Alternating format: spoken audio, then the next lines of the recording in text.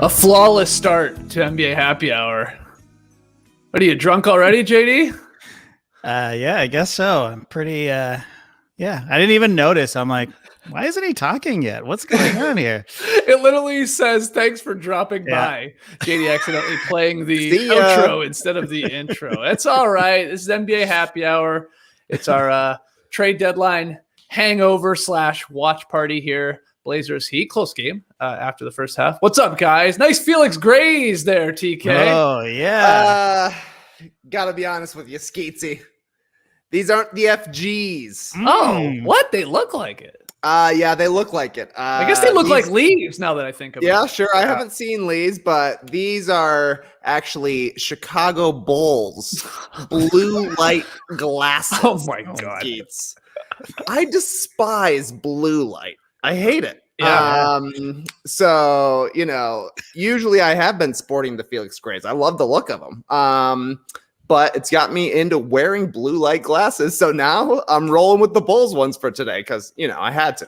Today. This guy is riding so high on the Bulls making moves. Oh, baby. Been celebrating the Blazers Heat all night long, I do know, actually, what you're saying. Yeah, cheers to everybody joining us in the stream team. Busy day here at the Classic Factory. Cheers. I'm going to have a little sip of this, Johnny. Long day looking at my blue light, I'll tell you that. Oh, baby. My goodness, I forgot the trade deadline, how insane it is. Just refresh. Like, I thought we had a nice little pace going this morning in terms of the trades, like coming in, trickling in one at a time.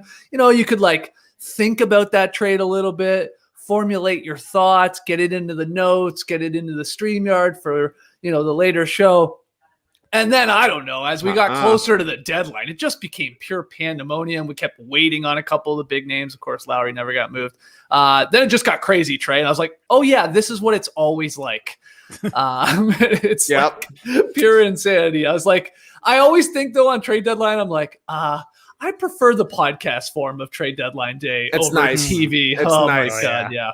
Especially with making graphics and having to actually get the graphics and not being able to take your time to see what you got. Oh, yeah, it was crazy. But you're right. It's always like that. It's like morning, super busy. The teams are like, all right, we got these deals done. Nothing better is going to happen. Let's get it out there. Then you get the middle period. Nothing much is happening. A couple of deals trickle out here and there. But then as the trade calls come in right at 3:00, it's crazy. Like that one year, it was like 100 point guards got traded on the same day. Yeah.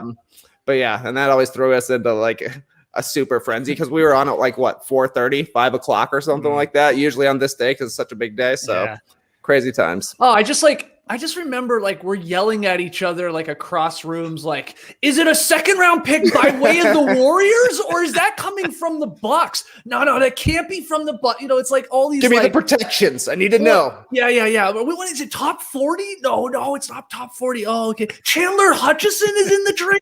Is he? It's like, oh my God. It's ultimately it's like, who cares? But you want to get it right, especially when we were doing those TV shows. But yeah, what's up, Tass? How's it going, man? How are we doing? Good. We just cheers. So cheers to you. Yeah, cheers. Trade Gary. Yeah, there. Oh, look at you. Maybe we will see Gary tonight. Gary, for those that don't Cheers know, to is Gary. Tass's drunken alter ego, who we haven't seen in Jesus. I mean, over a year for sure. Over a Been a year. minute. It's been like 3 years, I'll say, since we've seen Gary. I can't think of the last time I've seen him. What do you think, Tass? Gary doesn't leave a lasting impression, but he's around. I mean, I don't remember seeing Gary since the birth of your second child. I'll say that. Wow. So I guess not She's 3 only a years. year old. I'm pushing. Yeah, that's true. Maybe a year. She's a pandemic baby. Nobody's had a drink in the last year. That's all I've done. Well, by yourself, usually. Wow, yeah. No, it's very depressing, very sad. That's why I love these happy hours. I don't feel so sad. It's like Hanging out with your friends. Yeah, exactly. Right? Yeah. Yeah. Tass, did you get the I know Trey and JD did. Did you get your first dose yet? You vaxxed up? Yeah, today. Oh, you got it today too. Yeah, so did I. Yeah, I did, yeah. Nice. Yeah, I got my Pfizer. Nice. Everybody got the Fies dog? Oh, fizzed up. Poke them if you got them. It's awesome, man. What a how's the arm feeling, Task? You got it today. I got it this morning too. It's a little just don't know what would you call it. Feels like just bruised a little bit or dead a little bit. It really feels like a normal vaccination to me. I actually it's a little don't tender, but a little tender. Crazy. I don't even usually get that though. I'll say on the normal one. So for me, maybe this is what it normally feels like. But in and out. I went to the same place as Trey. Shout out to Walgreens. Oh, you did? Nice. Yeah, I think so. Wow. Nice. It was weird to me. I was like, this feels to me like the longest I've been in a store in a year. But I'm very happy to be doing it. And then yeah, I felt the same way. Felt like a normal injection. It's a little sore today, day 2. But what was Leigh saying? He says his rumor is that the second shot hurts more. But can't wait. Let's get it. Let's see how much it hurts. That's what Corporal Jones told me. That's the Marine that gave me my shot at the Mercedes-Benz. How was that experience? You're at the giant football stadium. Honestly, it was very, very impressive. Shout out to the armed forces because they were basically running the show, I guess, them and FEMA. And our appointment was at 3. I had my shot by 3:15. It took us longer to get out of the parking lot than it did the entire walking from the car to get our shots. And well, to be fair, we didn't wait around for the 15 minutes. That you're supposed to. Same. I gave him 5. I gave him 5. Yeah, we did 5 too. And I said, all right, let's go. Yeah. I mean, they said straight up, like, if you feel fine, then go ahead. Yeah. But, this was a Marine, or I don't know if they were Marines, but they were like soldiers, like legit soldiers running the show. And they're like, if you feel okay, if you're good, then just go. And I'm like, well, I'm not going to, this is like, tough guy, Marine or whatever. Drop down and give me 50, soldier. No, I'm good, man. I'm good. And I just walk right out. So, I think Rachel and I were together. So we figured we'd watch each other, Oh, very nice. So, somebody had to drive, I assume. I mean, that was the real worry, getting in that car that quick. Putting others at risk in that case. Not really, because I was sitting in that parking lot for about 35 minutes. Yeah. Marta is smarter, I guess. Though you don't want to be tough. I guess you're trying to avoid public transport during a pandemic. But like Trey was saying, I mean, he like being in a store, sitting in Mercedes-Benz, that you wait for the shot. They had you sitting in the stands. So you're looking out onto the field, and it's all set up for Atlanta United, and it's just like, this is awesome. This is great. It's just great to be out, and with there's no event happening. It's just a lot of people milling around, just literally waiting to get a shot. And it was awesome. What's your favorite sporting event from the last year? Dose 1 at the Mercedes-Benz. The Marines were there. Yeah. Well, that's good. Okay. So it went well. Tass, where'd you go? Up your neck of the woods? No problem? No, in sort of in between. That's Northside Hospital. I think Leigh went there too. Oh, okay, nice. But it was in a huge auditorium is where they've got everybody. It was so well organized. Yeah. And it was just droves and droves of people, but all guided in the right spot. And I'm like you guys. It was like, it's just nice to see a man wearing pants, cool. Like, hey, you, a human. And I found myself, as I was out for like 45 minutes, I was getting closer and closer to people. Like I just felt more and more normal, I think. I wasn't creeping on people, but I just felt like every line I was in, as it progressed, I was like, the 6 feet got to like 3 feet, 2 feet. I'm like, oh yeah, we're getting vaccinated. We're totally healthy. We can totally breathe on each other. But it was impressive. It was really impressive to see how well a planned thing can happen. And it was cool. And it's amazing that like just the whole, the Pfizer versus the Johnson & Johnson versus the Moderna, like the status symbol of it all. Like, what'd you get? What'd you get? Is that what it's at? Really? Is that like, I know a lot of people are asking me, but it's because it's like one is better than the other. Is that what I'm? Yeah. Well, that's what people think the Johnson & Johnson is less effective because it has a 74% efficacy rate versus the 99ers of Moderna and Pfizer. Oh, okay. But that's just the testing sample. It's the sample when it was tested. They all prevent you from dying or from being hospitalized 100%. But there's variables, like we learned in science. There was a different test group for for Johnson & Johnson. So it's different. Anyways, they all keep you safe. But yeah, people see those numbers and they say, I don't want the Johnson & Johnson. Yeah. Why would I want that? I'm gonna right. get sick. There's a 1 in 4 chance that it doesn't work, I guess, basically. Yeah. Well, yeah, you can get sick. You can get sick from anything. But anyway, that's true. It was fun to be out. It was fun to be out. Great share by Nora of the vaccines as if they were Real Housewives intro. I saw. Oh, I didn't even see this. Oh, it was too good. We were dying, because like they have at the beginning of every Real Housewives, they have like a witty line kind of to describe them for the season. Mm-hmm. And I don't know, I don't remember all of them, but it was like, you'll remember my name for all of modernity. Something along those lines. It was great. Oh my goodness. And JD, how did your other thing go today? We're talking about sort of seeing people being out in the world. You had a pretty big, I don't know, what do you call it? Appointment, I guess, sort of. Yeah, it was an interview. It was an interview to stay in this country as a permanent resident. Wow. A lot culminating, like thousands of dollars and 2.5, 3 years or something like that. And so what? You blew it, I hope. Totally blew it. Yeah. This I grabbed this before I left. This is my God. The mountain of this is our application. Oh my God. So and the pile hashtag blessed to even have the opportunity to have lawyers help you with that and stuff. Oh, like absolutely. that, right? Absolutely. Yeah. But that's insane. I'm not complaining. I'm not complaining. It sounds like I'm complaining. I'm not complaining. But yeah, it was a little nerve-wracking because it's basically just you are who you say you are. Asking me the same questions that are on the application and going through every single question, like, have you ever participated in sex trafficking and stuff? Right.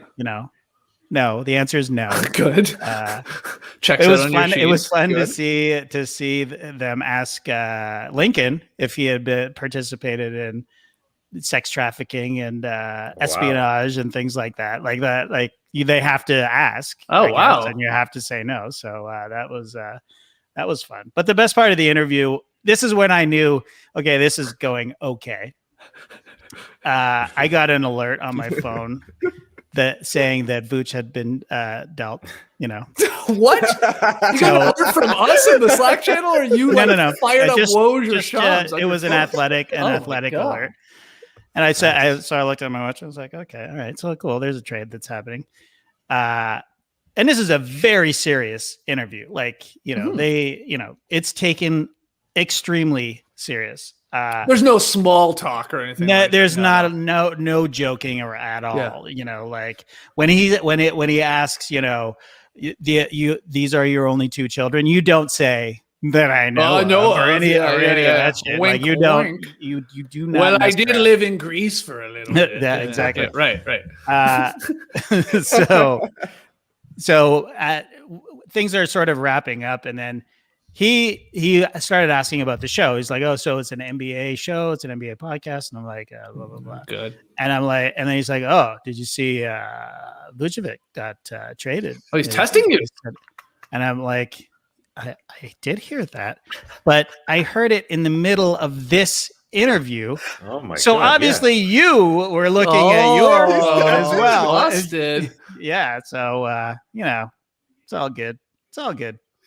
But then you weren't like breaking down the Magic's day, giving it a trade grade. I can't believe they blew it up, man. Like, yeah. No, I did hear that. Did you hear the Bulls are back? I did. Yes. Yeah. Did you hear the Bulls are back? He just takes out a big American stamp, says, "You're American now. You passed the test. The Bulls are back." Yeah. Okay. So you said it was a long interview, right? Oh my God, it was so long. It was. It was at least 90 minutes, and then I had to go and get another document. I had to get my W-2. So they're really just checking everything, basically. They're literally just confirm that you are who you are. Yeah. Well, there you go. So I've already jinxed one thing in your life when it came to the house, and maybe we'll get into that. But this is like the final sort of step to you getting your green card. This is it. I mean, I've done everything that I can do, so that's it. You can't card. Yeah. You can't jinx it. It's either going to happen or it's not going to happen. Because if they come back and they say, we need more evidence or whatever, it's like, I don't have anything. I've given you everything. It's all yes, right sir, there. but I don't see within these documents your thoughts on Evan Fournier going to the Celtics for 2 second-round picks. Could you weigh in on that, please? Yeah. All right. Yeah, people are asking in the stream team, house failed? Gotti. Yeah, I jinxed it. Yeah. Well, you might as well tell the story. Yeah, so house and whatever.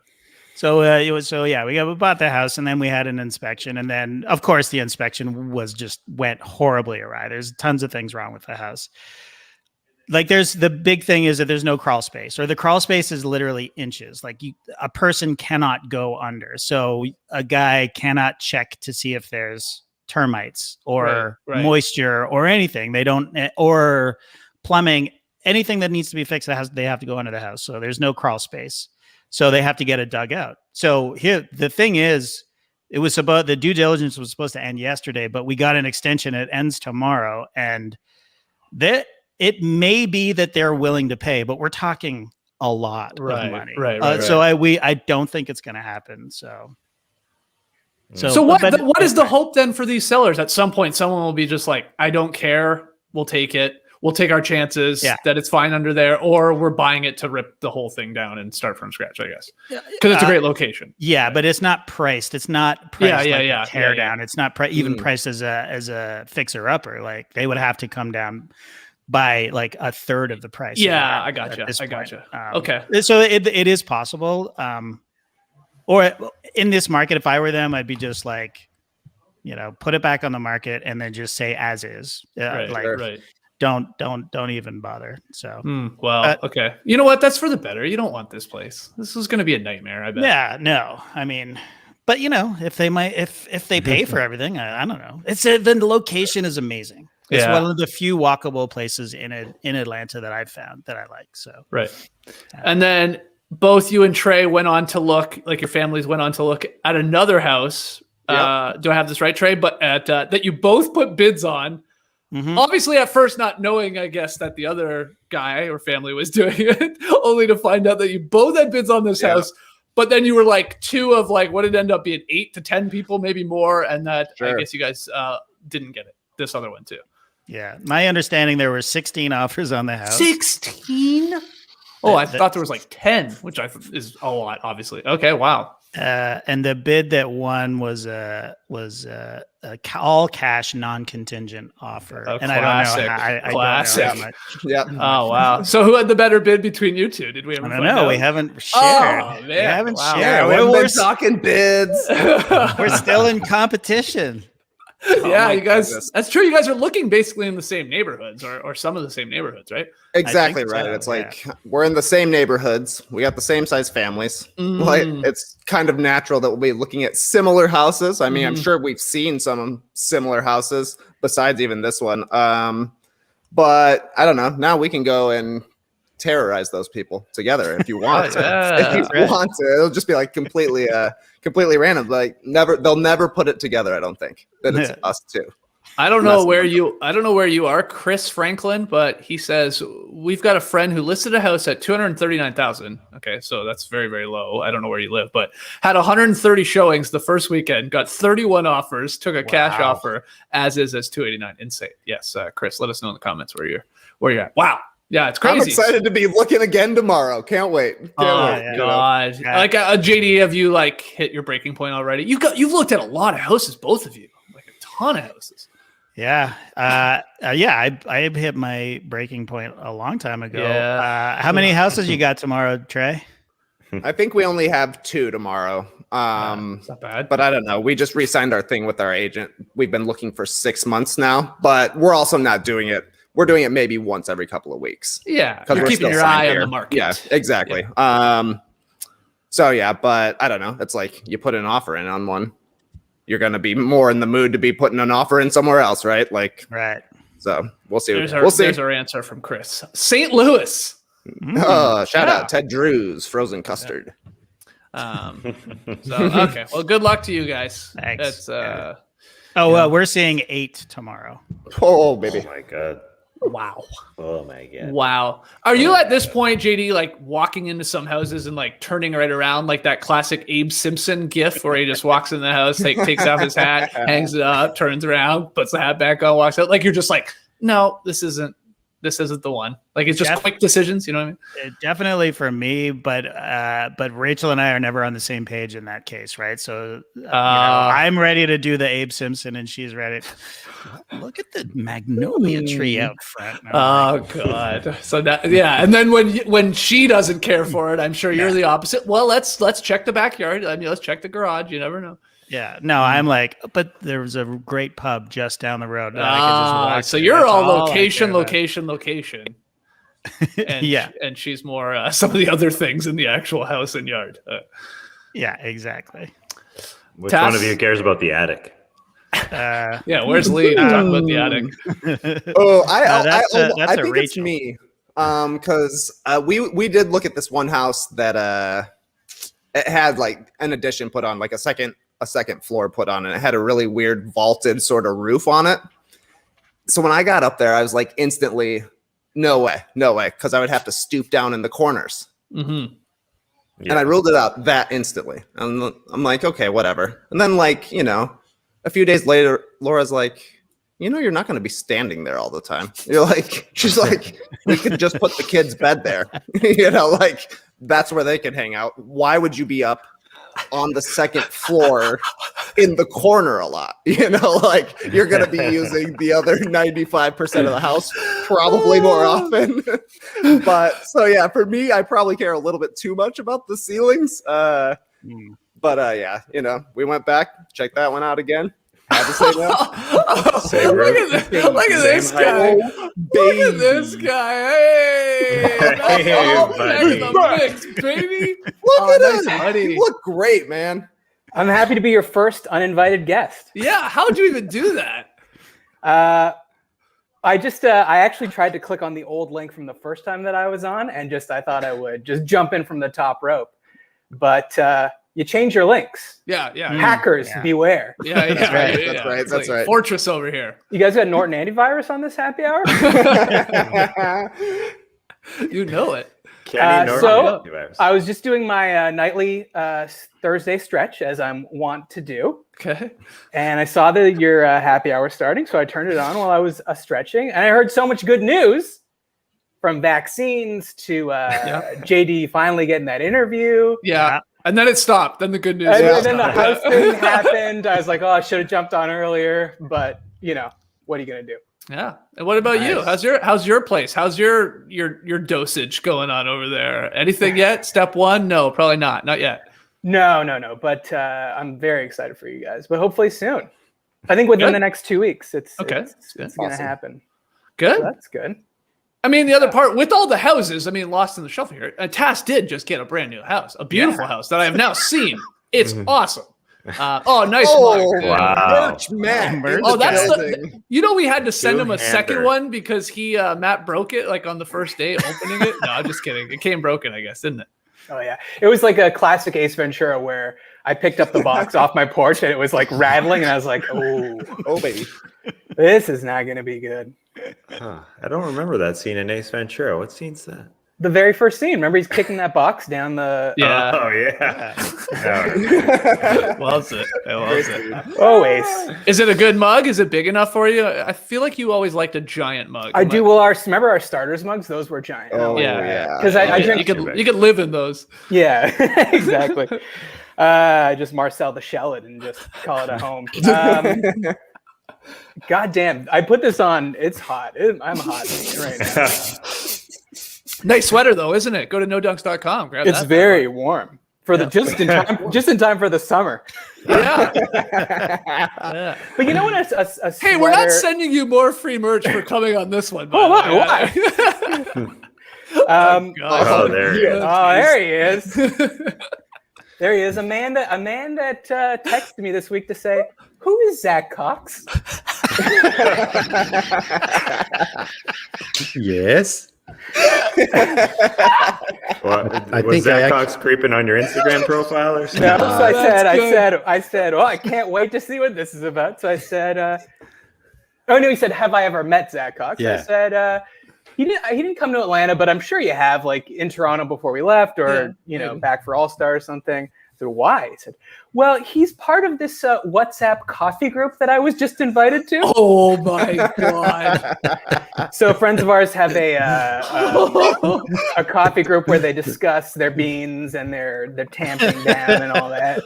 And I guess from talking about it on the show, Leigh got the big invite. And I guess you wanted to know who was in there before you dropped your blue material. No, well, this is how it started because Jason Lakeen. I'm sure you guys all know Jason. I've known him about 20 years longer than you. Yeah, right. So you know who he is. Yeah. So the other day I posted a story of my big green egg, and he commented on it, and I replied and said, "Hey man, that last coffee Instagram of yours was great." And then we started communicating for about an hour or so, just talking coffee. Oh man! Oh, and so we shifted it over to WhatsApp, and then the Flat Burr Gang is myself, Zach, and Jason, and we're bros, beards, and bripes.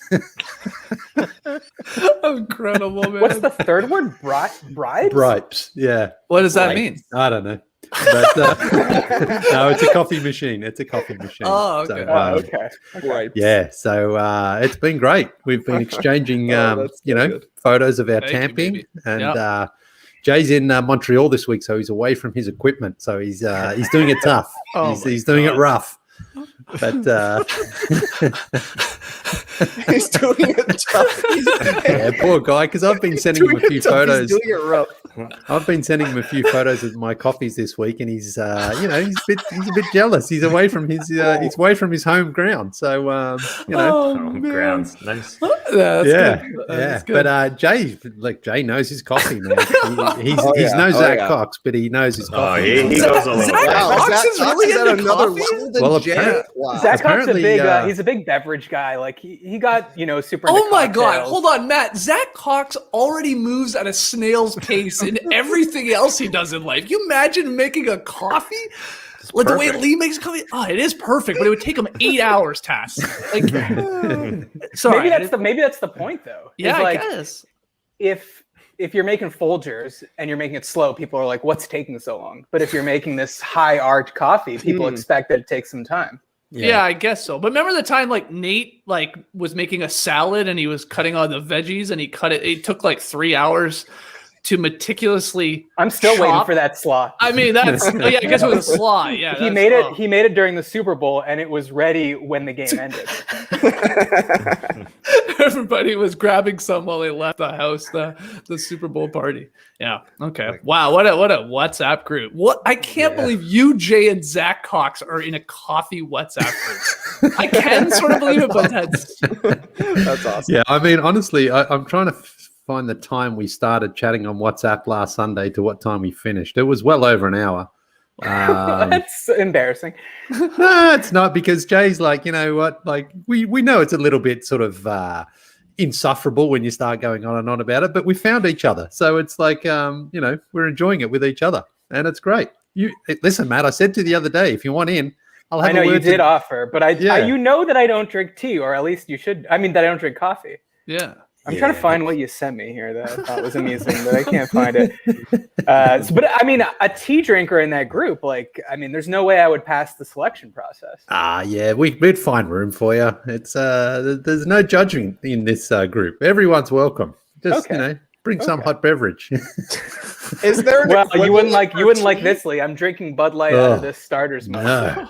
You just got banned from this group. Why though? Can you tell me why that's the best you could come up with for this? Because it's for this. Come on, man. It's supposed to be special.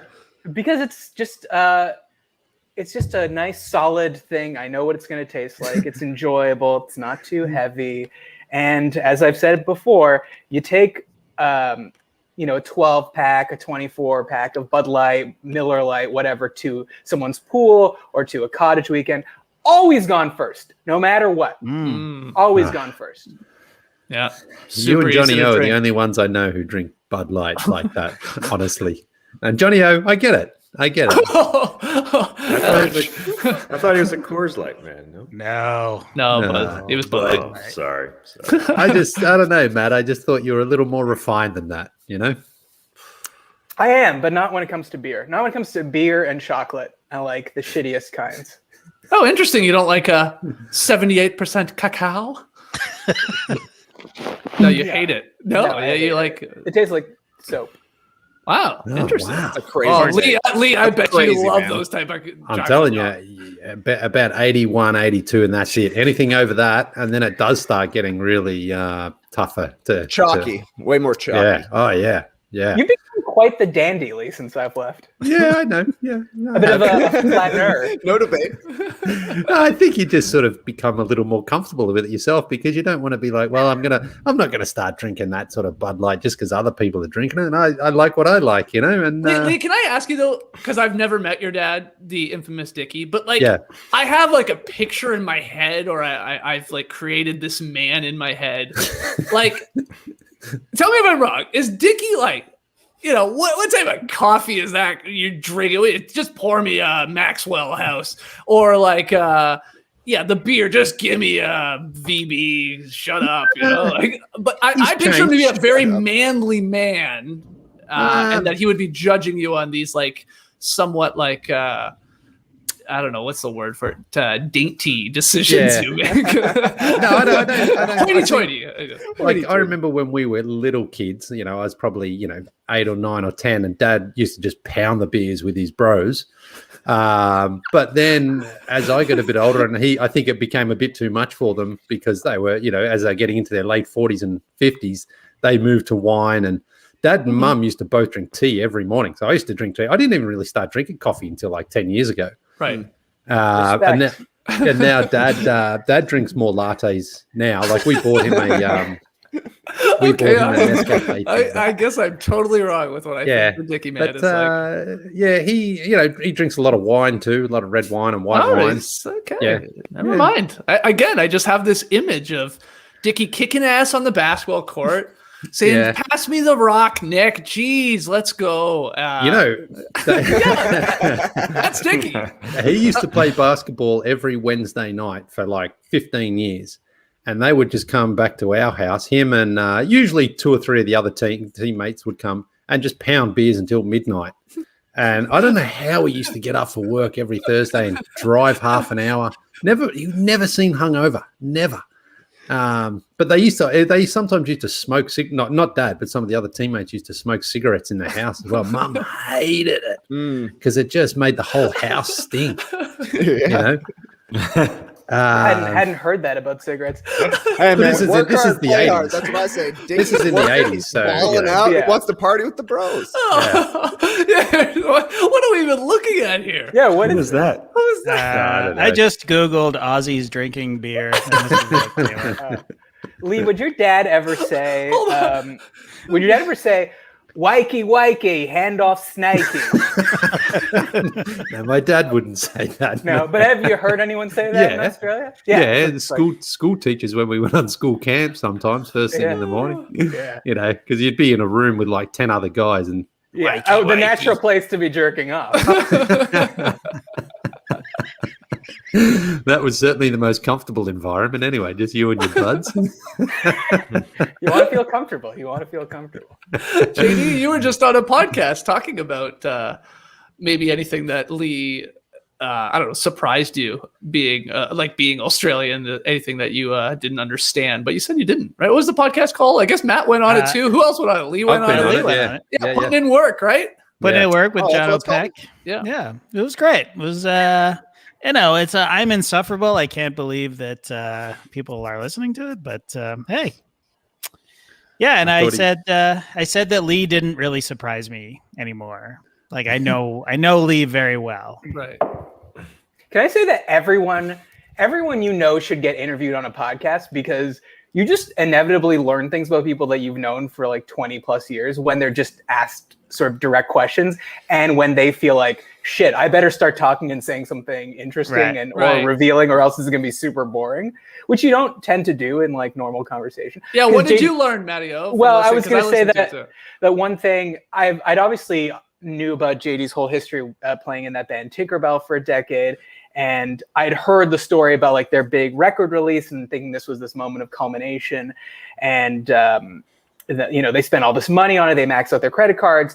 They buy all this beer for people. People are fucking hyped. They're really enjoying it. And City TV, like the news is there doing a live hit, being like, hey, here's this new band. Like, and I assume at the time, like what bigger press could you get than TV, really pre-internet. Yeah. And the lead singer gave the live camera the middle finger.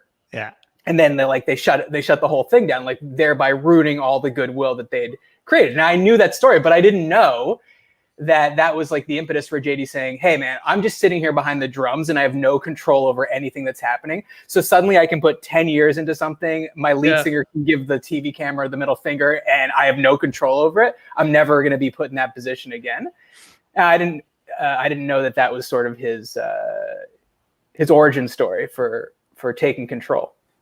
Yeah, that was the beginning of the end. It was sort of like, when you sort of realize, oh, this is over, but you don't realize it's over yet. Do you know what I mean? Like it's just, damn, this, yeah, it was bad. And it was what I didn't mention on the podcast was that the guy that he directed and edited the video worked at City TV. So it was like, he was incensed, like, because it was, part of the connection was he brought City TV out to the gig and it was just one of those stupid like, oh, why did the lead guy do it? Just like super like I'm rock and roll, rock and roll. Yeah, like is that it? Yeah. It was kind of like that. I mean, it was as simple as a child sees themselves on television and just goes, like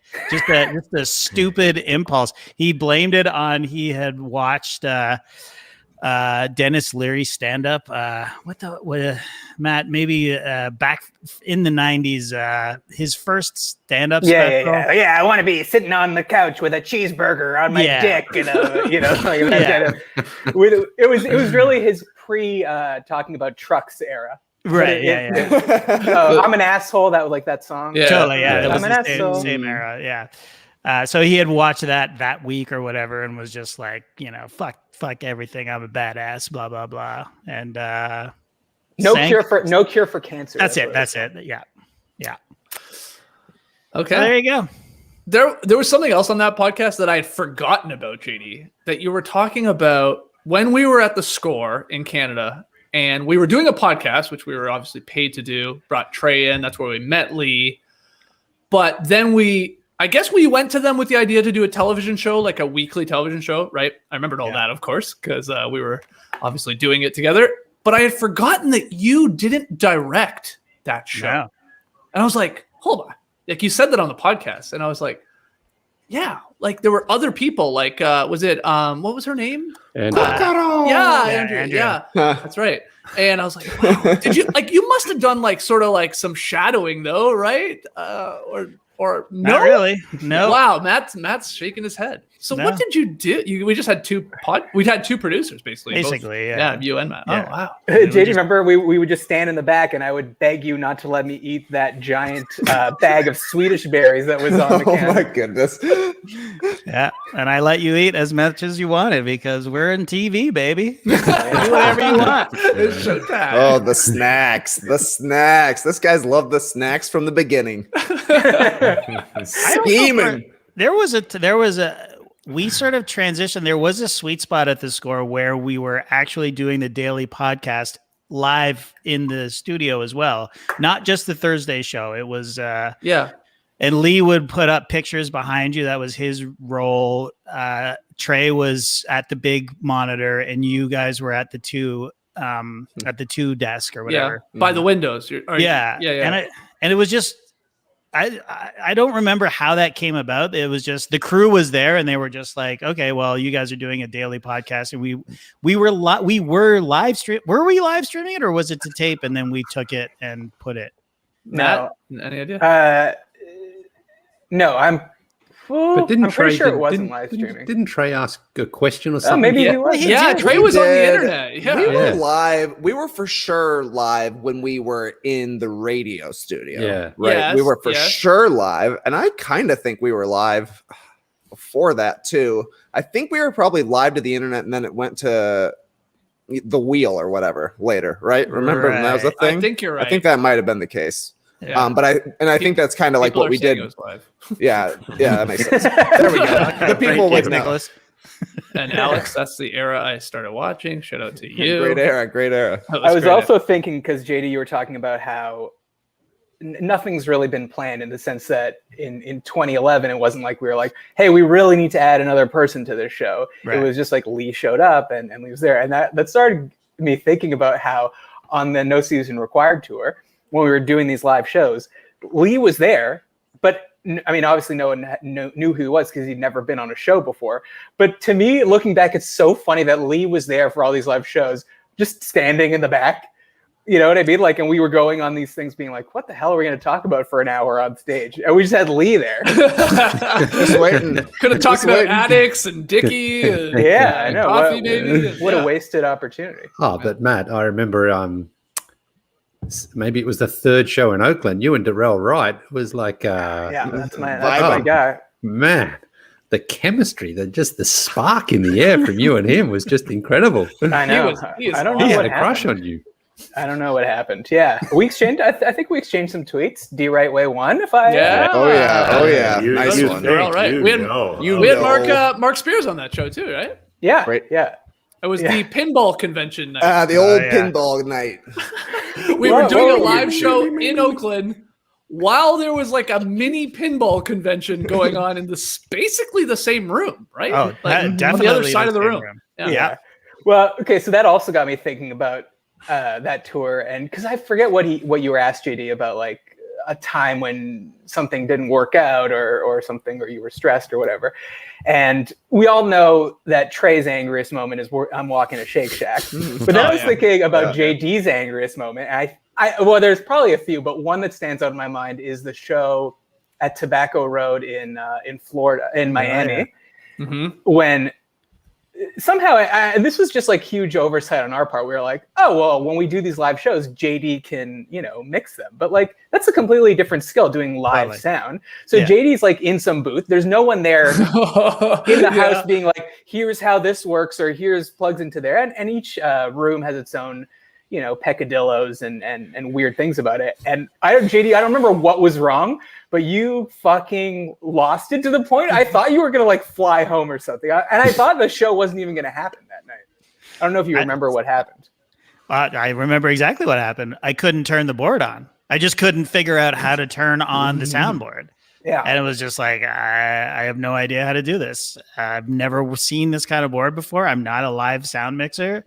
And I remember, I think this is the only time I've snapped at Skeets during the whole time we've done this show. And he came up and he was like, so I don't know what you said. You were like, what? Have you tried pressing this button or whatever? I was like, the worst thing to ever say. You try this? The worst thing. You've literally pressed every button. And but what about this one? Did you try turning it on and turning it off? I can't turn it on. Just reboot it. Yeah. You're right. That is one of the rare times like you snapped at me. You're like, basically, fuck off. Like, I'm dying here. That was the worst one, but there were other times where we were doing live shows where, again, you are pressed to like figure it all out with people you've never met. Obviously, equipment you have no idea how to run in a totally foreign atmosphere. And it's like, that's when you've been like sometimes the most stressed, I feel like. 100%. Yeah. Like, not even close. Like that t-shirt store that we did in Oklahoma. That was a nightmare. Like just figuring out, well, it's feeding back and what, like, I know that there's a way to eliminate the feedback just by picking the correct EQ to just turn down. But I don't know, man. I was just like, I'm way over my head here. Yeah. But hey, it was fine. In the end, it was fine. We always sort of pulled it off. Cass, did you have a favorite when we go back to that tour, the 2011? Yeah. No Season Required tour. I was actually just watching clips online because we're like thinking about sharing a bunch of old stuff on our YouTube channel. But did you have a favorite city/show, I guess, like from that run way back when? Well, Tobacco Road was great because it was super awkward because there was like 6 people in the crowd. Yeah, the big one. It was like Mainly 14, wives. maybe. Yeah, something like that. I mean, Laura was there. Yeah. Danielle Nora was was there. Nora was there. Yeah, it was like 8 people, and there was 0 laughs happening on stage. And yeah, I remember it was an incredible venue. It was a cool venue. Such a great atmosphere, but yeah, we were like, what was that? Stop 6-ish or something? It was late in the tour. It was late because we were in Miami when we found out the season was coming back. Yeah. And then It was we were Thanksgiving. like, yeah, It that's was right. around Thanksgiving. Yeah, we were having fun. It was a good time, but it was also like, all right, let's get this. We're over this. Over with. And then, we get up on stage. There's these old ratty chairs. I remember we saved the front chairs for our wives. And basically, there was nobody who showed up. So we didn't need to put an 8x11 on each chair. Absolutely no reason. Danielle's going to sit here and not laugh at any jokes. Yeah, there was nobody laugh. I just remember, live is so different in that you're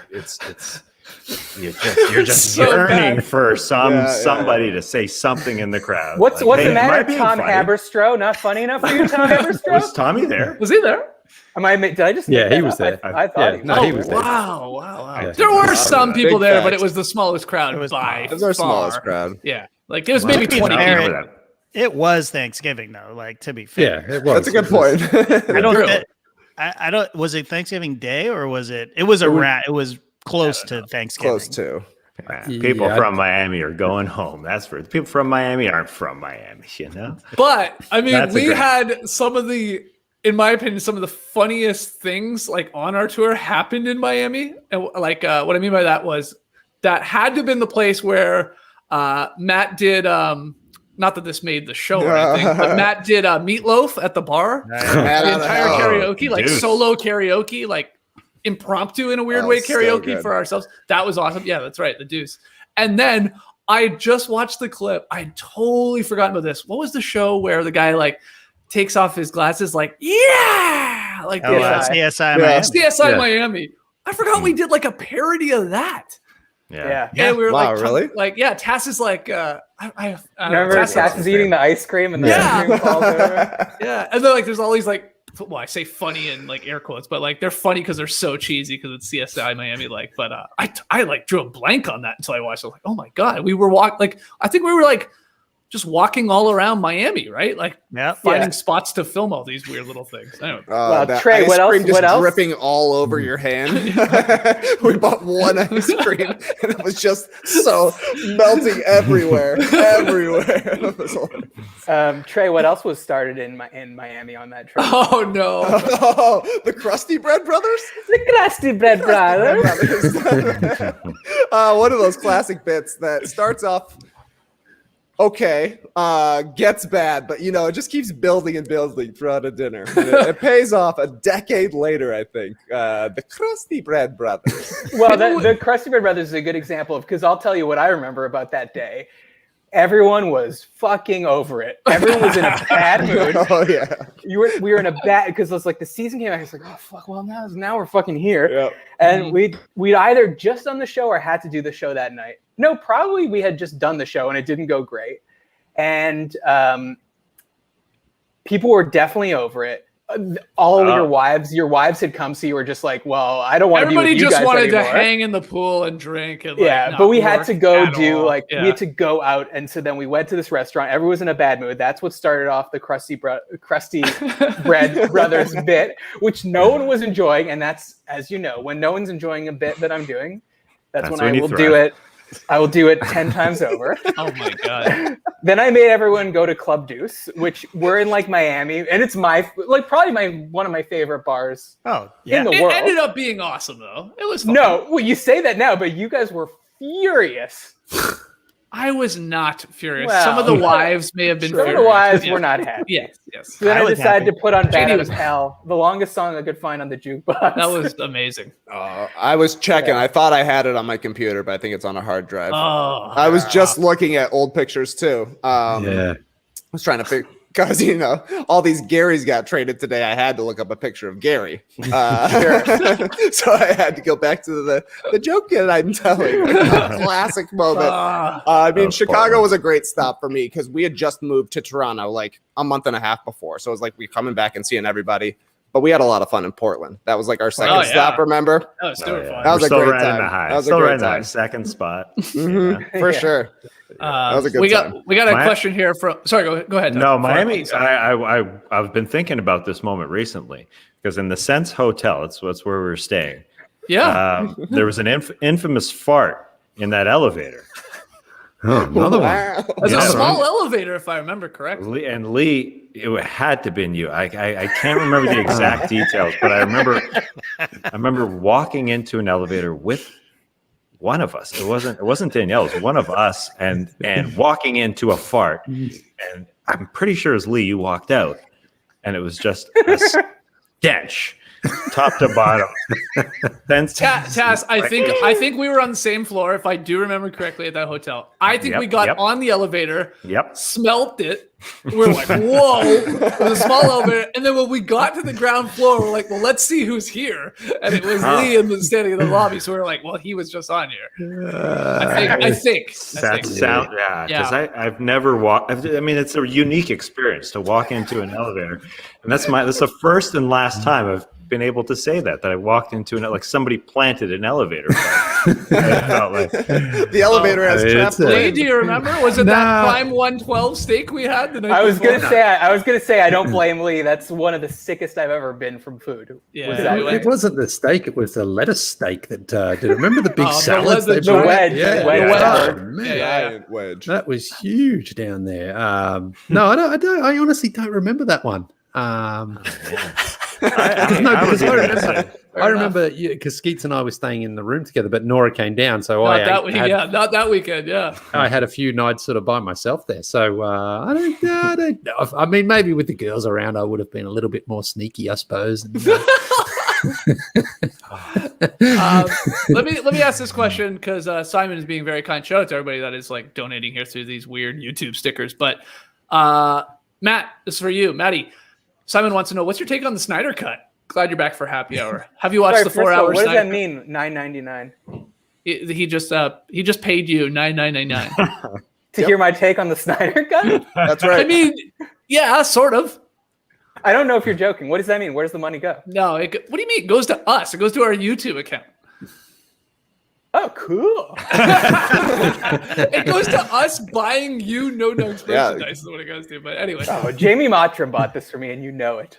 Bullshit. That's from the no-dunks. Oh, really? Jamie Matra was like, don't do it? Oh, he was like, there's no way I'm sending him a free hoodie. Well, actually, I heard he bought the mug, and then he just smashed it and sent it in the mail too. Yeah, out of anger? Yeah. Wow. But come on, you're the king of content. Watching. Okay, well, a couple times I laughed a couple times. Number one, I laughed when I heard it was 4 hours. Okay. Then I put it on, and I was like, okay, let's see how far I get here. Mm-hmm. And this like the HBO notice comes up, and it's like, to respect Zack Snyder's directorial vision, the following movie will be in 4:3. And I actually laughed out loud. I started laughing out loud.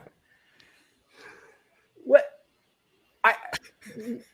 I mean, people say it's because he shot it for IMAX, but like, aren't all Christopher Nolan movies shot for IMAX? They're not in fucking 4:3 when I watch them at home. Anyways, I did 22 minutes. The funniest thing, though, you did 22 minutes of the 4 hour movie.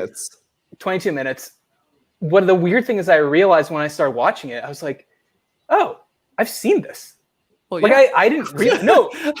I know, but I wouldn't think that I would have watched Justice League, the Joss Whedon cut, but I did at some point, and I must have been stoned or something. But I like sort of remembered it, but like fucking, and then like Aquaman takes off his shirt, but not his pants to walk into the ocean.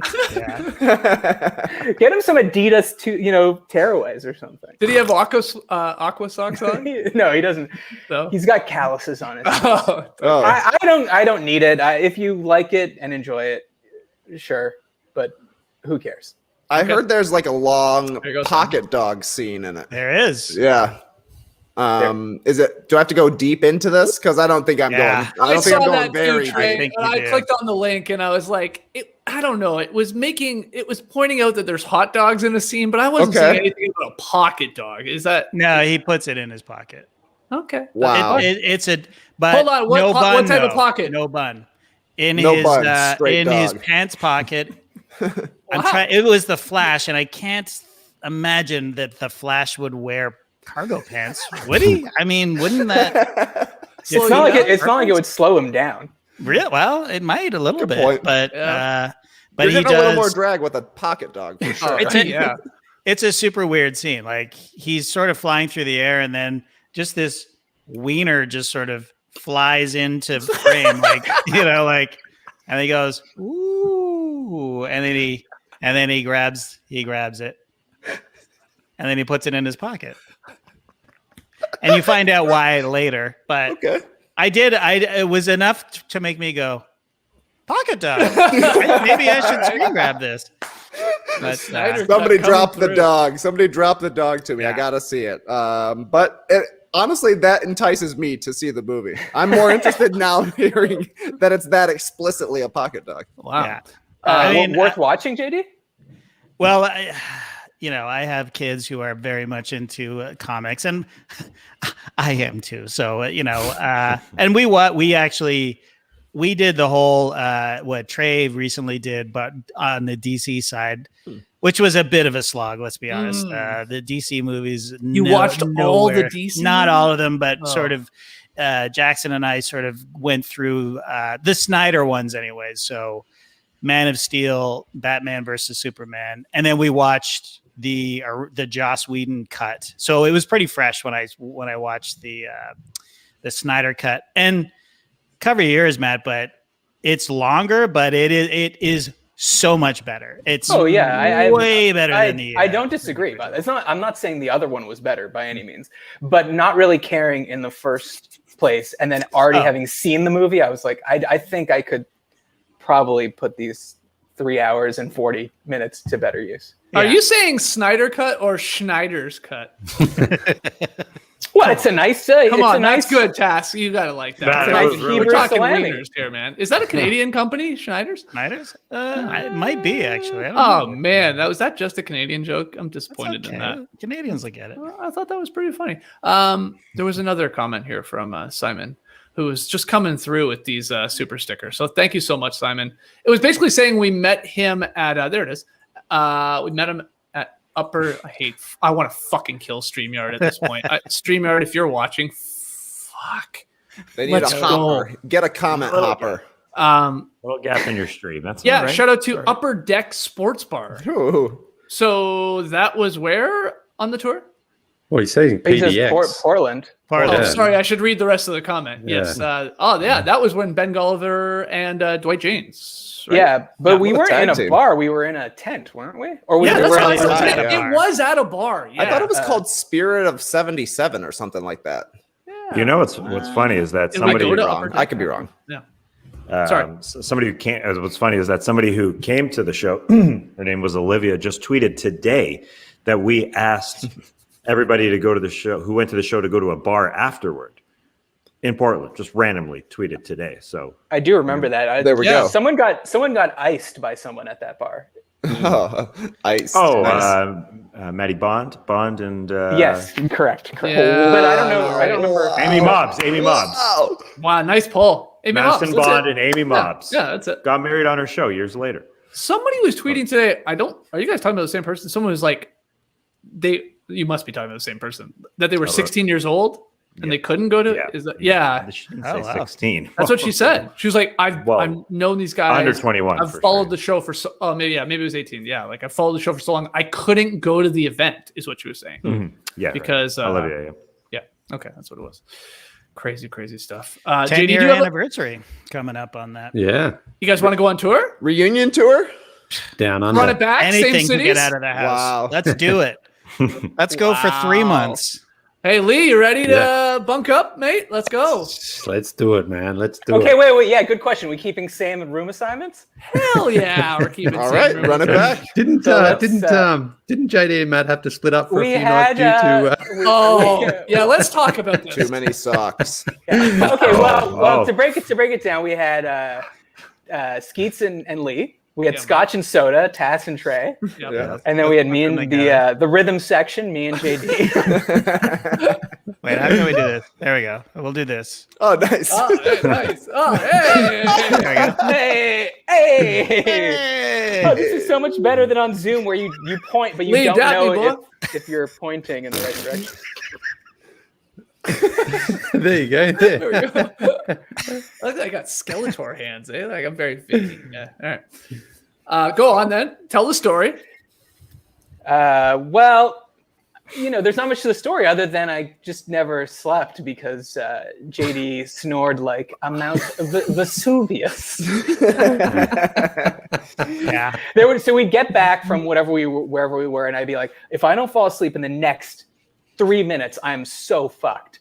And then I'd be thinking about trying to fall asleep. Of course, I wouldn't fall asleep. JD would fall asleep, and then I would just be like, just one of those things where it's just in your head. You're just in bed staring at a person going, in your head going, please stop, please stop, please stop.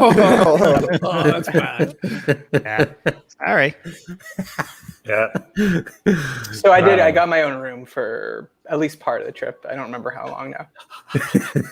And I think I literally just like emailed Score HQ. It's like, hey, can I get my own room? I got my own room. And they're like, yeah, I guess so. And I was like, cool. And you guys were like, can we get our own rooms? And I was like, no, sorry. Nope. Sorry. Yeah. No, I loved sharing a room with Leigh. You're very tidy. You always would get upset at the coffee machine in the morning. That was the worst coffee machine of all time. That was always fun. No, we were good. No, that's great. See, that's the big thing when you do spend that much time sharing like a room with somebody. It's like you can so quickly get on each other's nerves. And I was totally. I was more than happy with you as a roommate. We're both very tidy. Hotel room people. Matty O, it's like a freaking bomb went off. I don't understand why you say that. You did talk about this because I hang some socks in the bathroom. I'm quite tidy. No. I guess you are. You hang socks everywhere. I'm tidy. Everywhere. You've been to my house before. I'm tidy. You are tidy. But some people, I lose a lot of respect for people that are just like monsters in a hotel room. There you go. Oh my Socks God. everywhere. Socks everywhere. Those are socks in the middle of a van console. Van socks. This guy had bathroom socks. He had closet socks. Socks just sitting on the couch, like a whole couch full of socks. I remember opening up that middle console, just driving that van. I opened up that console. There's a pair of socks just staring at me. I don't know if they're clean or not. No, did these come with the van or They what? do look good. The rumor is they're clean, but I'm just like, why are they? I know. You need a little more bleach if those are clean. At the bottom. It's a white sock. What are you gonna do? They're clean because I would bring socks in case we had to go out directly after. And after a full day of work, my feet tend to get a little clammy. A little sock Is that when was San Antonio on the tour where Generation Freshen Up started? Generation Freshen Up started at Blogs with Balls in Chicago. I've got a photo of that. Oh, here we go. I got a photo of Matty O in a We the Noth t-shirt and no pants, so that I saw the other day. Interesting. Yeah, so good. It's so classic. There's a lot of photos of me without my pants. We're talking about the greatest pictures. What does this mean? Are those jerking it socks? You jerk it into a sock. Yeah. All right, cool. Haven't you ever seen American Pie? Yeah, I mean, I didn't think people were doing it. I didn't know. I've never done. I mean, I would be honest. I just there's other options. I would never. Trust me, I would never. Like a van console, for example. You could just up into one of those. Oh yeah, no. Oh yeah, the shots were in there to mop that up. But let's do worst room configurations if we go on another tour. Like who would clash the most? Yeah. Ooh, who wants the snorer? Yeah, I don't like that. But who falls asleep fast? Oh no, we want me. someone. I could go with JD. I could. Okay. You fall asleep fast? If we get a white noise, I fall asleep fast, and it, okay, Matt, I got a question for you. Is it at least have a rhythm to it, or is it like and it's like that weird one that feels like the person's dying? Like my buddy Tim does that, and so it's jagged. It's jagged, and it's like it's apnea-esque. You know? What I mean? I hate those ones. I don't mind a nice rhythm. I can find the beat. But, because you sleep when with that white pause noise. finally comes, you're like, is he okay? Yeah, you're right. Stressful Lily. too. I like the white noise. Yeah, But that's not white noise. I just showed JD a photo of the new combinations from San Antonio. See if you got that one there, JD. There we go. Okay. These are the teams. Look at me and JD just arm in arm there. Put a good foot between you. Yeah, just arms touching. We're only touching arms at this point. Leigh, the only thing that stands out to me is how young Leigh looks here. He looks like he's 12. Yeah. It's funny, the last few days, Sebastian's been going back to in-person school, so I've seen a few of the other dads and mums, and obviously none of them have really seen me with the hair like this. So a few people are like, "Whoa, you haven't had a haircut for a while." Wow. No, I haven't. No. Well, Leigh, when you posted that video of you running around playing Aussie rules football, I was going to text you and say, how come you never introduced me to this hot girl when I was in Atlanta? His moves. Look at these. Because I saw it at that point when I didn't see your face at all. And I was like, Leigh Ellis, she sounds hot. She does sound hot. I would be lucky to end up with Leigh Ellis. I thought you had the hots for my brother, Matt. Well, your brother is way hotter than you, but he is a man. He's a man, baby. So Leigh, who would be your pick for you think you would struggle with the most in sharing a room? Well, the snoring is definitely that just because it can come and go, and when someone's snoring and it's like, what do I do here? Do I wake this person up and then they just fall back asleep and start snoring again anyway? Or do I just try to just deal with it? But I would take white noise into the room and just crank it. Is that why you always get a second fridge to your room or whatever you do? The hum of a second fridge? Yeah, it works though. Since having kids, I've realized like the white noise is actually great because it does basically stop other, inconsistent noises from getting into your your sleep. So it's that fan. I used to sleep with a fan when I was like 13 years old. It's just like that constant sound. It's just a hum. Yeah. It's great. So Rattle and Hum, one of my favorite albums that I desire by U2. I'm Leigh Ellis. And I'm Leigh Ellis, and these are the 5 favorite white noises. Wow. Extreme. Ocean. Ocean is up there for sure. Rainforest. Cafe. Rainforest Cafe. Light rain, like drizzle. No way. That's the worst. No, light rain, no thank you. Just that tickling. Thank you. Wait, you would think with your roof, you would hate that. You're like, in the attic right away. Leave it open. Speaking of, I don't know how much longer I can stay because it's howling out here. There's some weather about. Tornado warnings right where we're at. Yeah. I don't know about you guys, but yeah. Yeah. So you got to go check in the. You want to take? Could you take the computer up to the attic? Come on, please. No, I'd fall through the roof for sure if I was trying to do that. If I was trying to balance on the beams and check the hole, but isn't the floor below the roof? Like if you took us but up there, he's got to walk on. I think like you got to walk on the beams. You don't have like a Christmas vacation, Yeah. Yeah, you got to go on the beams to see up to where the roof joins to see if there's any holes. So angle the computer up, leave it on the floor, and then walk up the beam. There you go. Yeah. Let's do it. But you can't because there's like slats in the way because you have to like slats. Take your phone. Get on StreamYard on your phone. Take us up. It works. Oh, that might work. There we go. Oh, tap in. We're going to the attic, baby. Have a couple glasses of Moscato first, and then go up there and see if you can balance. Yeah, I'll see how it goes. But wow, it is raining. Yeah. Extreme rain out there, huh? I was in LA, Matty O. Have you seen rain in weeks? It has. It's been raining a little bit. It's raining season now. Jeez. Pretty exciting. Are you getting outside? Got caught in some hail on a run. I was going to say, I was going to tell the guys, I don't know if they know, but you're planning on some long ass runs here, are you not?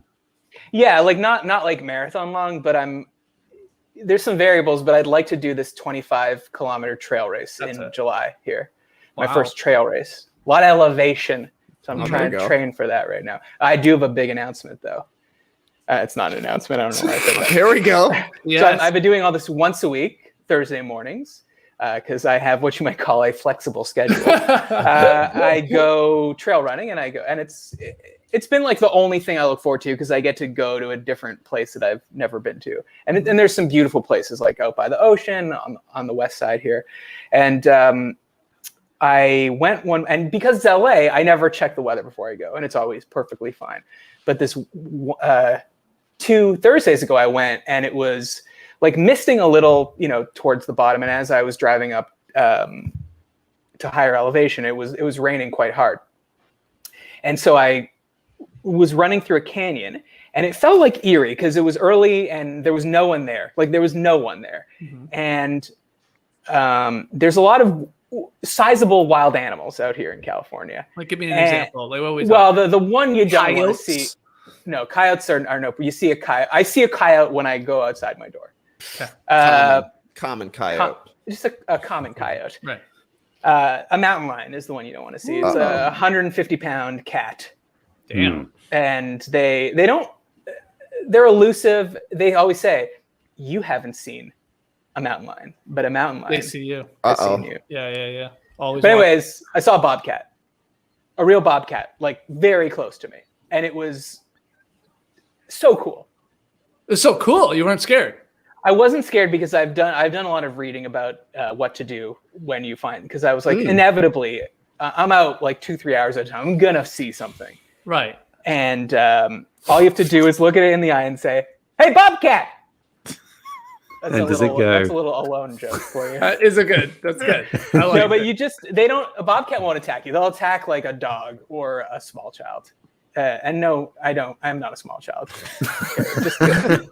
You don't drop a bobcat impersonation back? At that you crazy cat! Nice ball, lady. Is that why you carry your extra socks? Maybe. That's just the toss them at the bobcat. I don't like the smell. Throw them. Yeah. Out of respect for the bobcat, though, I did go like I went back the way I came because you're not supposed to approach them. Sure. But I wasn't concerned. If I saw a mountain lion, then you could die. There have been mountain lion fatalities. So a bobcat is like half the size of a mountain lion? No, not even. It's like not even. Yeah, I was laughing also because you remember how we always talk about your friend Ken. Yes. Could he fight a bobcat? Right. He's always said he could take a bobcat. Yeah. And I was on a Zoom with my friend Marge, who is married to your friend Ken. Sure. And he was there, and I said, "Hey, come to the Zoom quick. I got to tell you, you could totally take a bobcat. Yeah. It's not big. Just kick it. Yeah. No, but it's a majestic creature. Oh, nice. Really beautiful. If you could see a bobcat in the wild. I've never heard you talk about a cat like this, to be honest with you. Yeah, you're allergic to cats. Yeah, cats. I'm into animals now, though. Did I tell you that? This is nature, bro. I'm loving it. I'm big into animals. Well, even domestic animals now. Oh, even domestic. I really want a dog. I want to get a dog. Oh yeah. What kind of dog are you gonna get? Chihuahua? Well, it's gonna have to be something hypoallergenic. It's gonna be a grandmother dog. It's gonna be one of those white, like a Bichon Frise / poodle something. Mm-hmm. It's fine. But I gotta get my shots first. Okay. Well, you're serious. Yeah, I'd like to get those immunotherapy shots when I can safely go into a doctor's office. It's very invasive. You got to go once a week for like 6 months though. Holy wow! And then there's no guarantees either that it'll work. Right. It could be even longer than 6 months. Yeah. What do you have experience? I went in for an allergy test, and they said, you could possibly get rid of them if you go in. What do you got? Oh, standard. Just standard. Oh, yeah, tree, dust, normal stuff. Nothing too bad. Poor Joe here. Oh, what's happening in the big game? It's actually been very, very exciting. I've had it on the old second screen here. Back and forth, tied at 122. Back and forth affair. Yeah. We got it on, Joe. We just don't care. Anyways, to talk about it. What was your announcement? The 25K race? I saw Bobcat. That's a good announcement. That's good. Yeah. Leigh, have you ever seen a Bobcat? I don't know. I don't know because they're bigger than house cats, but they're not much bigger though, are they? Like they're bigger than a breadbasket.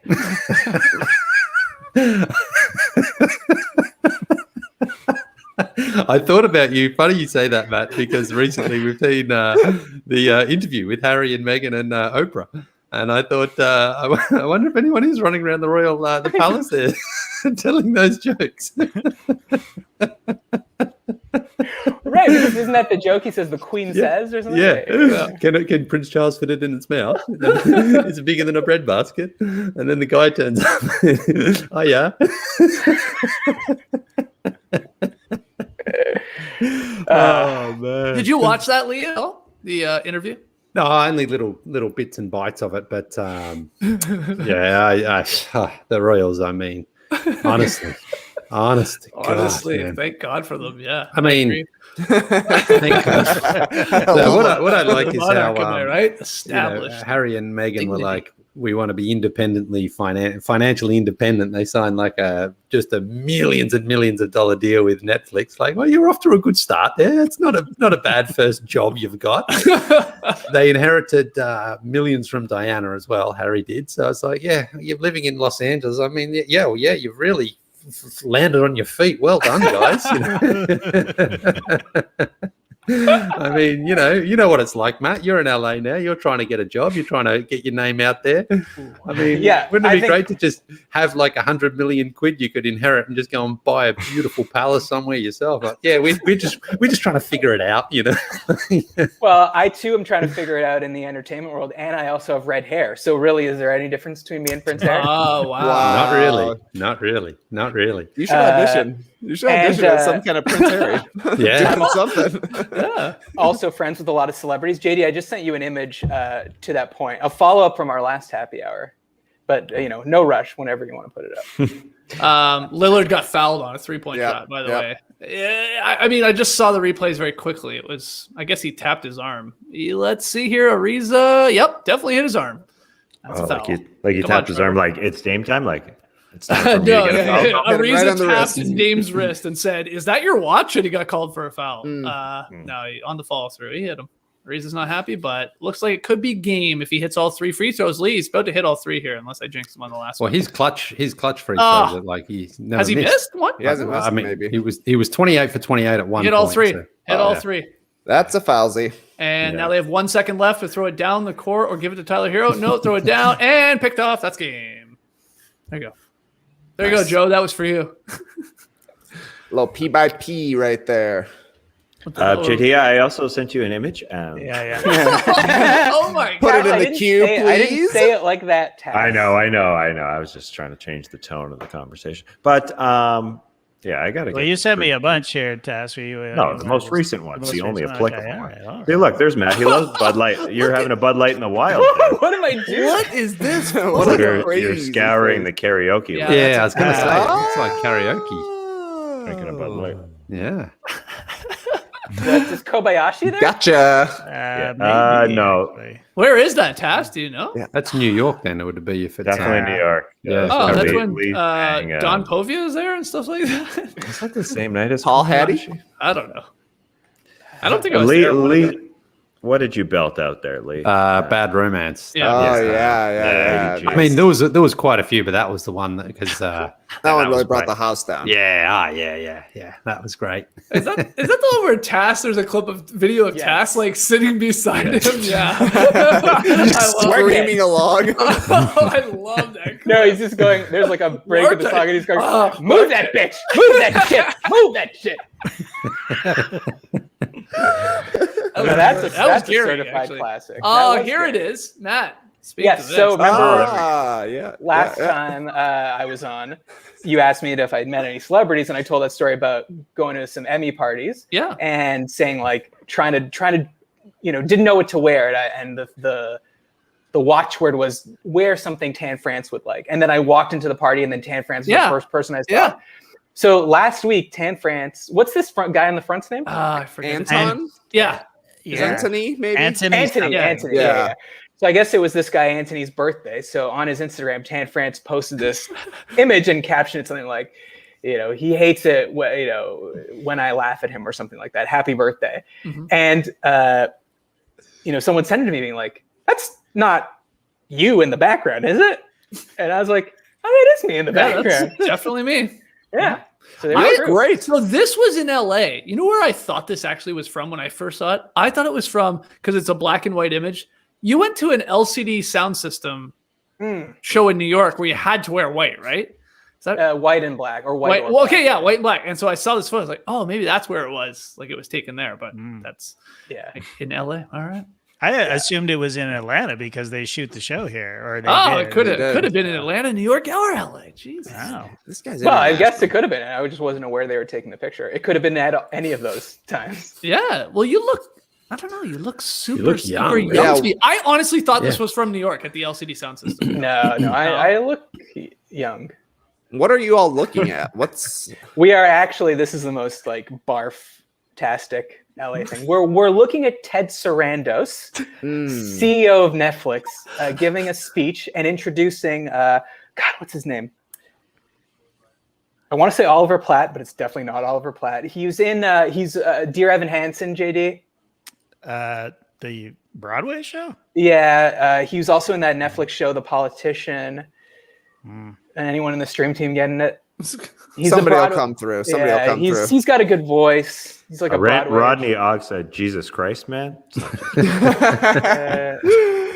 Okay, it won't be hard. I can just look up The Politician. But anyway, they introed him because The Politician was about to come out, and they were like, Ben Platt. Ben Platt. Yeah, okay, I was close. You were close. That was close. Yep. Nice. Ben Platt's here, and he's saying, I don't know if this was in the show or why, but he's saying Joni Mitchell's The River, which was weird. But yeah. Oh, was this a Photoshop, boys? Haters gonna say. Oh, that guy paid $2 to ask if it looked Photoshop. Yeah, or just to declare it looks. Declare, yeah, really. He didn't put a question mark on it. Well, he definitely put the dick in declare. Oh, we'll give you 30 cents of that, man. Nice. Enhance. It looks like you're loving it. Very focused on the performance, or perhaps the announcement. I guess I didn't find it as funny as I was going to say, I feel like Tan is selling the hell out of this. Oh, Ted, please renew us for another season. Yeah. Wow. Do you have sunglasses on your head or not? I can't tell. A little bit. I don't think so, because it was a nighttime party. I don't think I would have worn sunglasses. Behind. I'm not that cool. Amazing. Did Tan notice you or your outfit? No, he didn't. I thought about going up to him, but I don't have that. I don't have that kind of energy. Yeah. You treat a celebrity like you treat a bobcat in the wild. Yeah, yeah, it is. Respect it. Ted. Yes. Make yourself. Look at that! Oh my God! What a beautiful I think creature. I saw this bobcat at the LCD sound system. He was wearing white and black. Yeah. Oh, that's a beautiful animal. It is, right? It looks gigantic. So why is every photo of a bobcat? It's like a Lord of the Rings like shot to make it look gigantic because that looks big to me. Yeah. Yeah. But how much bigger than a big house cat is that? That looks so much bigger than a big house cat to me. Just like in seeing the photo, and like I need to see something beside it to under. I need to see a leg. I need to see something.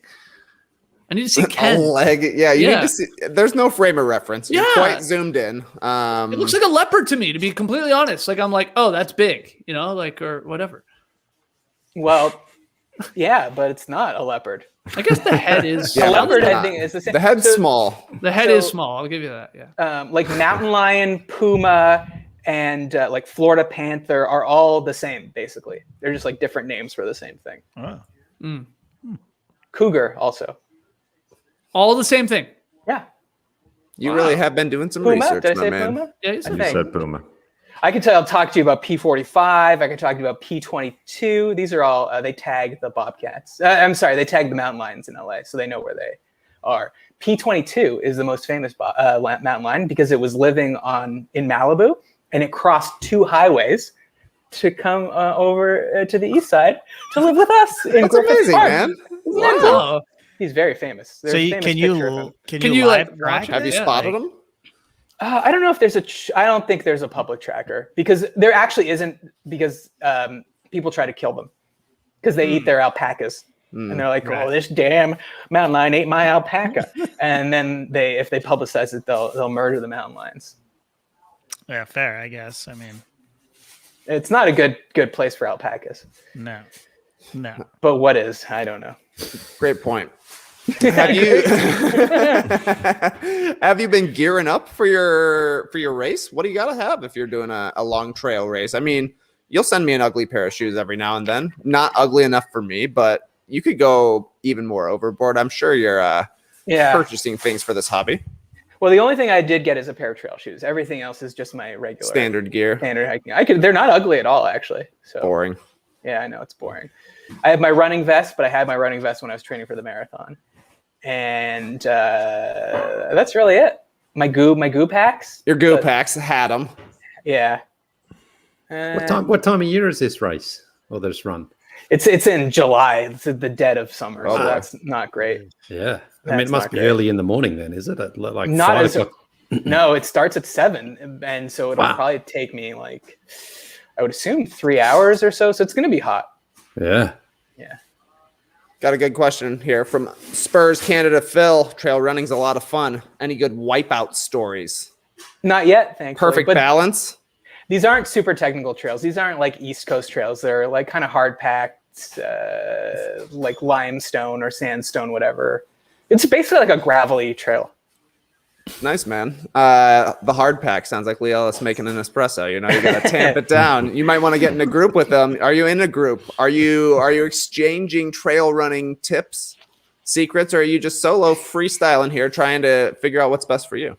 Well, I tried to assemble my running diamond dogs, which are Jay Skeets and our friend Jared Dent, and I told them I'm doing a trail run, and Skeets didn't even respond, and Jared, Jared, because he's a nice guy, was like, "Cool, man, that's awesome. Trail running's great," and then it didn't go further than that. So now I'm just on Reddit.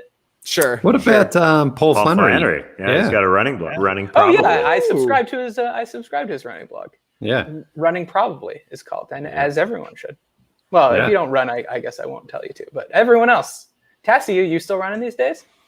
Not a lot, but I read that blog because trail running, I'm envious of trail runners. Well, I don't understand. Where do you live? Can you say, or do we not say? I can say. No one's gonna. There's no alpacas out here. No one's coming hunting for me. Johns Creek, northeast. Okay. Northeast of the big city. Yeah, and how's it going? Not a lot so of trails. What wouldn't there be? I bet there are trails up there. I'm gonna find out. You said there's a lake. Where there's a lake, there's a trail. You're right. Really but like a running trail, I guess. I mean, you can run on any trail, I guess.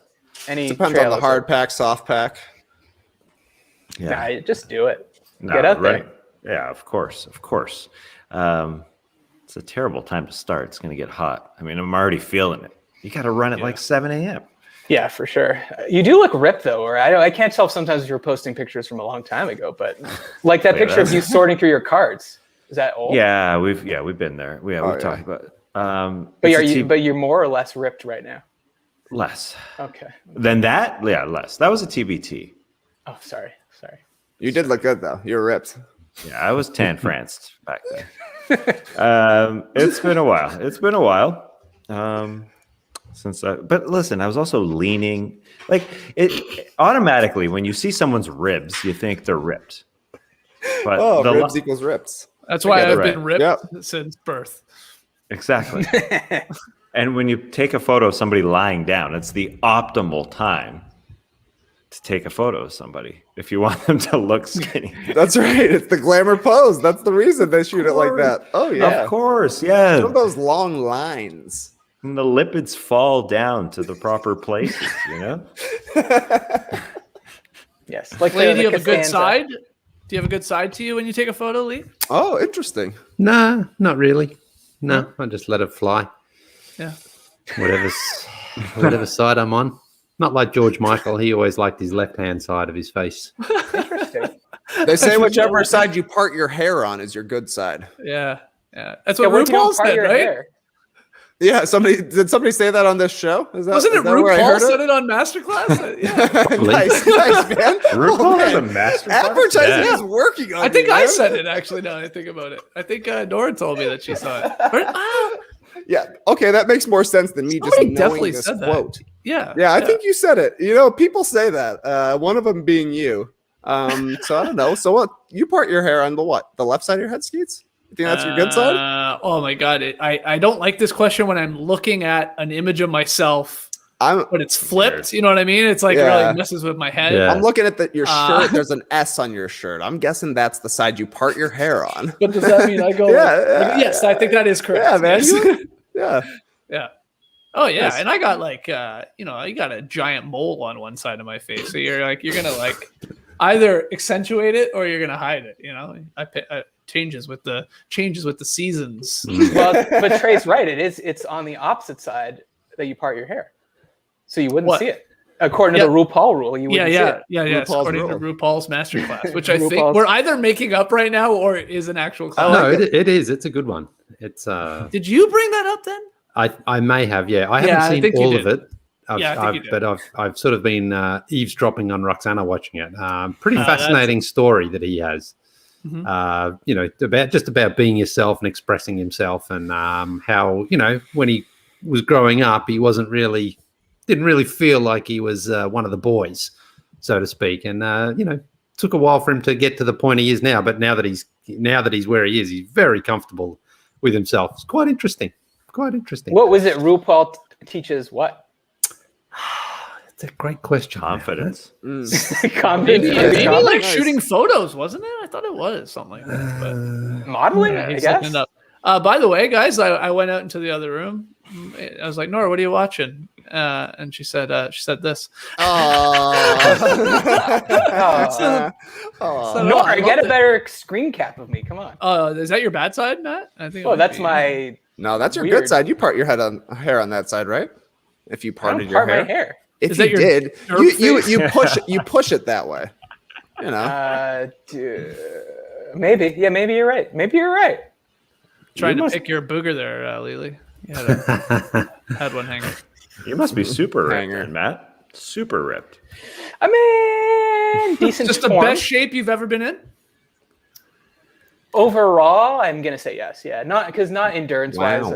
Marathon was better, but overall, my body is more chiseled than it was in the marathon days. Give us a squeeze. Take the top off. Let's have a look. You're hot. It's getting hot in here. Yeah.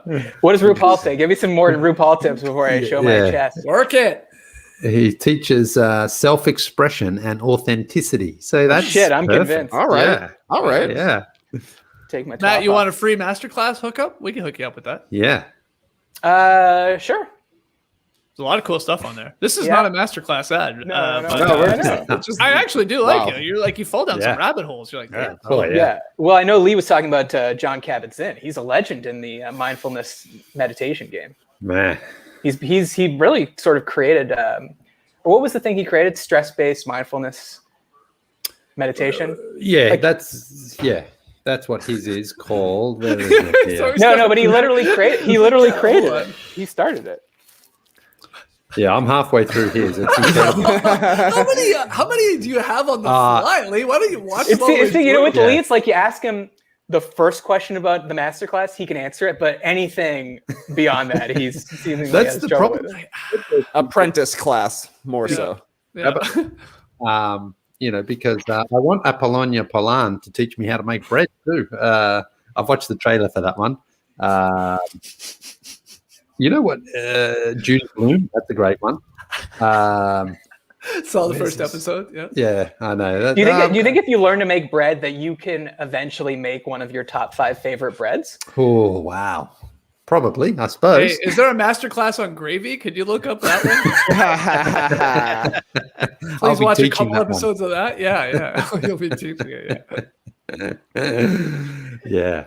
What bread would you try to make if you get the skills? You get enough classes under your belt. I'd start with a nice what kind of bread you got? Focaccia. I'll just start with that. Easy one. Is it? Yeah, that's like you could do that tomorrow if you wanted to. Wow. Challenge. Well, the thing is, Focaccia Fridays. Your pick and payoff is going to be make a bread. Well, with Make my a bread. with my big green egg, I want to make my own pizzas, and there's a million different ways of doing it with the bread flour, the double O flour. Oh, hang on, is it the the double O flour? And some would just use regular old, just plain flour. So I don't know where I'm going right now, but Leigh, we have not talked about the big green egg. Yeah, what inspired this purchase? Did you see Dave Setts doing what he was doing on his Instagram? Are you in a WhatsApp group with Dave Settons now? No, well, I've got the Weber. I've got the Weber here at home. Okay. And I just went. I was going to go and buy just a new grill plate the other day from the hardware shop, and they just had the green eggs there on display. Oh, geez. Yeah, and I was like, wow, what are the green eggs going for there? What were they next to? Ham? And so I was just sort of I was feeling And I saw the mini one, the real small one. Feeling pretty good about the no dunks business account. Yeah, for you. exactly. Mini egg. Okay. Well, the mini egg's green egg. the mini egg's about $500, and I'm like, Wow. I don't know if I want to spend that much money. But then he's like, yeah, but I mean, if you're going to spend that much, and you want to spend a little bit more, then you can get this one. I said, what do you cook for this one? This one's great for the pizzas, and I'm like, Beautiful. And so I'm up to the mediums. Got upsold on an egg. But see, the thing is, got upsold on I an love egg. a scale, man. I love Go for it, stuff, bud. man. You're gonna use it for the rest of your life, or at least for a few more years. Yeah, Well, see, DC's got it right. Super chats equal green eggs. That's right. You're buying this man a green egg, people. Every question you ask, he's getting a bigger size. that was the thing about it is the guy didn't really upsell it. I just sort of talked myself into it, and I and I asked him. I said, what do you got a green egg? He goes, oh yeah. And he pulled out a photo. Like, you got an egg? Oh, he pulled out his phone. He pulled out his phone and Oh, showed me this some guy's brisket. good. He showed me some brisket he was cooking the last week, and I don't even eat brisket. Bullshit. And I was like, Jesus, that looks good. And Oh my god. I know. And then the next thing, he's like, well, what do you want to cook? And I said, well, I really want to do these. I had these pizzas at a friend's house one night. They were great. And he goes, oh yeah, well, this is the one you want for that. And so we're up to the large, and I'm like, yeah, I mean, all right, I'm in now. I'm in. So you get the stand and you get the pizza plate and everything. Came to $1,500 in total. Oh, there we go, grill guy. Look at this guy. And so when I came home and Roxana was asking, did you get the plate? And I was like, well, yeah, I got a plate, yeah. Got the plate. So have you done anything on it yet? Yeah, only so they say the first couple of times with it, you're not supposed to get it sort of too hot. You're sort of supposed to break it in. Better not ask your brother to use it then. So I've done some cooking, just mainly a lot of roasted vegetables and stuff like that, just because it only gets to buys a green egg and does roasted. Gotta start slow. Start slow. Can't get too hot. Hold on. That's what because those pizzas are hold on. He said they get up to 600 degrees. He said you don't want to do that your first one or two times. So, Why?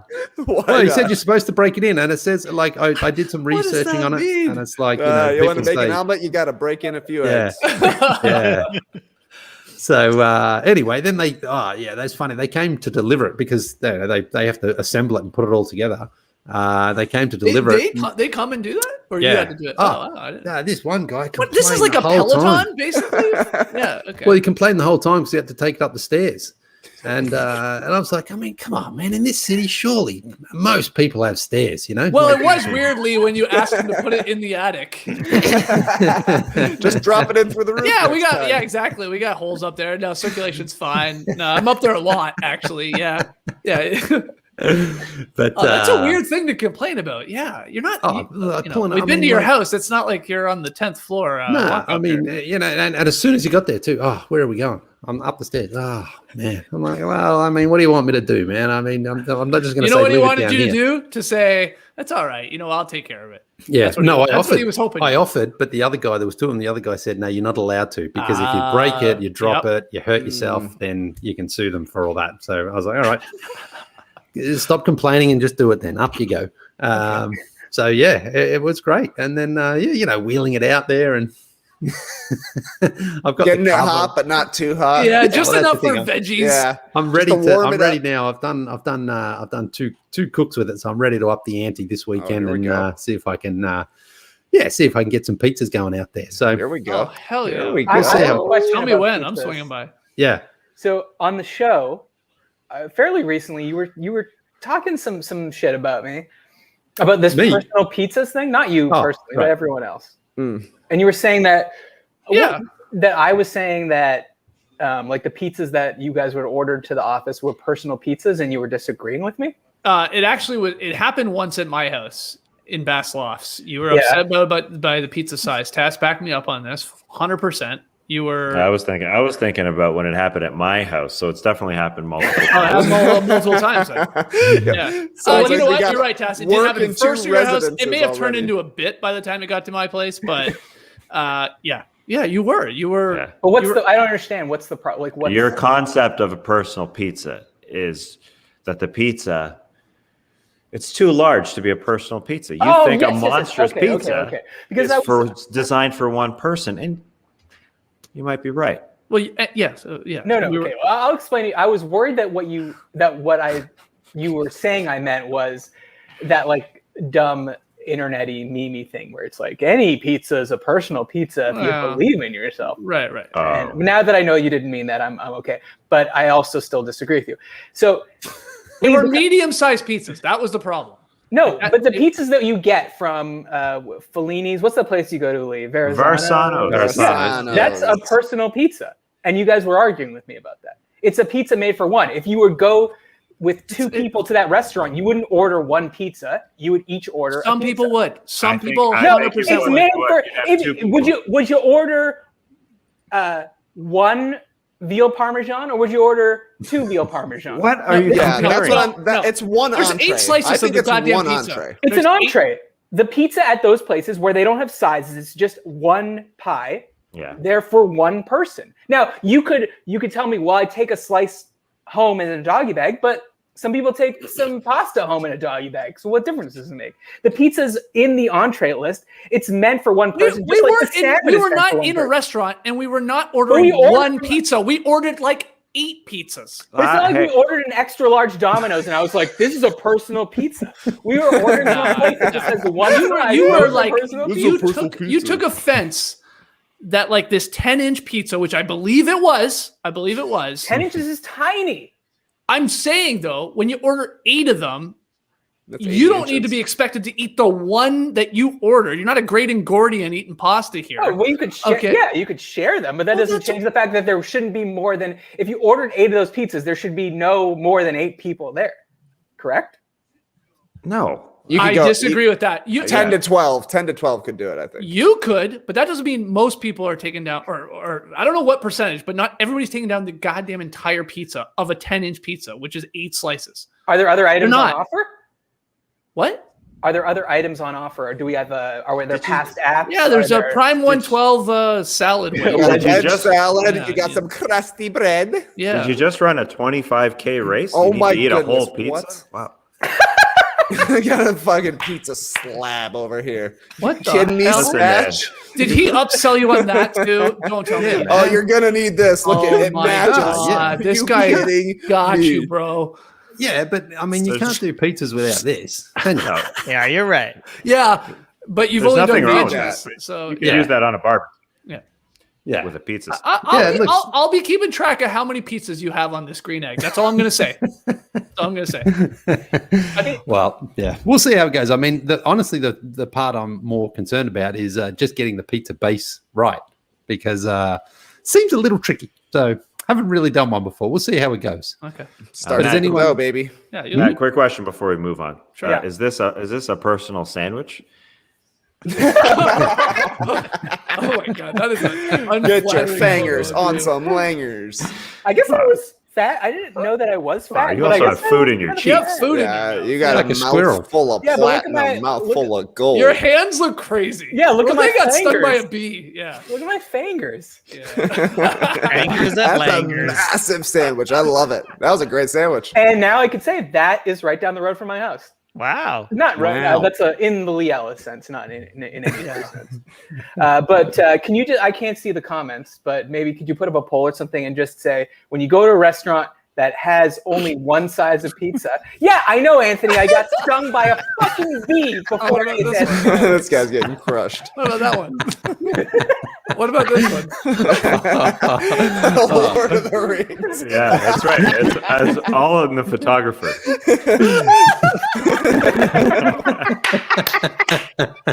Shouldn't these people be Killing it. You guys are killing it. This might be its own little piece we put on YouTube. I think. Yeah. Choppy. That was good. That was good. Good run there, people. Shout out to the screen team. Amazing. Anyways. We missed Fatty O, but that was Here's another one. Yeah, finger looking good, but it would take all day. Yeah. Oh, Brad Pitt. I love it. Brad's just straight up loving this bit. So thank you. That's a $1 per finger per hand.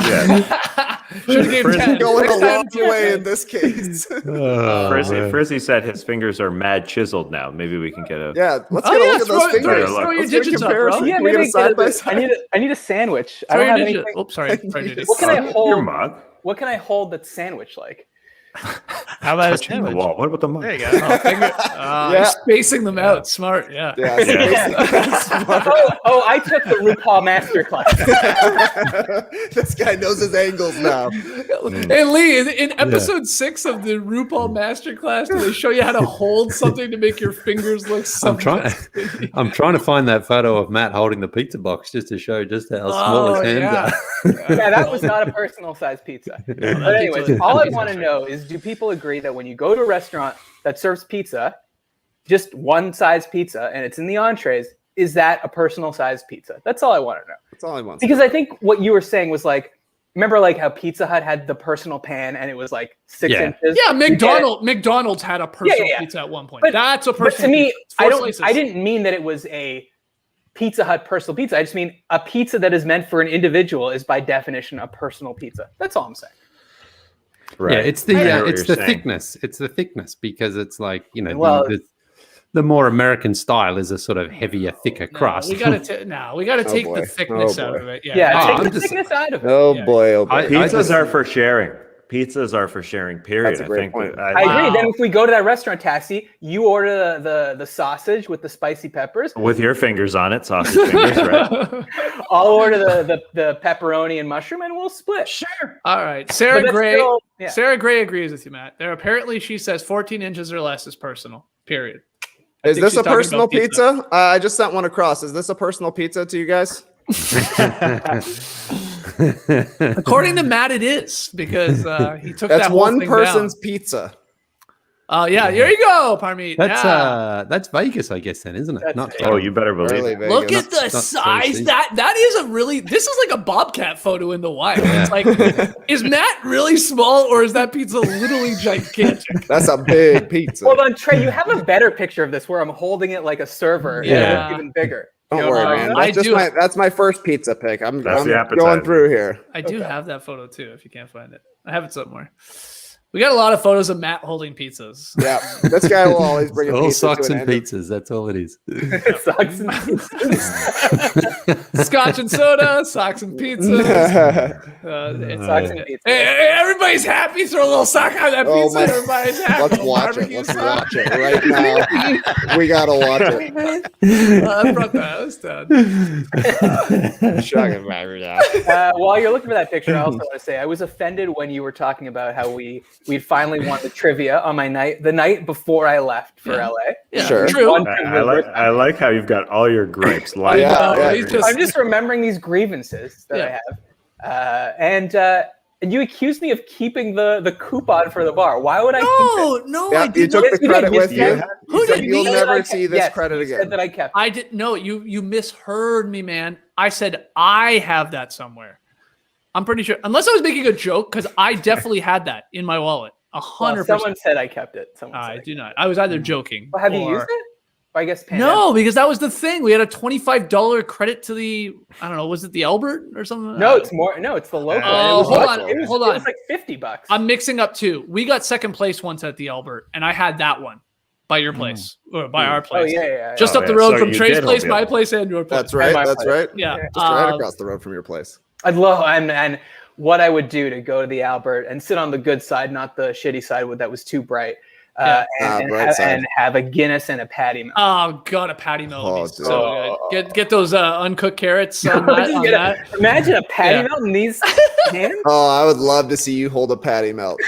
Jesus Christ. Can we get like a close up of Matt, like a one shot of Matt, and just hold your fingers up as if you were holding something? People can take screen grabs. Yeah, here we go.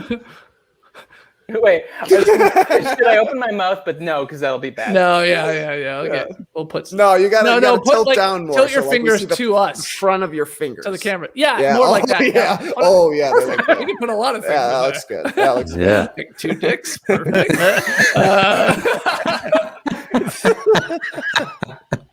Matt, where was the place we won then? Because I was thinking of the second place. That was the local that I. Oh, it was the local. Yeah. Okay, and it was like $50. Yeah. Wow. That's a lot of you wings. Can buy a lot of local tots. Guys. I wish we had a camera on us that night of how excited we were to win finally trivia. It was a special feeling, especially you were leaving I have soon. a picture. I'm looking for a picture. There is a picture. Maybe it's even on my Instagram. That's so good. So we've lost track of that $50. We lost $50. I do not think I have that one. I have to be honest. Well, okay, hold on. Everyone that was there is in this chat. In this chat. Except for Jerry. I don't think I had it. I don't think I was in charge of it. There's no way we used it that night. Is that impossible? No, you were. I don't think you're not usually allowed to. Yeah. Well, maybe we told them you were leaving and we had to. No. It's possible I have it. I do not have it. I found it. You found the gift certificate or the phone? I found the picture. Oh my god, amazing! There it is. Yeah, it's on your Instagram account. Yeah, sweet. All right, I'll grab it. I'll pictures in StreamYard. Hold on. Oh, Dave Kanesh was there. Dave Kanesh was there. Yep. What does anyone remember the winning trivia question? Oh, Jared wasn't even there. Oh no, Jared was winning trivia question. No idea. Yeah, I got no clue either. I was just hoping you did. Yeah, that'd be amazing. I always remember the night that we were asked about the Smash Brothers characters. I remember that one. Like that was like a bonus one where you had to name as many as you could. Hey, look at my hands there. They're looking pretty normal. Yeah, they're looking nice. They're looking tight. Look at these tan bros. Look at a bunch of tans. Tan friends. Baby. Yeah.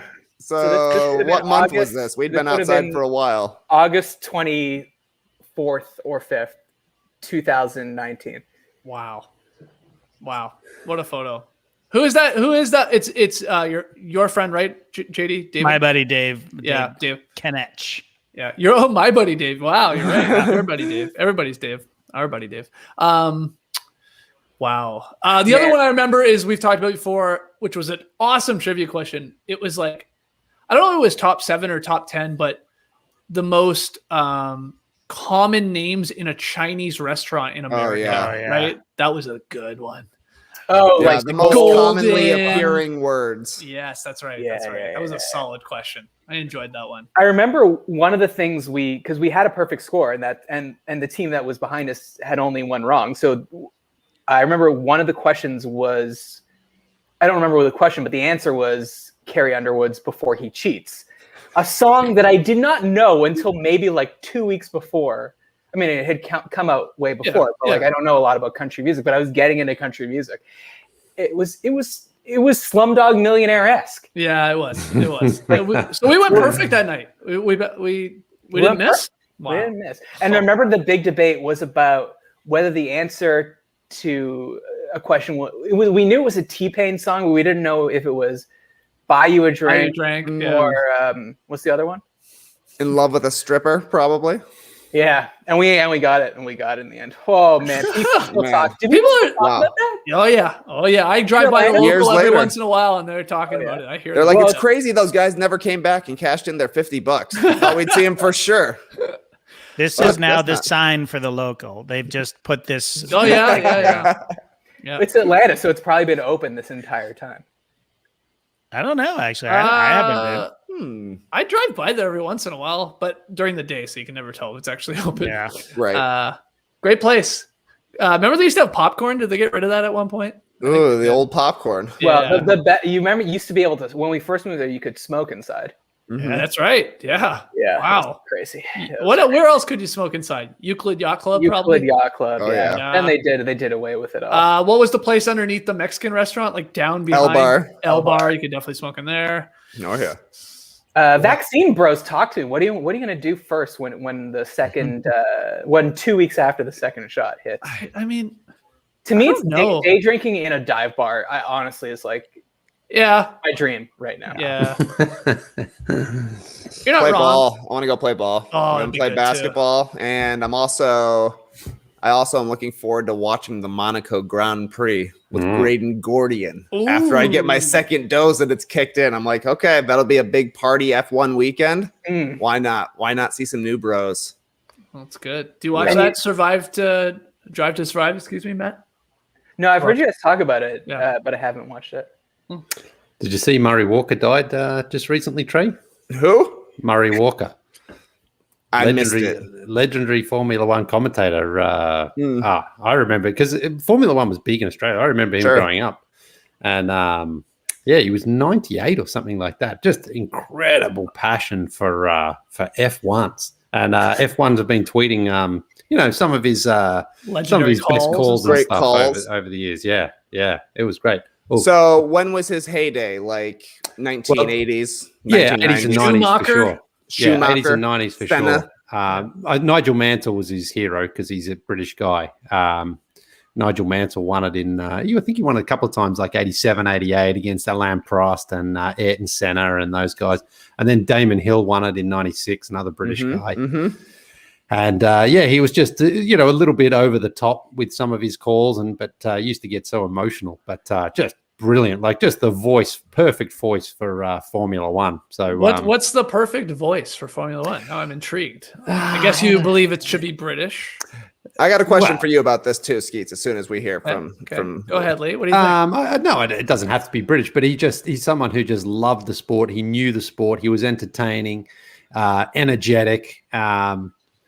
And, like if you don't know a sport, but someone can sort of bring it to life through their commentary, and again, when you it's like everybody watching Hornets games right now. Oh, sure. Exactly. Wow. For sure. The sound matters. Yeah. Especially Formula One racing, because, racing, you can sort of look at it and go, well, how the hell do I know what's going on? But he can sort of bring you into like the intricacies of the track and the conditions and the cars and the driver and the pits and all those little things that if someone's knowledgeable and fills you in on them, you're like, okay, I can get into this because it feels like you're learning and you're being entertained at the same time. Do you watch Drive to Survive, or have you? And JD, same question for you. Have you guys watched this Netflix series? It's goddamn incredible. I want to, but no, I haven't. It's so good. So good. Matt, you got to watch it. It's so good. It'll get you into the sport. That's 100% why I know anything about it. I mean, it's like Hard Knocks, right? It's Hard Knocks, exactly.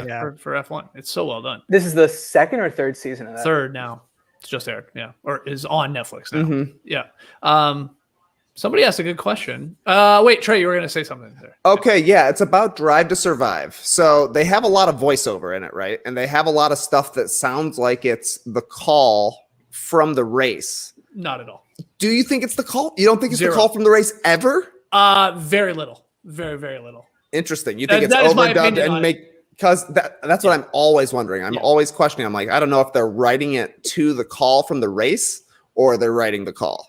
I have heard. I don't know if it's a say one or the other way around. I'm not a diehard fan, so I don't know enough, but I'm sure maybe people on the stream team, they're actually at times even taking either calls or things that are happening in other races and almost baby. merging them together. Yeah, it's a reality show. They're getting, All right, I'm not going in. I'm not going to find out I don't want to hear the secret sauce. Yeah, I like exactly. I like knowing it's not totally real, and that's enough for me. Yeah. Someone had a good question, JD. I mean, we talked about this a little bit. Anthony, you guys going to start doing pods together in the same room after getting the second shot? Yeah, great question. We need a room to do it in. I got to get a room. We do have to get a room. Yeah, Leigh, attic. You want to clear out the attic? And Oh, no, that would be a great spot to have it. I tell you what, that'd be fun.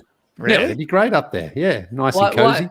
Well, it's nice and cozy. Hot as balls. Yeah. Oh my God, it gets hot in summer up there. Yeah. Oh wow. I don't know how when the repairman comes along, it's like, how can you do this, man? Like this is incredible. It must be in Celsius. 65 degrees up there at least. Mine gets insane. You're like on a 3-story. It gets stupid hot up there. Oh yeah. And you're always up there, which is why I don't understand that part. Somebody said do it in Tass's garage. Oh, yeah, we could. It'd be great to do it in Leigh's attic for every day when you guys are still up there working. Leigh's like, all right, gotta go.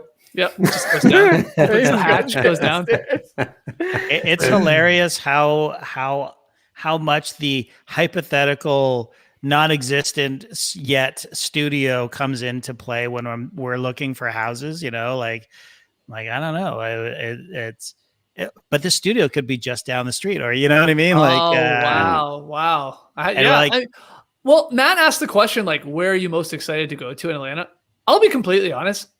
I struggle to even like picture myself doing that stuff right now. I think where I get to is like hanging out in group settings with friends, like at houses and backyards and stuff like that. I just haven't like wired my mind to be like, go to a bar yet. I know it will happen, of course. But it's like, it's almost like become a weird concept.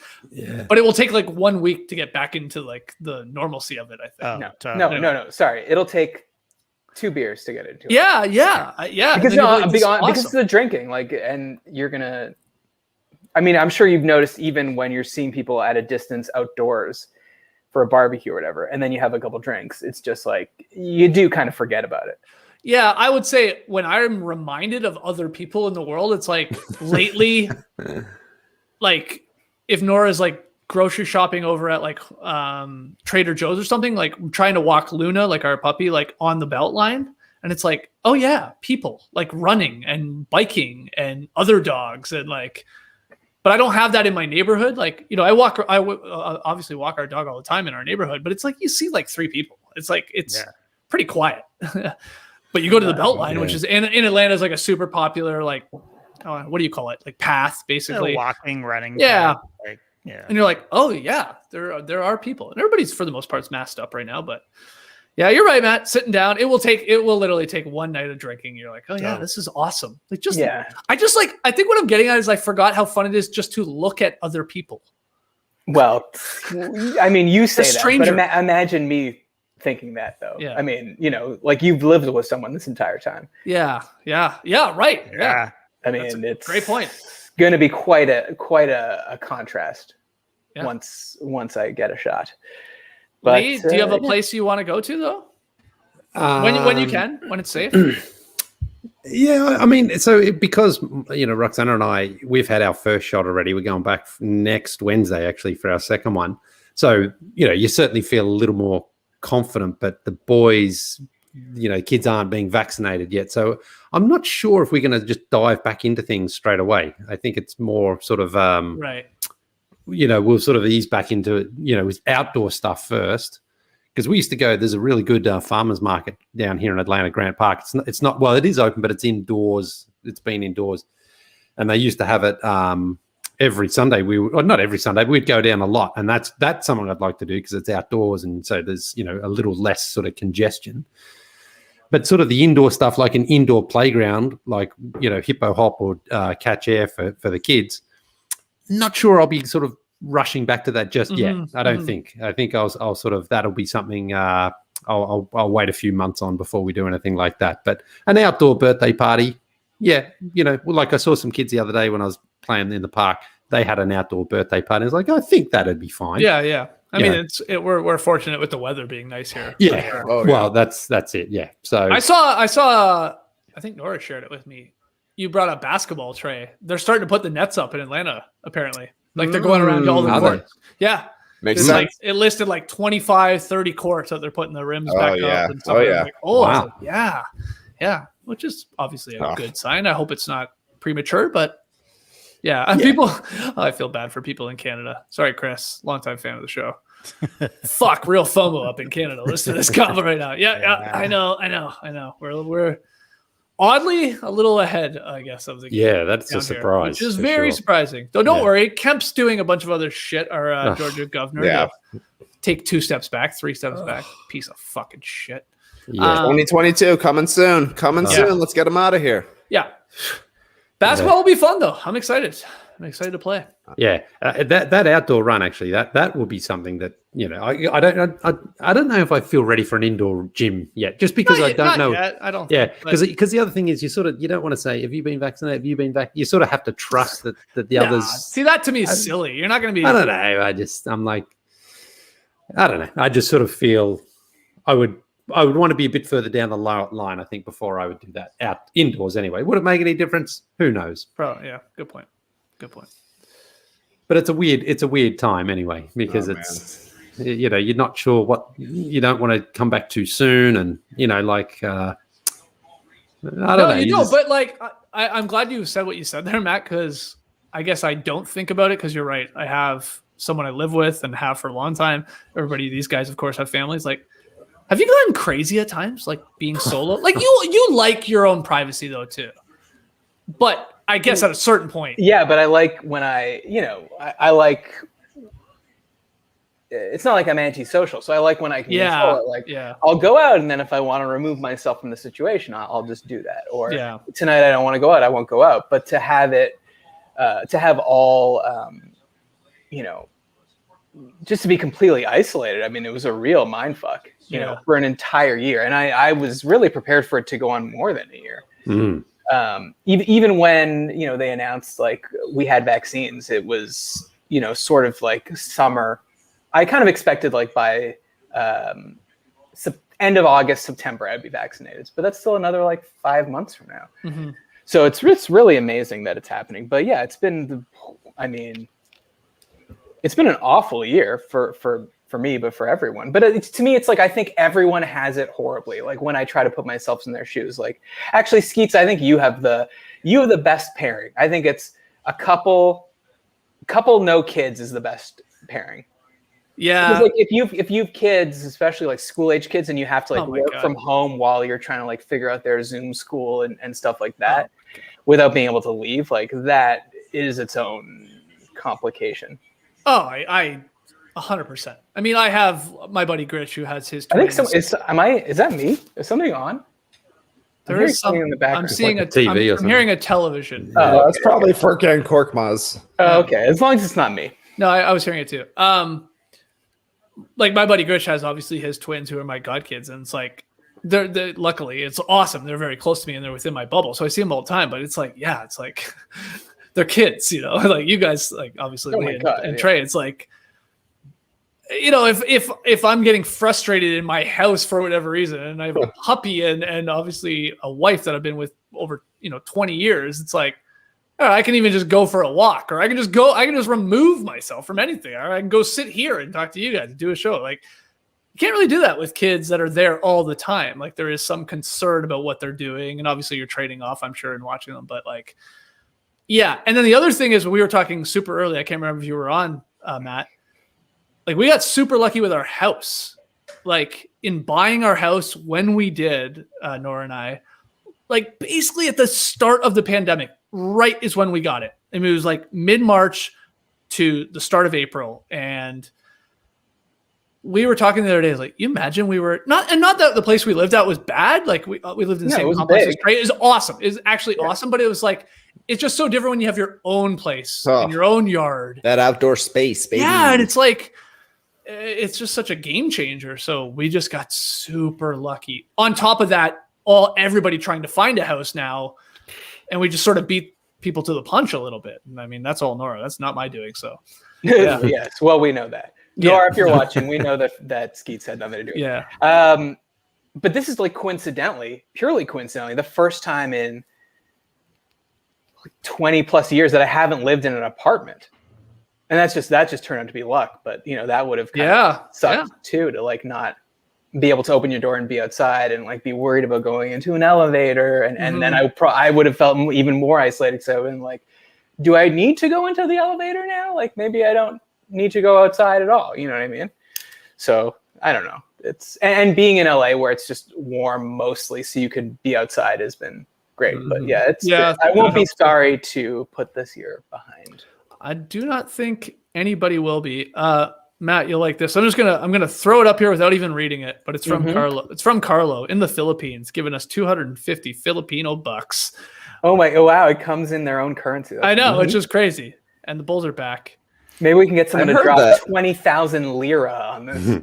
Any fondest WrestleMania memories / any wrestling memories and any thoughts on the AEW craze? Shout out to the stream team from the Philippines and my homies. This says, thank you, Carlo. Well, Leigh, we got to go to you. I think this is a fun question talking wrestling because I've never seen someone geek out Mark harder than you at a live wrestling event. I know we've talked a little bit before on the show, but when Renee Paquette, Renee Young, as some knew her, who must be due very soon. Getting very, very big. She hooked us up with courtside. What do you call it? Ringside. Courtsides to SmackDown here in Atlanta, and we all, JD, did you? No, you didn't come. Okay, I bailed.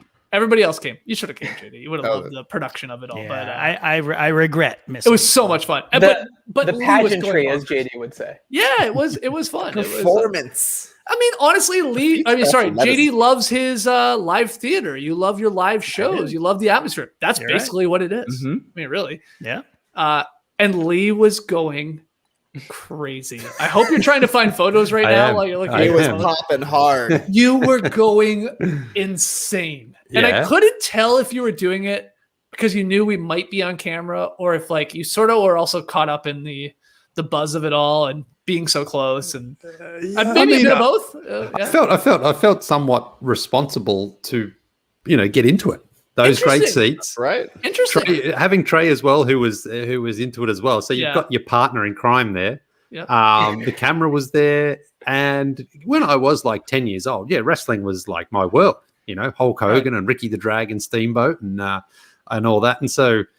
And then when I was 12, I grew out of it. But like for a couple of years there, it was the greatest show on Australian TV. So to get there, to get to an event and be so close was like, I've got to get into this. I've got to have fun because you imagine, when you do see wrestling, if you see people just like this, you're like, what are you? You're wasting everyone's time. Get out of there. Give that seat to somebody who's going to have some fun. It's no different than seeing someone at an NBA game that's either on their phone or not interested in a 1-point game and it's going to be a buzzer beater possibility. Like, what are you doing? Yeah, get out of there. I'm with you. Yeah. I mean, you just may as well lose yourself in that moment, especially when, again, your friend has sort of hooked you up with, incredible So you tickets. felt like you had to give Renee Paquette the best Leigh Ellis, the most animated Leigh Ellis you could give that night. You felt like a wrestler in a way. Yeah. Wow. That was my thank you to Renee for the hookup. And Trey and I actually made like a promotional I know. It's so good. Video. No, it was so funny. It's so good. I mean, Trey, like, that's what I mean. Trey, I was not surprised about because Trey, you sort of like wrestling too, and you're going to lean into the bit and if you just put go me crazy. Ringside, the crowd's part of wrestling. Yeah. I mean, it's part of it. You got to get into it. So of course I'm. You love a camera too. No doubt. You did it for social in the starters days. Yeah, I don't know for sure. I don't know what day that was, but it would be on YouTube. But but Leigh was the footage. shocking one to me. Leigh, I just couldn't believe because Leigh, I think you were doing it a little bit as a thank you, and you were playing it up for our Instagram and blah blah blah. But I think a small part of you was really into it too. I remember I was like, wow, this guy's loving this right now. He's so close, and it actually was very entertaining. I think it's like, you know when you see people get hypnotized at like a corporate event or something, it's like squawk like a chicken and the people are on stage going like, bah, bah, bah. Yeah. bark like a dog, bark, bark. And you're like, oh my God, like hypnotism is real. It works. Like people have no idea what they're doing. And then you like talk to them after like, yeah, we knew what we were doing. And you just, the effect of hypnotism is just like, well, we don't want to let the audience down and this guy down. So it's just, okay, I guess I'll bark like a dog or whatever. Yeah. Well, my favorite part of the broadcast that made it, I just shared it with JD. Someone sent in. No. Did you get the video there, JD? Video? I sent. Yeah. What? Did you get a video on Slack? God, you guys are so demanding of JD. It's still uploading. Matt, You heard him. Okay. You know heard what him the on a best part? podcast Hold on. complaining about how much he has please. to do. And now he's like in his happy hour. Matt. Here's the best part of all of this. Leigh Ellis somehow warranted himself the responsibility to do whatever JD is doing behind the scenes. Leigh could just do this. Yeah. He could upload it. He could bring it. Yes, you could. I could, yeah. But I also like to let JD control it because in case if I mess it up, then I'd be like, I don't know what I'm doing Just here, saying. JD. I'm just saying. Fair. But anyway, that night we did go and we had a ball. And then, I don't know, I guess it was a year later, maybe. I can't remember. Renee had more tickets for us. And I was like, well, yeah, let's do it. This is, let you get yourself hyped up. You know what's coming. But unfortunately, it was Ric Flair's retirement or Yeah, something. yeah, something like 70th that. birthday. Something like that. 70th birthday, Yeah, Ric Flair. And so, unfortunately, all the good tickets were taken, and so we were put up into the nosebleeds, and just couldn't muster up the same. Interesting. Did you think because we were put in the nosebleeds again through our good friend Renee Paquette that you were like, "Damn, I didn't deliver last time. I didn't bring it." Ringside, yeah. Or maybe you know what? Maybe you acted a little too much. A little overboard because it was his birthday. All his family and friends had the good seats. That was what she said, what and I believed it. And I'm like, that's fine. I'm just kidding. Because I thought she would have known. Like, if these guys are coming, she knows what she's getting. We're bringing it. Trey had the big orange sweater on that time. Oh, so I had the starters t-shirt that popped out as well. Like, I wanted to make the broadcast. And we did, but I think I was mainly disappointed at their names. There was no the dragon, there was no the giant, there was no King Kong. Well, a lot of Bundy. people don't know. Leigh actually pinned AJ Styles for that belt that night. was the champion for a good 24 hours. Daniel Bryan. That's what I mean. I was like, yes, yeah, Daniel Bryan. That's it. That's all they've got. They just run out of ideas, or they don't care anymore. Have you guys actually more seen real, man? Have you seen Boys State? Yes. How good was that? Yeah, so good. Yeah. Okay, so we could talk about how good it was, but this reminded me because in the documentary, it's about these kids that go to basically this like political fantasy camp, and in Austin, right? in Texas, yeah. And one of the groups cheer is like yes, yes, yes, and I was like, oh yeah, Daniel Bryan. Okay, I wouldn't have known that. I gotta post this. Because this guy is always talking to us on Instagram. Jared. Hey, speaking of wrestling, would you guys on WrestleMania week have WWE superstar Carmella on the show? Ooh. I want to put this up. Jared, we absolutely would. We should make this happen. And now that I've said that, stop tagging us all the time with Carmella. Jared, we love you. You're a fan. But all the time, every single morning I wake up, this guy's tagging No Dunks and Carmella in the same thing. Why does he have access to her? And he's we got to link up. We got to link up. He just wants us to link up. He likes us. He likes her, and we don't disagree with you. We will try and make this happen. Jared, I want to put that up for you. I hope you're still watching. What is this? Edie Falco? What? I didn't No. Jesus. This one's from Martin here. Never forget when the boys were on Total Divas. Now that was really Tass is the one. Gary actually made Total Divas.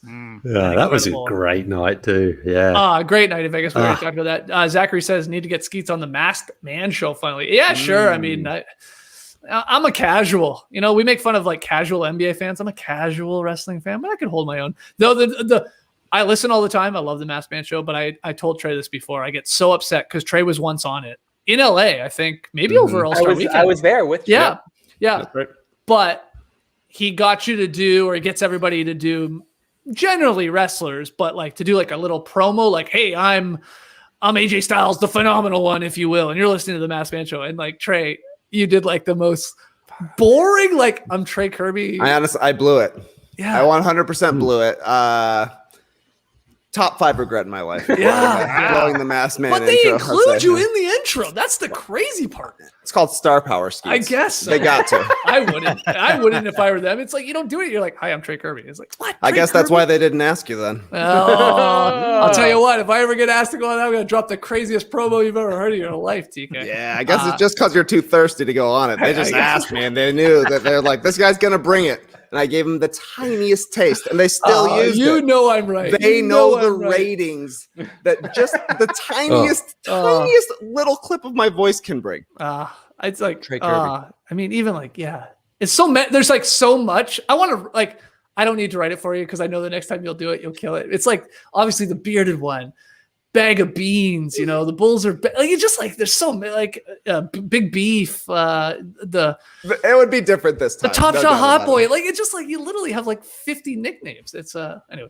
I laugh every time I hear you on it though. I can't believe it's still there. I know. At this point, I would be okay if they cut it, but if they cut it, I will 100% protest it. Oh wow! So it's a real catch-22 on their part. Leigh, you seemed like you found something either on your phone or you saw something on your phone. Yeah, I don't know if JD's something got to it or JD? not. Yeah, it's okay. Here it is. Yeah, this made the broadcast here. This is you and me in the background there. Oh, you're beating me up. You son of a bitch. I went to work on old Skeetsy there, and it was just. Oh my god. Too good. Thank you, Michael. $20. That's for you, Matty O. We'll send you a t-shirt and a mug that doesn't get broken. Yeah. Thank you, Michael. Appreciate it. We love doing this, obviously. I do love that clip. I love it. It's so funny. There's one of Trey, like with his arms above his head going nuts. You know what I'm talking about? Yeah, I think that's the one that made, because that one where Leigh's giving me a noogie. Something was going on almost every time they came to that view. Like, if you could find that full show, I'm sure there's more shenanigans. I mean, here was the problem with us sitting there, like being on television. Like, we're so well aware of the cameras, and we're like, here we go, let's go. Red light. We just didn't have Mickey counting us down every time. 3, 2. Oh, you know, a funny picture from that night that I remember. I don't know who has it, but it's like taken from the aisle, and then it goes like all the way down the road. Yeah. And I guess I'm in the front. Yeah, you are. And I look like I am a Monopoly thimble high. Just like because obviously I am shorter than all you guys, especially Trey, but like and Tall Daniel was there too, and my friend Tall Daniel was there. But the forced perspective of it was insane. All that to say, I didn't get on the broadcast. Yeah, you, me, and Nora were like, I got on only that time, I think, where Leigh grabs my head and is giving me the rough house. But I mean, was it because they're just super charismatic, or were they in a little bit better location? Probably both. But yeah, Trey and Leigh definitely were popping up left and right on that broadcast. Hey, man, I'm charismatic. Hey, man, I got it's like, go AJ Styles, you know. Were we allowed to drink down there? Hey, if you give me that $20, maybe I'll go on a remote and try to find the Clipper Bros. Oh, wow. Okay. Wow. And interview them. Wow. Somebody said if you contact the Woody Show, which is like, I don't know, is that a thing out there? But I think that's the show that was interviewing them, right? Yeah, exactly. That's the YouTube channel it's on, and it seemed like that was an LA thing. Somebody in the stream team said it. If you ask the Woody Show, maybe they'll be able to point you the Clipper Bros way. I would love that. Yeah, because when they did that interview for the Clipper Bro. Of two drunk guys, they took down their contact info. And okay, I gotta say, we gotta promise each other right now that if we somehow get in contact with this guy, we have him on the show, but we have to agree we drink a jug of whatever, a vodka. We have to. Like, I don't want to talk to him unless I'm blitzed, he's blitzed. Yeah, absolutely. Yeah, man. Yeah, what he comes on the show and he's like, Yeah, I'm sober now. That was kind of a dark time in my life. That was kind of rock bottom. I got kicked out of a game, and then like I was on the news. My wife left me. Yeah. My wife left me. I was super married, super. Yeah. Got fired. Got fired from Ralph's or Gelson's. Those are some local name drops for you. Oh, huge. If it turns out to be a super bummer, we got an easy way to play him off the Clipper bro. Hey, bringing the vibe down, man. Oh man. Okay, I love this idea, Matt. How do we find? How do like quick brainstorm? How would I find? I guess this. I don't know. I think we just throw it. I Maybe think we tweet just it out. Like yeah. Tweet out the clip and be like, does anyone know how to get Clipper bro? I think we tweet out his photo. Have you seen this Clipper bro with the where you cut the bottom of the thing? And I'll just put them on. Yeah, I'll just put them on lampposts. Okay, I'm gonna definitely make that. No, I mean, I don't know if he got married. Congratulations! I was running with the bit, but congratulations.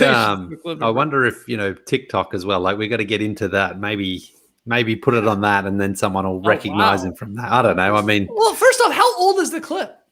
5 or 6 years. This guy, Clipper Man. This is a Clipper Man. I would say he's our age. It may be like he's not younger. I think he's like 10 years younger. 10 years younger. Yeah, he's like but that clip was from a decade ago, was it not? No, it was like 2016 or something, 2015 or 2016, which is still 6 years ago.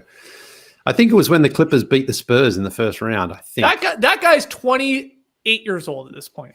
That's what I'm saying. Yeah, he had that. No. Like Lee Ellis, he's in his 30s. Yeah, no, he's younger. I take that. I'm cranking it down to 25. That guy's young in that clip. No.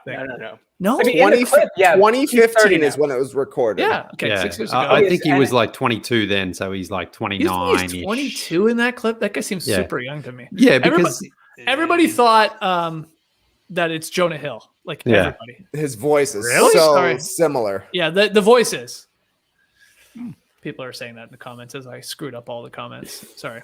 Man, can we watch it? Is there a way we can watch it? JD's. I don't know. Ask Leigh. Leigh knows. Here, hold on, JD. Let me send it to you.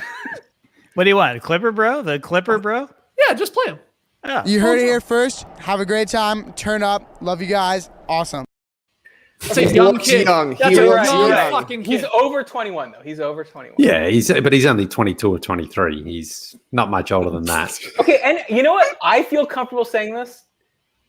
I feel like he's Jewish, and I feel like that's going to help me find him. Yeah, I think so. Interesting. Oh, you think he's Jewish? Why do you say that? Why do you say curly hair? Curly hair. He's got the curly hair. He has like a bit of a Brillo-y hair. He has like the weird unearned confidence of like Hey, Matt. I 100% think Okay, here's the plan. I'm gonna hit Langers. I'm gonna hit Cantors. I'm gonna hit Wexlers.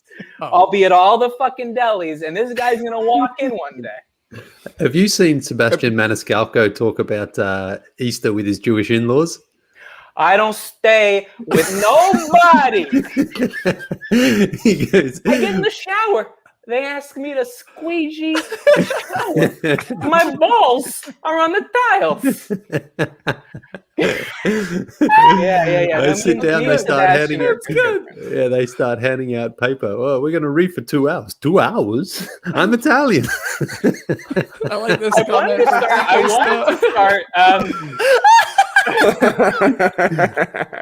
wanted to start an account. Were you guys in on this book when I started? I might have been WhatsApping, but not you.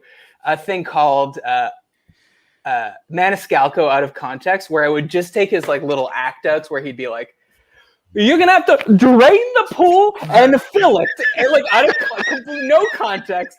And I just started responding. Like I just was.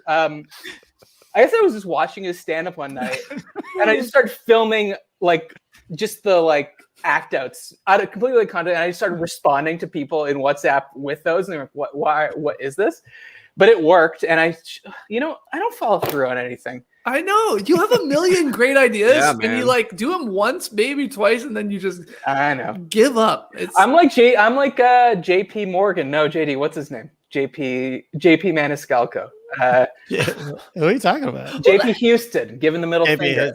You're too rock and roll. That's your rock and roll. I'm like Anton Newcomb of the Brian Jonestown Massacre. I'm like Paul Westerberg of The Replacements. I'm burning money. I'm giving the middle finger. I'm self-sabotaging. Yeah, you really are. Honestly. Oh my god. Oh my god.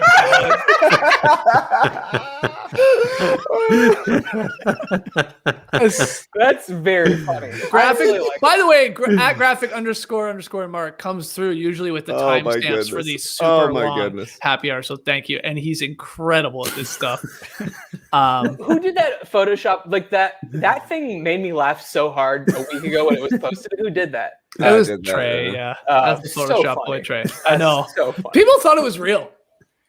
I guess I don't know. It looks really good, Trey. That was a really good Photoshop, I will say. It was easy. Shel Silverstein? Yeah, Shel Silverstein, A Light in the Attic, which I don't know. I thought was like super common. I thought people would know for sure this is not a real. Trey, I think, correct me if I'm wrong, because Trey, sometimes when we're doing a live show, like every morning, we'll like, if like a funny thing that could be used for social or post it somewhere on Twitter, blah, blah, blah, you'll like Slack it, right? So you don't forget it. Mm-hmm. And I think you Slacked that. Like Leigh in the Attic, I think you wrote or something like that. I was like, oh, it'll be interesting to see what he does with that. It was one of those, when you posted, I was like, I know this photo, but I don't really know the book at all or whatever. Yeah, it was like a weird one. It was like in between. Sure. But it looked hilarious. Yeah. Yeah, I mean, that picture, the original Leigh thumbs up drawing is just one of the great works of art of our time. It's so good. So good. Oh, that made me laugh when I came across the old feed. So Matt, you'll be happy to hear, because, well, you maybe know this because we've been WhatsApping with you, because we're trying to like post a bunch of like certified classics, like no dunks. Yeah. Of course, /starters/ the Basketball Jones clips on our YouTube channel. You know, trying to get our followers up, as the old drop goes. And we were trying to find things like JD apparently just ordered a bunch of I guess Amazon from Amazon cables. You got them in your hand, or you got the hard drive. Oh yeah, that drive. This is. Actually, that's not. Honestly, I actually don't think that's the drive. So Matt, okay, so sorry, I didn't explain that story well. Matt said that there was a bunch of hard drives that came from Toronto to Atlanta that might have a lot of our old stuff on it. But now you don't. So JD, it was those old, like, I think they were Lacey's. They were like, they had a plate that you had to screw into the bottom, and that's what put them upright. This guy. Yeah, those. And there was two smaller ones, like half the size of it. Oh yeah, I remember those. Oh god. Yeah. Oh god. Well, anyway, we might have something on this because it says TBJ. Interesting. I don't know. And this is my personal media drive from back then, so there's probably something on here. So we'll see. Okay. So you had to order the right cable for that? Yeah, because I didn't have there's a weird 4-pin power source and oh my god, and FireWire. FireWire! Wow. FireWire was like better than USB, right? Well, apparently, but then they went back. They ran back to USB. Crawling on back. Why didn't you people out there, you diehards, just I know some of you did it with the audio podcast, but the video was the gold. That's where the real gems were. I mean, we botched it. We should have it. I mean, in a thing that I do have said before, but I think we could get in touch with Vimeo and see if they could reinstate our old account that we. Wow, you think so? That would be huge because I do think so, because they've obviously deleted it because we stopped paying for it. But do they delete it in a sense that it is gone from the world, or they delete it in a sense where they try to tempt you into signing back up? Right. Yeah. It was my dad choosing beta over VHS all over again. No, I disagree. Remember when YouTube started, you couldn't post a video longer than that's true. That's X number of minutes, and that's why we literally weren't allowed to post on YouTube. I have a weird question.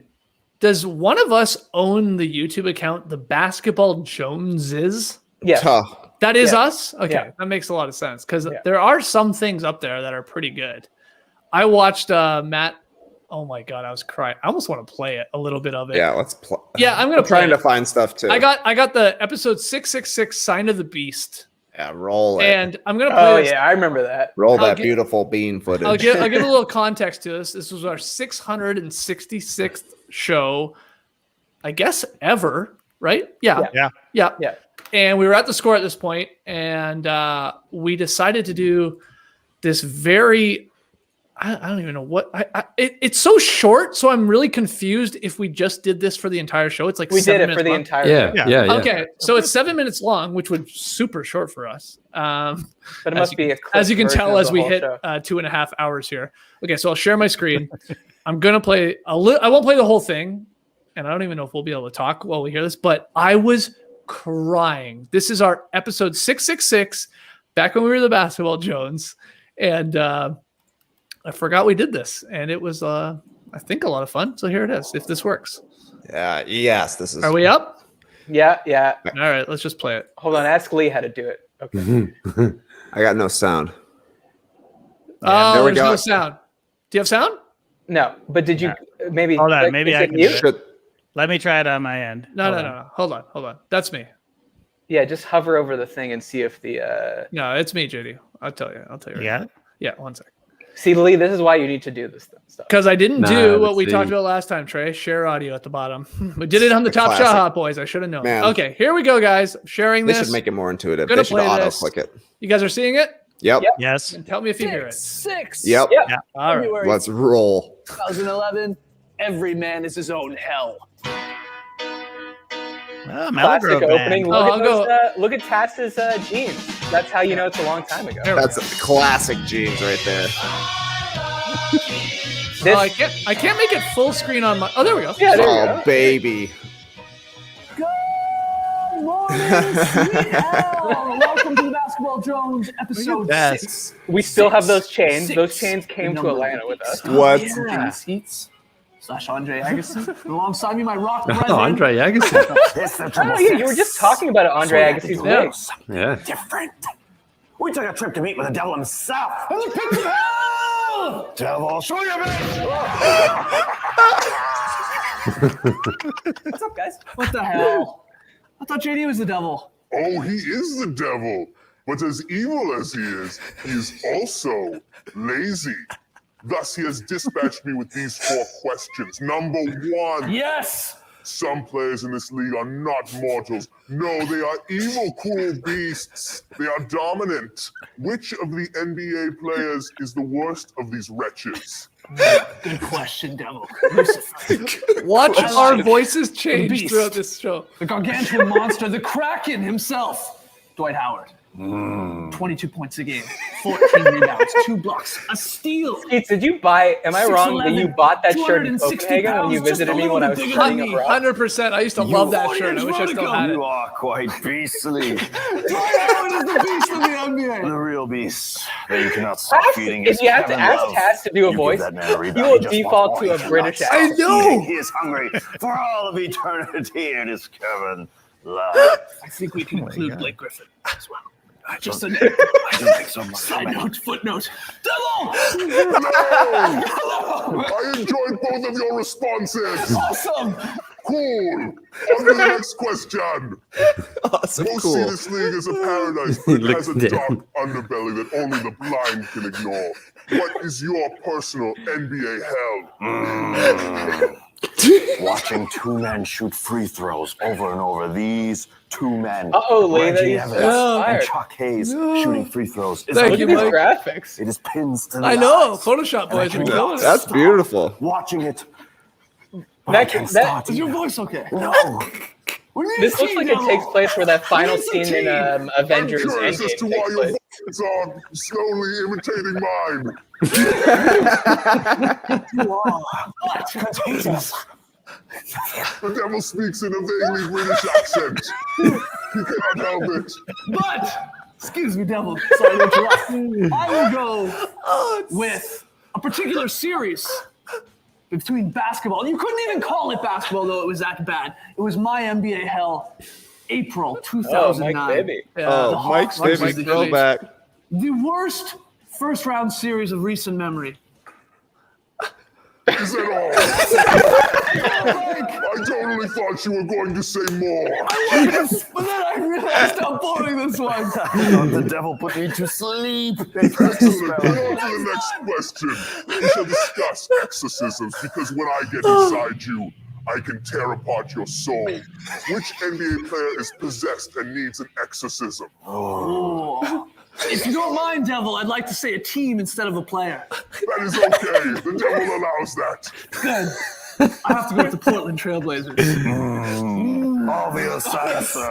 They need to sacrifice their knee pads and their knee. Should I stop it or should I keep it playing? I mean, it's almost done. Nah, let it go. Yeah. No, this is good. Sports how we play. But you know what I'm getting at. I know what you're getting. Silence, Nellis. Silence. The devil is on top of us. We must go. Marcus Camby. Greg Oden. Okay, Brandon I want you to Roy, watch this clip though. At a certain last point, year, Matt, you'll know 300+ Cass games wants to missed do due it to over injury. again. 300. He like wants to quit. Injured Yeah, for watch, crying out watch. loud. What the buck type of answer is that? It's Andrew Bogut. The buck. Cool. Nellis, continue for the Right devil there. does not Yeah. want Right to here, do right this here. again. I think you're right, devil man. But Andrew Bogut has a spell within his knees and shoulders and back that he cannot escape. He's one of the best centers in the NBA. Deserves to be an all-star every single year. Get out! Next one. A wise answer, but the bogan is Australian and outside of my jurisdiction. Now, final question. Dealing with heavy metal. Who out of the NBA would you like to take with you to a heavy metal rock concert? What a weird question. Quite odd. But if you want to pick Nice up the ladies, hands in your pocket, Skeets, because you're clearly a little bit uncomfortable. with you. Cass had the chains to do his business with. People flop all over it. And those luscious locks. Totally. We'll just create a beautiful scene. It's a good answer. But I am going to go devil with Chris Kaman or Dirk Nowitzki, the Germans, Oh, the Germans. to a Rammstein concert. The pyrotechnics of a Rammstein concert are something to behold. I don't know what you're talking about. That's my answer. Those are our answers, devil. I find that your answers are meh, but I will keep them anyway. It's me going, we're not fucking doing this The devil again. must Yes, be going 100%. on now. Goodbye. Before he stops talking in a slightly Jamaican accent. Those are our answers. Well, Beast players. I wish you were good. Out of here, devil. I wish you a good episode 666. Beast players. Toodaloo. Beast players. Also, if we ask exorcisms in no particular order. Also, Hell. What is NBA? So, oh, yeah, Chaz NBA gives hell. up. And A fourth one. who you would take to a rock concert, a heavy The metal fourth concert, an one. NBA player. Let us know in the comments, the pits of hell below. Do that. Do you have a quote? Maybe. All this 666 talk is a fallacy. The real number of the beast is 616. The joke is on you. I don't. What's 616? Am I supposed to get I that? think there is a reference to it. Oh my We god. probably did. We probably pre-recorded that and then rolled it into an episode. No, that was the Oh, episode. that was the episode. Yeah, that's what I was saying. It was only 7 minutes long. I was like, this is all we did That's that so day? weird. So JD, how are Oh, we we doing that? did. That took me all goddamn day. Well, No, but JD, but my point is we did like half hour to an hour show, right? Yeah, now, right? yeah. So it's a Weird. weird thing. Yeah. That is weird. But I guess obviously they could hear me with that voice. So how were they hearing me with that voice? Because I was obviously in the same You were group. standing there. Yeah, right? you were off to the side, I thought. Yeah. Yeah. And was my voice affected in their IFBs or No, We I didn't think have I did that after. oh, so they just heard me talking normally? I think so. Yeah. Oh, that's think pretty so. funny. That is so, I love the effect on the voice. I love I forgot about the floating head like going down, like rotating around and going down and sneaking out at the end kills me. Oh. Yeah, when he's like just slipping away and yeah. There are points in that video though where for those that don't know, obviously like at the time when we weren't live, if we started and we like hated it, we like somebody would like, you know, if I said something wrong or Tass like didn't like what he said, we would just stop and like, all right, let's just do it over again. And that sometimes became a nightmare. But like Taz wants to. I think Taz thinks we're stopping at one point in it. I think I do at the end think we're doing it again. And I think Matt maybe even is like trying to power through it. And I think you said there, Matt, while it was playing, like you're just like, no, we're doing it. We probably did it. We probably had done it like 5 times at that point. Yeah, maybe. That started at least. That was multiple takes, I believe. Oh, that is so funny because when I listen to other, sorry, Leigh. I thought this was a good one.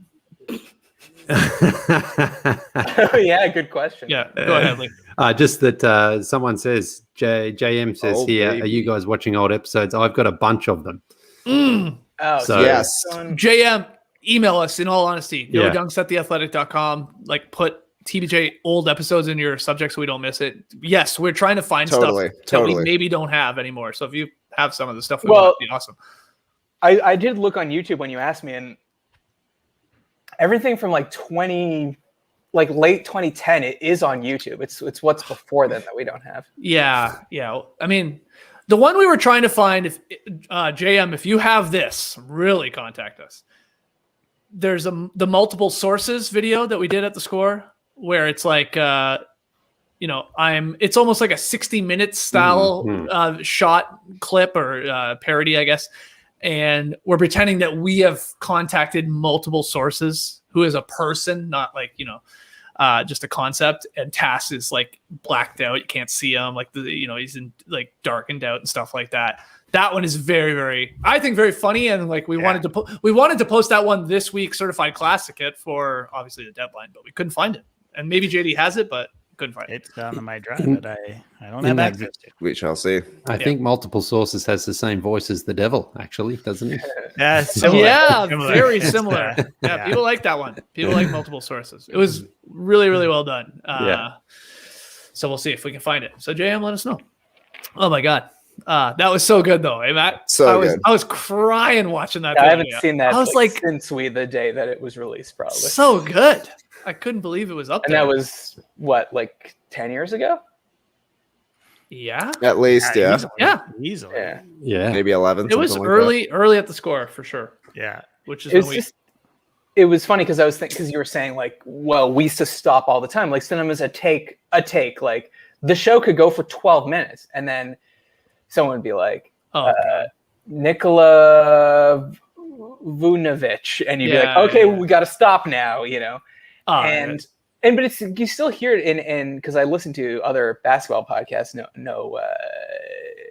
I'm a bigamist, but I just find, as I told you, I find basketball podcasts relaxing now that I'm no longer in it because I could just have it on the background. I can half pay attention. Sure. It feels like I have a friend in my home.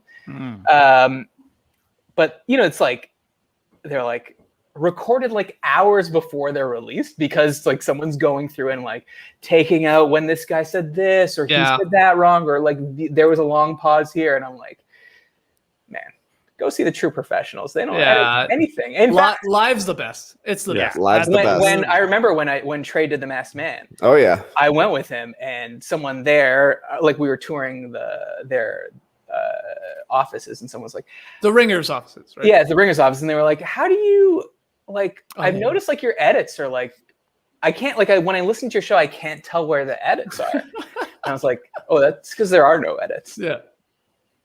Sorry, I should have said that more dramatically. Ask me the question. There are no edits. Dun dun dun. Ask me why you can't hear them. Why can't you hear the edits?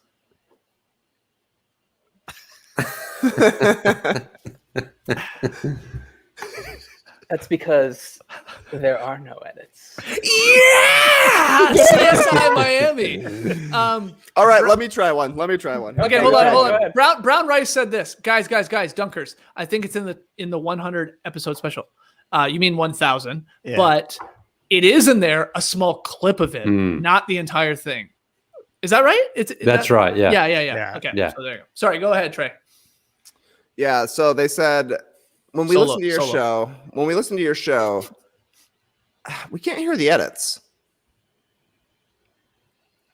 Sorry. Me or you? God, do you want to be asked, or do you want to say the line? No, I wanted to be asked. I'm doing the same bit, but I got a different answer. Okay, let me ask. Okay, so I'll ask you. Yeah, it's weird. Like when I listen to your show, I can't tell where the edits are. What edits? That's just what I mean. I like it. It's less. I like that better when because it it's insinuates clear that there are edits, and that just Yeah. makes me look good. Yeah. All right, somebody asked me. When I listen to your show, I can't hear the edits. What edits? Fuck. Hold on. Go again. Run it back. Ask me again. When I listen to your show, I can't hear the edits. What credits? Fuck. Fuck. Line. JD, line. It's edits. What edits? One more time, Trey. Anyway. And see. Matt. Okay, I'll do it. Okay, nice. This one, I'll say this one is inspired by the film Tango and Cash, starring Kurt Russell and Sly Stallone. All right. When I listen to your podcast, I can't find the edits.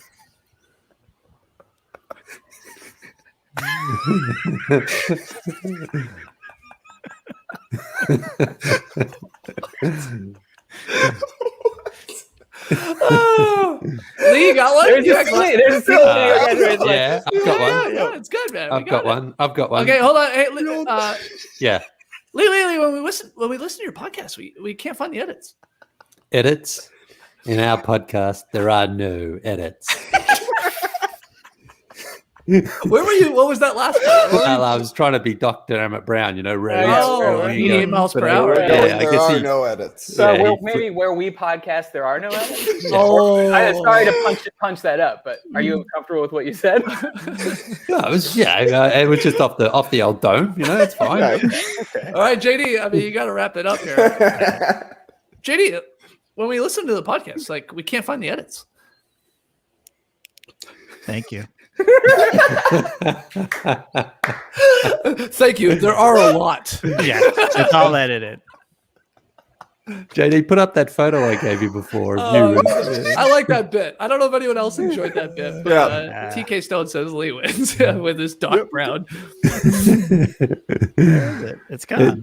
Oh, is it? God. Hang on. Hold on. No. I got it. Here. Oh my God. There's JD. Look at this guy. Oh, Someone just where we're going, there are no edits. Or just put put edits up the top and then under the bottom just put thank you.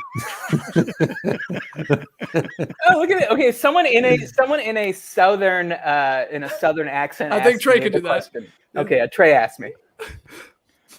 Wait, I have to ask you. I have to ask you in a southern accent. Correct. Okay. Now I reckon when I'm listening to the y'all's podcast, I can't hear no darn edits. Frankly, my dear, we don't do edits. I don't know if that was extra funny for everybody else because he froze while I was doing it to me. Let me ask you, do you trust edits? Toto, I got a feeling we don't do edits anymore.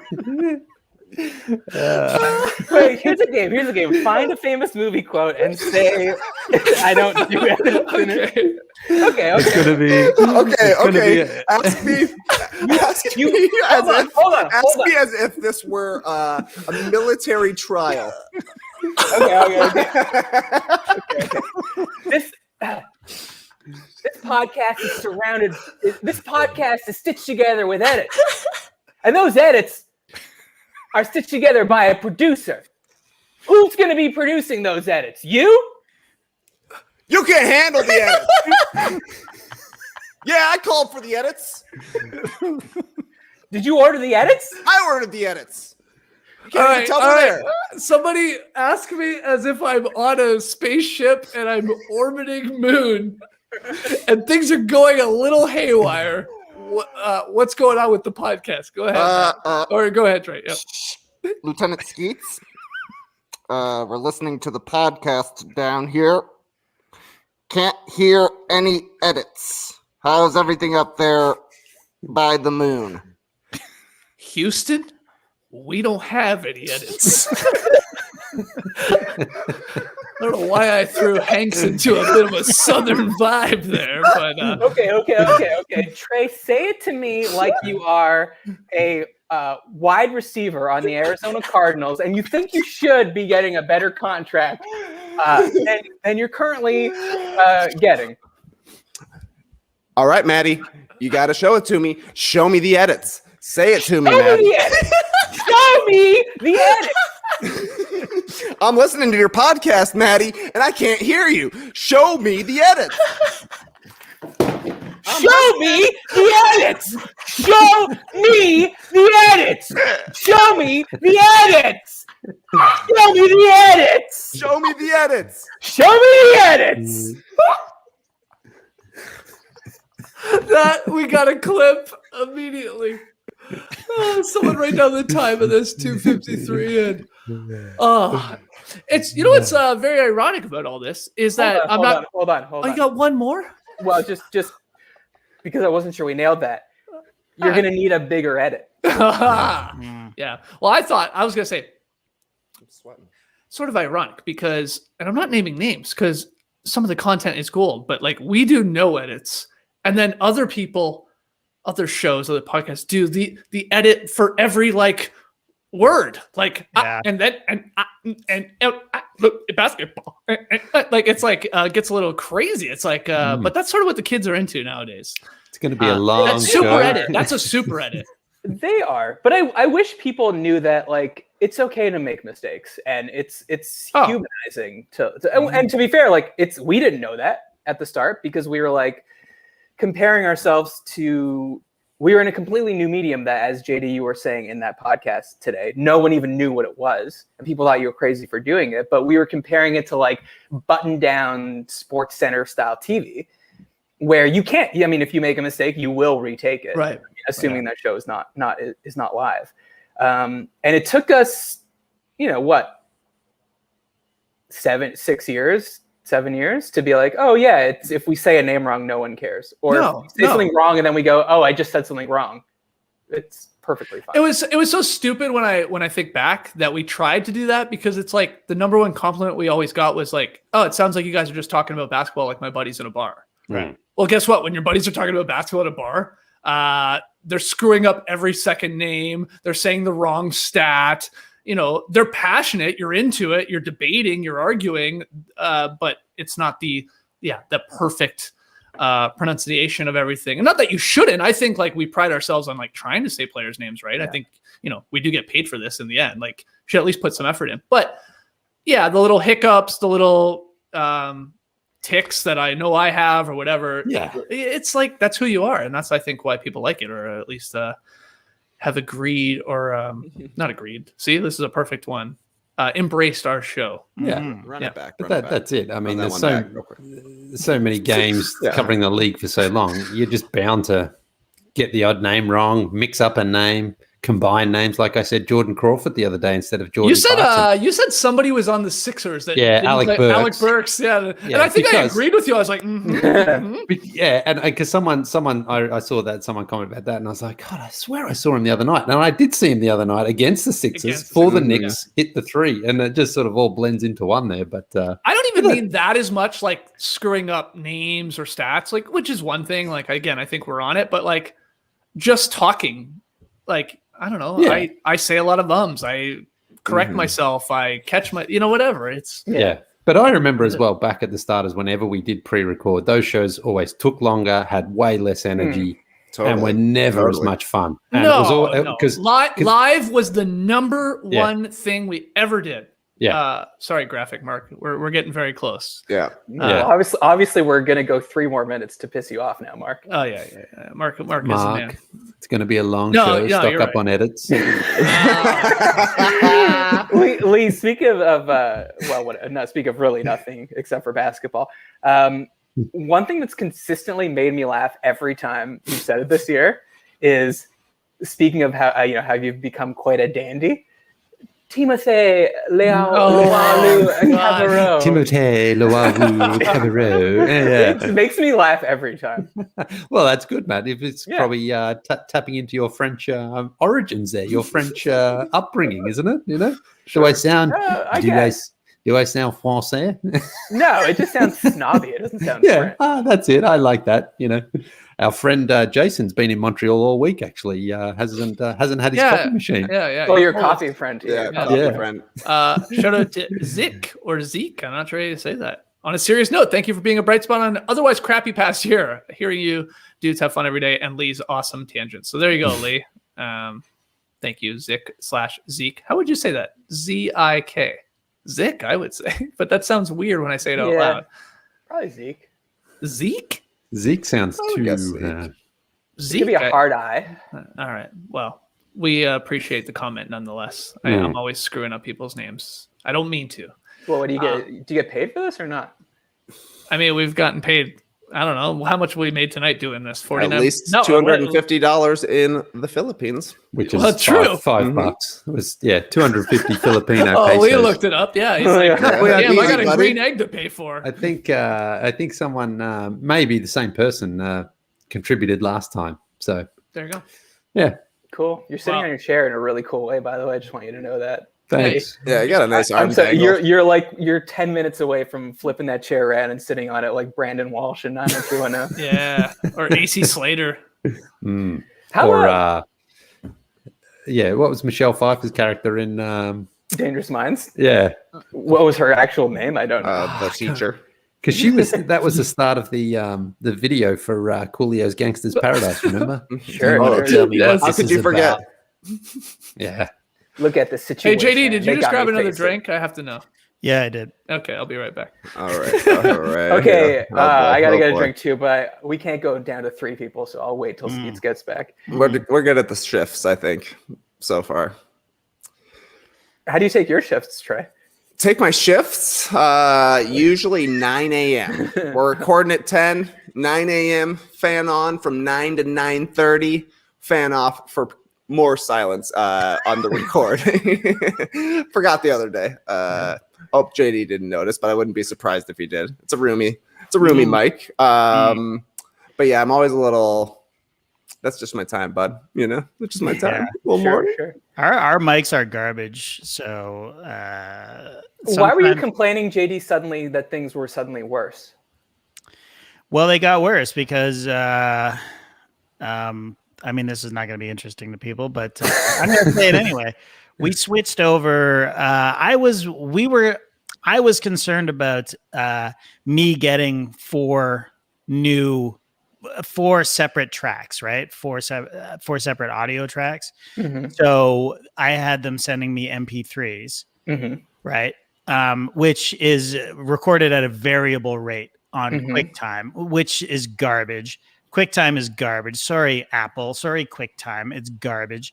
So it's a variable rate. So they're all out of sync. So I would manually go in and shift them, which was a pain in the ass and very time consuming. So speaking of edits, we just said there's no edits, but there's actually literally hundreds of edits in the show. There was early in the pandemic. But then there's not subject edits. No. Freaking out about it's the quality of it. It's just me shifting so that it sounds like we're all talking. So out of curiosity, why aren't they sending you waves? Why are they? Well, we changed over because I was paranoid that it would take too long for them, not for me to download them, but for them to upload. But it turns out that it actually isn't that long. So, anyways, and then now I just pop them into place. And it's way better. Like the show's getting up at least a half hour earlier. Oh yeah. If not faster. There's always something that goes wrong, but it's better. But for some reason, Skeets' mic I can't figure it, and I'm not there, so I don't know what's going on, but his level is low, so I have to crank his volume and then it just sounds like he's roomy, roomy, but it doesn't sound like that. I mean, we all sound roomy. We're all in rooms. We're not in recording studios, but for some reason, Skeets' mic, I have to crank, and it's just picking up all of the fan from his computer. Yeah, my computer's like dying. Yeah. Yeah. Is that the one, the old one then? Yeah. Mine. And I think it's like, I'm like caught in between here because I'm on the old computer still. I should really just update to the new one.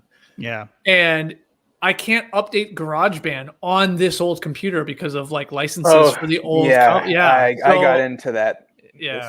Which is maybe why I can't. There's something going on with the mic, which it doesn't make a ton of sense. Like, why wouldn't the old GarageBand be able to fix the mic or raise the volume of it? But as I was saying while you were out, like the mics we have are shit. Like they have compressors built in. They're just for home recording.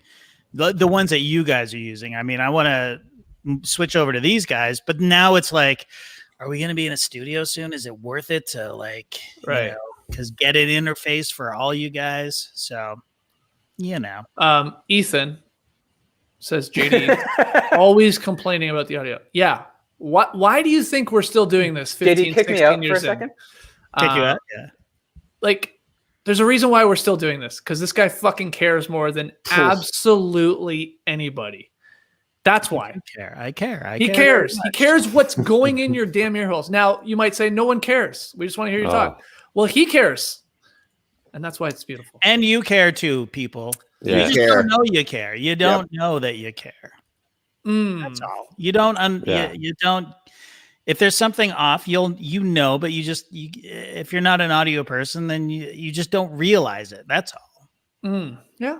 No. And it subverts anything that distracts from what you're saying is a problem. Like it's just if it takes you out of the experience of listening to your buddies talk about basketball, you're like, why does Skeets sound weird, or why is he's in a different? You're distracted by something else. Exactly, and it just takes you out of the experience. So, people are loving it in the stream team. They're with you. Absolutely, they've rallied around you, JD. They're all coming to you. I love you all. No.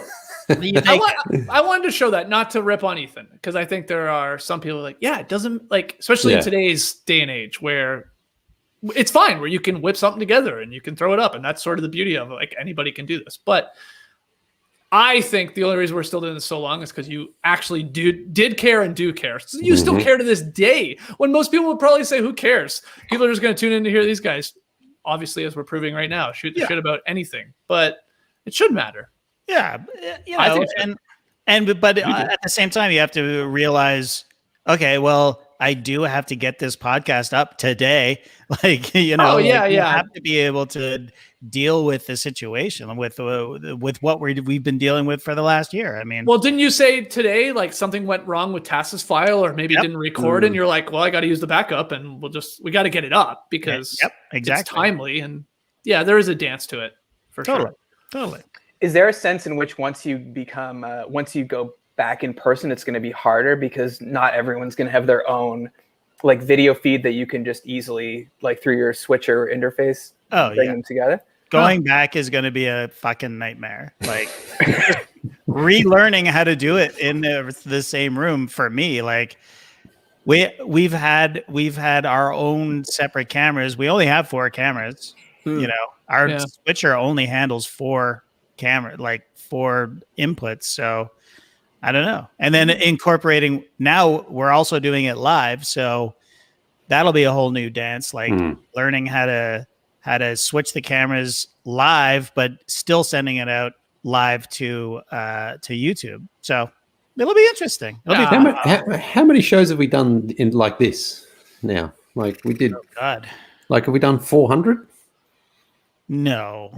I could tell you. I mean, we did 130, didn't we? Yeah. I think we did 130 before the season started. And, right. Today we did, the trade deadline was 443. Yeah, but we don't count Tass's shows as actual full episodes. Yeah. We don't count these, of course. We don't count. No.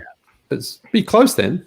Yeah, you're probably right. Yeah. By the way, you're doing a great job. Well, I should really have said this when Tass was here, but because I'm on West Coast time, normally like your show is released early enough for me to listen to if I'm like working out or whatever.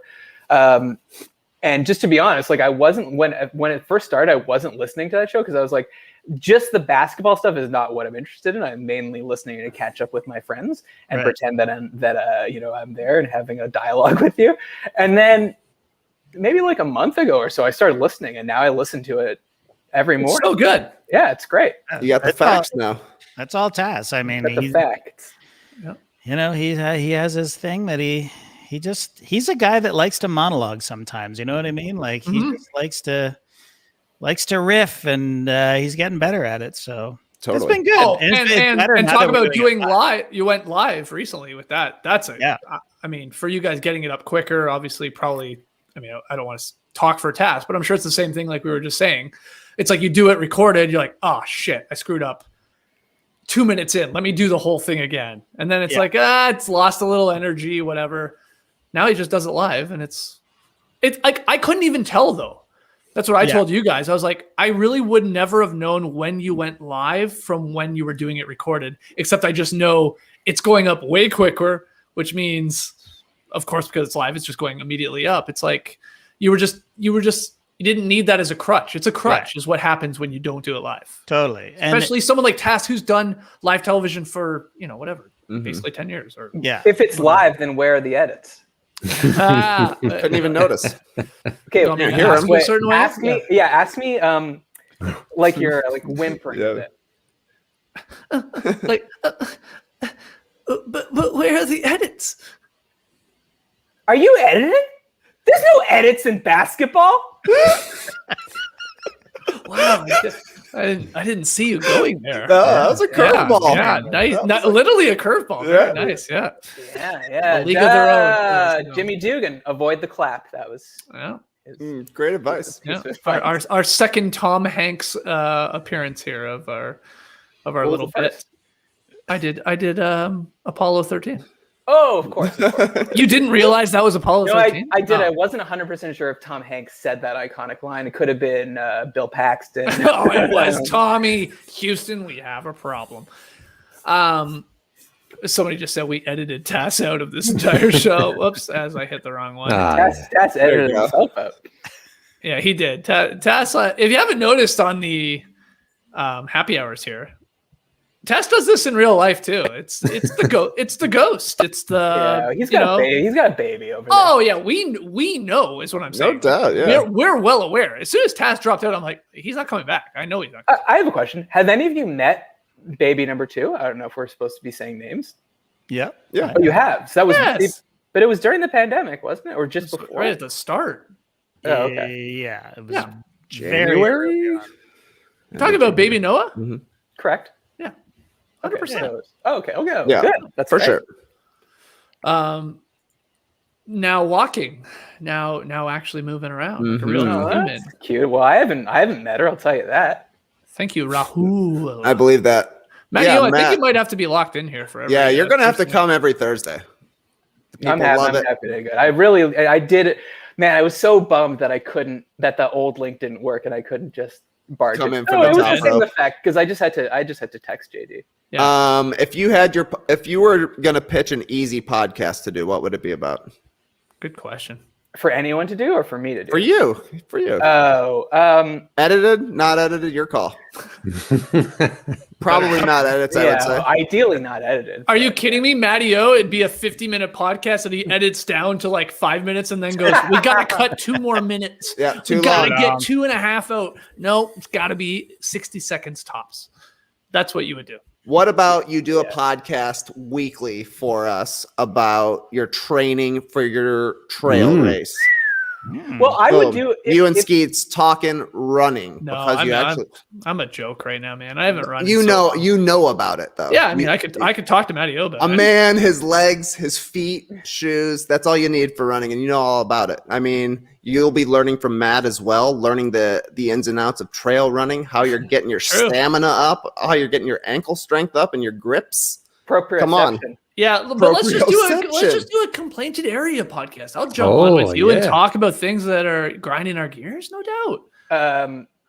Well, but so I would 100% do it, but I'm just like, you guys are doing so many shows. I don't want to put pressure on you to add more work to your platter. You know what I'm saying? JD's platter. Yeah. No, I'm happy to do it. I'm happy to do it. Yeah. I love listening to you complain. So. Yeah, it's like an honor. You must have like so Trey, many I'm in the keeping can it positive, there too. though. Trey, what do you do? How do you complain when you're trying to keep it positive? I don't complain.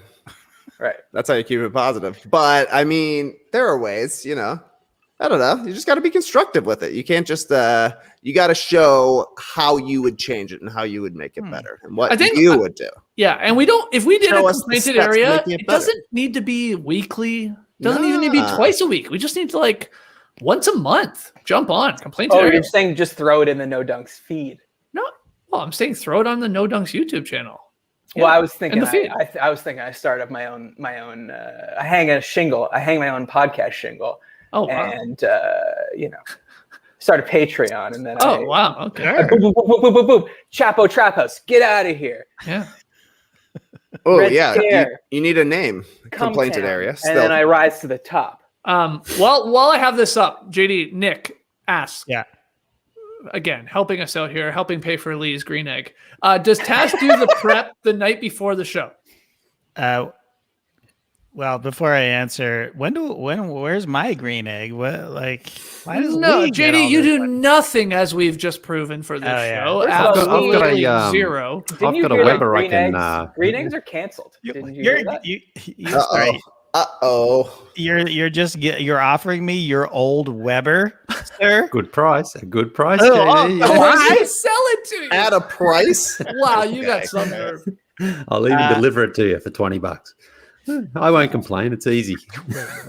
How many stairs you got? Yeah. Does Taz do the Where do I take it right now? Anyway, yeah. I know. Oh, how dare you? That's a sensitive subject. Well, I'm son of a bitch. Does Taz do prep the night before? I mean, yes, he must. Oh, yeah. But I honestly, I'm not sure. I log on at 6 a.m. I'm sitting here and I just look. I wait, and just is he on? I can't tell. He's got at 6 o'clock. 6 o'clock. I'm on, yeah, because sometimes he'll send me stuff as early as 5:45. Holy shit! I mean, I didn't even know you were there that early. I thought he would be up early to prep and stuff because, how much are you doing at night? You got late games, blah blah blah. Do you just get up in the morning and do it all? I always assumed he was waking up super early. Yeah, well, which I think he is. He definitely is. But I didn't think you were up that early. Well, my job is to be here for him, basically. Oh, but Taz is always late to everything, so that would be. I know. Well, he's always late to the actual stream. I'll send him the invite, and he'll gargle or whatever he does, fix the hair, and gotta do his voice exercises. But no, he goes through his script, and we're always a little late, But yeah, I think it's a combo. I think it is for sure. He preps the night before and then he polishes and finishes up the early morning. But he's up early. So you know what? If you're watching this live, if you're watching this later, comment, and subscribe to the goddamn show. I feel like we're not asking for much. We're not even asking for Nick Gordon's $2 Canadian. We love it. We ain't asking for it. We're just asking to Canadian. Subscribe. I didn't see that. Yeah, man. Subscribe, like, and comment. Let's defeat the algorithm. YouTube wants to hold us down, is what I'm convinced. Yeah. I'm sorry. There's other shows out there. Come on. You kidding me? They ain't doing this. There's an idea for you, this. Yeah. I mean, why aren't you? How come you guys aren't on TikTok? Oh, Jesus Christ. We've got to whack TikTok. Yeah. You guys could do some dances. For sure. We need a youthful person. We need a youthful person to go out and grind and help us make content, because we are making content all the time. But I don't know. We just can't keep up with every single platform. No. We are working hard on building YouTube, no doubt about it. And that's where we're focusing on our energy, because that grows the podcast as well. There's just only so much 5 men can do, especially something like TikTok, where it's okay. I mean, I will do a dance, but I don't know if we're going to get necessarily Roxana to film Leigh doing dances and all of his moves. Maybe we are. I mean, I've seen him running around juking the boys out in the park, but is he going to be doing the same dances that a 13-year-old invented? I don't know about that. Well, what I would say is there's certainly the original content, but doing the memes or the flashing lights dance or blinding lights dance or whatever. But what I do notice on TikTok, even though I'm not on it and I just see them through Instagram or Twitter, like if you were doing these are our all-star starters or whatever, just like cutting that down in like a really, staccato, blah, blah. 100%. I know it sounds dumb and who cares? No, it's not dumb. It's just a lot of work. Yeah, I know. That's it. Sure. That's all it is. For sure. These are great ideas. And I guess as I've gotten older, at a certain point, I'm with you, Trey, hiring people if we could, and maybe we will, and we are exploring that to do and help us. But at a certain point, you got to be like, do you either just spread yourself thin doing shitty jobs at everything, or do you really like pick a couple things that you want to try and knock out of the park and really grow? And I guess my opinion is like that one, and I think most of us agree with that. Like it's like you can. I mean, we do. This is not a complaining session here. This is not the complainted area. This is not the complaining area. Man. No, it's not. But you have to sort of pick and choose to some extent. Or otherwise you will literally, I mean, I think you're just spinning wheels and you're actually not growing anything. But, well, as JD said, you're only getting paid to do a podcast. You're not even getting paid. Well, obviously you're not getting paid to do this, but anything that's on YouTube, you're not getting. Like, no, we like to do this, and you could correct me if I'm wrong. Not film your podcast, and that would be totally fine. Of course. Yeah. We're not paid to do it. Are you talking about it with our employers? Correct. Yeah. Yeah, of course. Of course. Yeah. But people want to see us. People want to see Leigh's hair. People want to see Trey's beard. Well, we would always talk about that. Like, people would be like, "Oh, film the drop," and we'd be like, "What? Why?" Yeah, I know. Yeah. I know. We actually botched that. You guys, you guys were not into it. You guys were like, "This is our one time to not wear makeup, to not care about where the cameras are. It's just like shooting the shit. We don't want that added pressure, but changes the vibe of multiple other people in the room." Of course, we could have never convinced anyone at NBA TV to film our podcast, so there was an easy.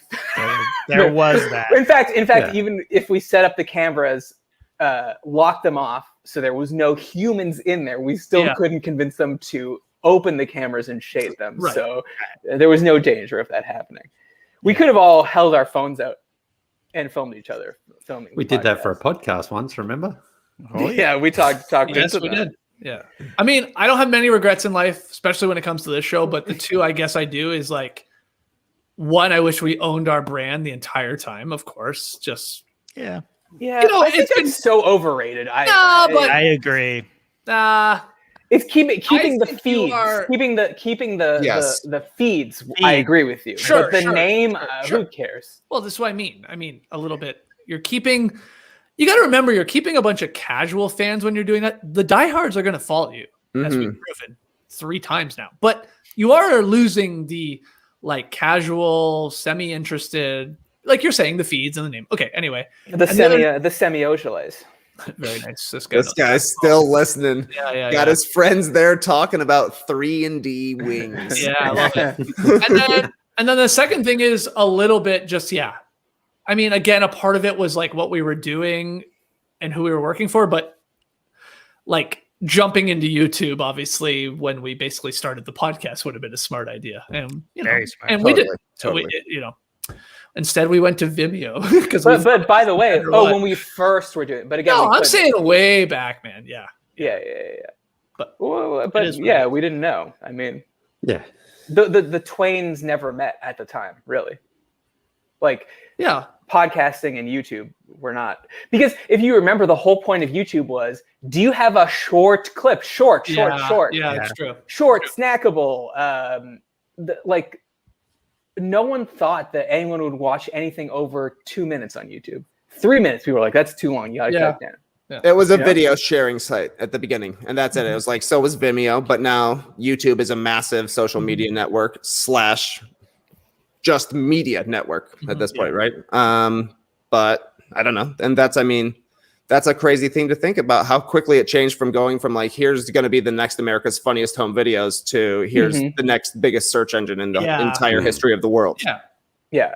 And that's exactly right. I mean, it's like a regret now, but it wasn't that at the time. So it's not even fair. It's not like, it almost wasn't like the truth is Matty O, especially Matty O, I think, I'm not speaking out of turn here. Like when we were at the starters getting our show on YouTube, They didn't even want to put it on YouTube. And I mean, there was like reasons and stuff like that. We were like, yeah, put it on YouTube. And like that, can you imagine our show just was never on YouTube and we were just on NBA TV, the station? Well, by the way, like it's still there. Correct me if I'm wrong. Of course it's still there. It is. Yeah. So everything's still there. So not only was it a fight to get it on YouTube, but like we had to create internally, and JD, you were talking about this today on that. We're referencing this podcast a lot.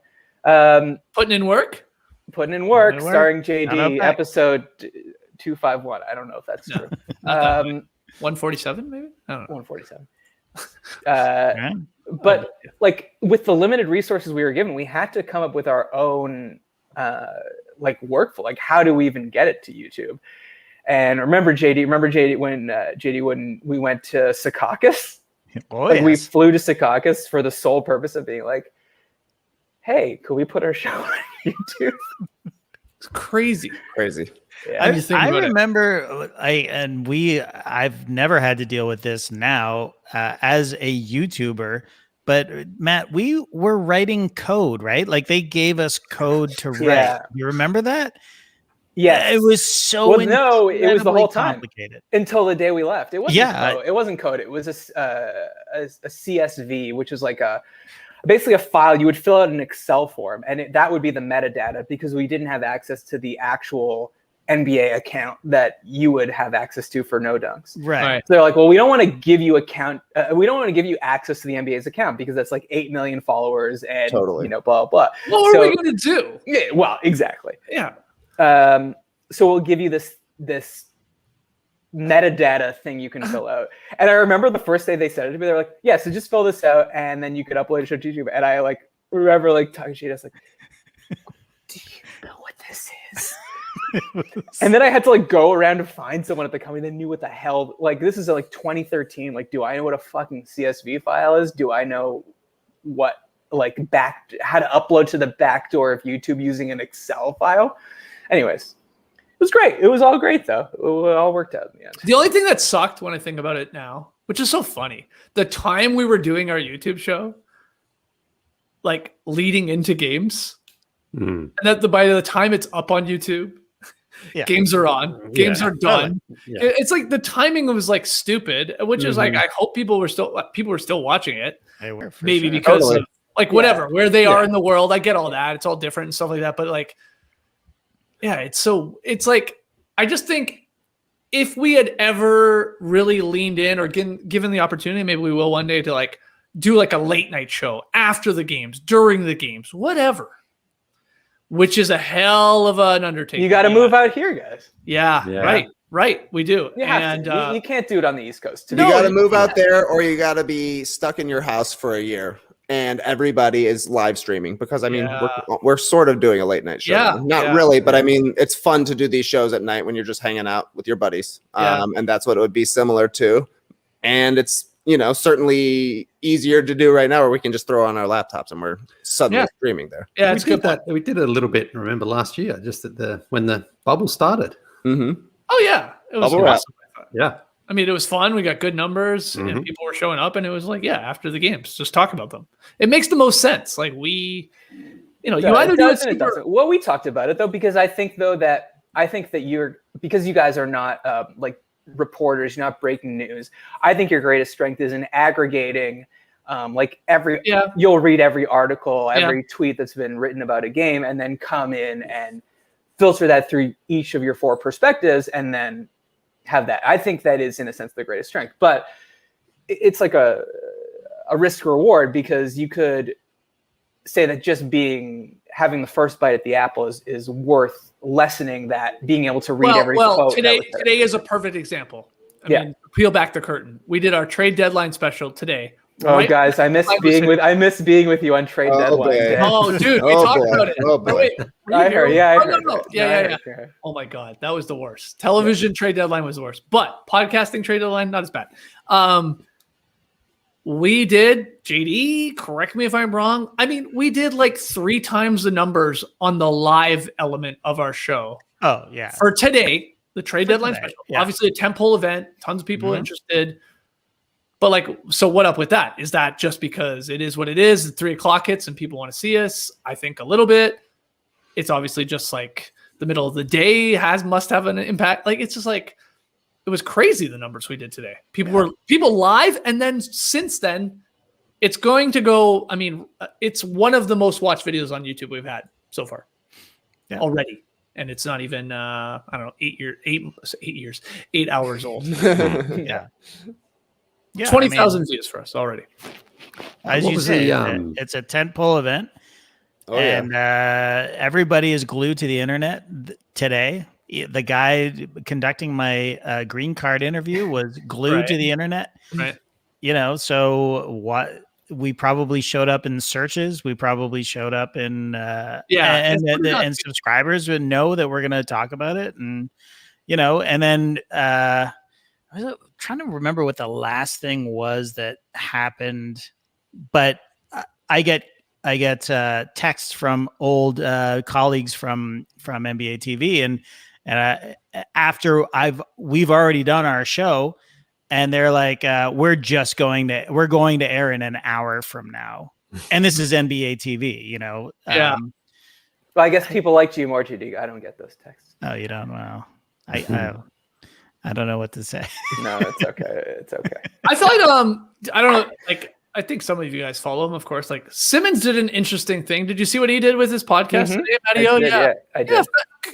I actually think it was a good idea. So do I. I actually was like, that might be one we might want to do in the future. What was it? Let's hear it. He basically just did podcasts, of course. He wasn't doing video. He's no good at it. No, I'm just kidding. They basically released 4, let's call them 45-minute to an hour podcast, but like throughout the day. But like he would literally like record with somebody, let's say like Kevin Clark was on the first one and Ryan Russillo, whatever. And then he would like, all right, we'll wrap this up. And in theory would start recording literally like 15, 20 minutes later, but had someone working on it to post it and stuff like that. And just basically like chunked it out, which I thought was interesting because Simmons usually likes the 3-hour, 4-hour podcasts, but maybe he like wised up and was like, that's a bit of a slog. So let's just do these. It's the Ringer ethic of not wanting to go live and not wanting to have voices out there that are unedited and get rid of all the hesitation. It sure didn't seem it. No, but this was unedited. It was okay. Yeah. Like they're basically like, so what was the first big domino? Was the Vucevic trade? It was the Vucevic. So like they talked about that. It was Orlando centric, and then it went on for say 40 minutes. Then they sent all their files to whoever was editing it. Then they probably started recording again with a different producer.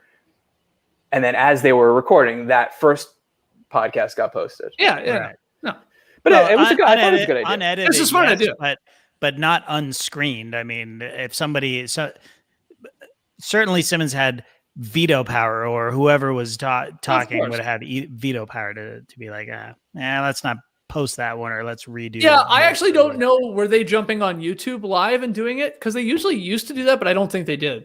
Right. So it's but it was a good idea. It's fine. But I guess like I mean, to me that I'll be like personally, and maybe not everybody agrees with this. I hate seeing like a 4-hour podcast. Like I just hate it. It's like I might start it because I like it. Those people or whatever that are doing it, but it's like the odds of me actually truthfully getting through it, unless it's a Survivor podcast. Shout out to Rob Cesarino that just did like a 4-hour plus podcast, but a season. I listened to the whole thing. I just won't listen to it because like it'll become old by the time I finally be able to get through it all. But I thought that was smart. How about a 4-hour movie in 4x3? Oh God. You get used to the. How about like a 4-hour live stream? Don't worry, it's only 3. Yeah, but we don't put this as a podcast, so it doesn't matter. But that's how people consume it. They love it, man. Yeah, I know. You were always the one, Skeets, that said, "Who cares how long this goes on for?" I'm surprised. You didn't say that. Yeah. No, I mean, I'm picky when it comes to my podcast being that long. Like, but I think that's the thing a lot of people like is that you can listen to it for an hour and then you can come back to it a little bit later and listen to the next hour of it. You know, I mean, it's different, no doubt, if it's something that's like dated and timely and referential and on brand, or not on brand, but like on time with stuff. But if it's like, you know, something like this, obviously it doesn't really matter when you're listening to this. So you can take it over the course of a week, I think. I mean, if you're doing 4-hour podcasts every day, some people definitely do that kind of stuff though, right? And then it's sort of like talk radio. It just keeps playing and playing and playing. Yeah, guys, Evan, the difference is when I'm talking to these guys right now, I don't give a shit if anybody's listening to this or watching this. I'm actually just talking to my friends, but I do forget that there are people that are tuned in. So, you know what? I bet literally. Do you think there's literally anyone that's podcasting as much per week as you? It's an honest question because, like, even the very few daily podcasts, like, are usually political podcasts. Like, I know NPR has one that I subscribe to, but they're like 15-minute episodes every day. Okay, someone's going to correct me, but my gut says no because we do. If you're counting what Tass is doing in the morning, we're basically doing 10 shows a week. If you're counting Tass's show, which is a show for sure. Well, that would be 11 shows, right? Because plus beach stepping. Plus beach. Mm-hmm. So that's all the podcasts? Yeah, I guess that's all the podcasts. Now I'm getting all confused because I start thinking of the YouTube stuff, the Very Solid Plays, the Whoopsies. Top Shot Hot Boys. Top Shot Hot Boys. Yeah, no, but just something that appears, if you subscribe to a podcast, what appears in the feed. That's 11 shows. 11 shows a week. Mm-hmm. And at least I would say if each daily show is an hour, that's 5 hours. Plus tasks is, let's say, 50 minutes. So it's another hour. Plus beach stepping is another hour. Yeah, plus for sure. So that's, I don't know what I just added, 11 hours? It's a lot a week. Yeah. Is it too much? Stream team. No. Hey, you know what? When you guys started, like when I left, I was like, I'm not saying fucking anything about their show except being super excited for them and supportive. And I think it's true. I haven't given any notes. But at first I was like, I cannot believe how much your podcast. But within a week, I mean, also like I have the time to listen. But I was like, yeah, you listen to almost everything. Yeah, I've listened to everything. Oh, the stream team seems to be saying no. Get the fuck out of here. Keep podcasting alive. That's the truth. People have time to listen to podcasts. Hold on. These are people who are 3.5 hours deep into a live stream. Of course, but I mean, sports radio. Every sports radio show is 2 to 3 hours long. And that's every single day. Doing an hour a day is not crazy to talk about sports. Not at all. That's why I think that if we could do a 2-hour show every day and people would love it. God, dude, I mean, it would be long. Trey, I'm trying to steer the ship for the most part. I am the one. I'm the one trying to let's go. Let's speed it up. I'll cut things on the fly. Because I guess in my heart, I don't want it to be 2 hours long, right? But we could 100%. As we've just proved, every time we do a happy hour, it's we could just hang out and shoot the shit. And well, here's the thing: all killer, no filler. That's also our motto for things too. We want it to be good all the time. But we also have the freedom to make it as long or as short as we want. Yeah. And no one ever complains that it's too long. Never. That is not a complaint. They the do only complain thing when people it's complain too about short. is you didn't talk about my team. You didn't talk about this. You didn't talk about that. And you're like, because we would just keep going and going and going. Yeah. Doesn't Jared Greenberg do 3 hours of NBA a day on Sirius? You betcha. Well, the biggest factor is the longer you go, the later it'll go up. Mm-hmm. That's true. Yeah, fair. I always feel when we do our daily show, it should be ballpark an hour. Yeah. And that's why when beach stepping goes 90 minutes, blah, blah, I don't care. It's this is a bonus thing to me. This is the emails. We have fun. Who cares? But especially now that we have Tass's thing up, that's a quick hitter, which is awesome. 10 to 15 minutes, let's say. And then we're trying to we're having some laughs, of course, during the daily show, but we are talking about the games, we're talking about the news, blah, blah, blah. It's we could sit there and talk 2 hours, 3 hours, like Trey said, but of course, I don't think it should be. I don't think that's good. It should be killer, not filler, for sure. Yeah. I think really the ideal is you move. The ideal is you move to Hawaii, but second exactly right. Oh, let's go. Second ideal is you move to the West Coast. Okay, more into that. And you have your days to yourself, and then the games start. You start watching, and then you record at night, and then whether you're on the East or West Coast, yours is the first podcast that pops up, and it's at night, so maybe it's got a bit of a loosey-goosey spiel. You send Leigh up to the attic, which still hasn't happened. We're 3.5 hours in. You haven't gone up to the attic yet. Can't believe it. Yeah. Can't believe it. I sent the invite to your phone literally 2.5 hours ago, and you still haven't taken us up. Yeah. What time would the game start though in Hawaii? Because isn't that like 3 hours ahead of 4? No. Behind. No, Yeah, they start at like 4. No, in Hawaii it'd be earlier than that. Yeah, it's early. Like 1 o'clock in the afternoon or something. Yeah, games started like 4 6 hours before, so 1 o'clock. Yeah. Like when March Madness was happening, I would like wake up and I wake up early now because I'm old, but games would start at like 9 here, 9 a.m. March Madness. Wow, man. Right. Wow. Hey, I was waiting for you to say wow, so thanks for saying wow. No, you're good. Let's JD, can you edit that so that he says wow right after I make my great observation? Yeah, JD, take a note. 3 hours and 38 minutes and 25 seconds in. Just tighten that up a little bit. Mark it. Actually, JD, I have about I got like 1,000 notes here that you could just tighten up. And I just start over. If you edit that out, it won't. It'll be out of start over. All right, just start over. You know what? Yeah, we should start over. Yeah, let's start. JD, fire it up, man. You are actually JD fucked up the beginning when we started. I did. So you know what? Let's take it from the top. Let's go. Yeah, we should run it back. All right, here we go. Well, here we go.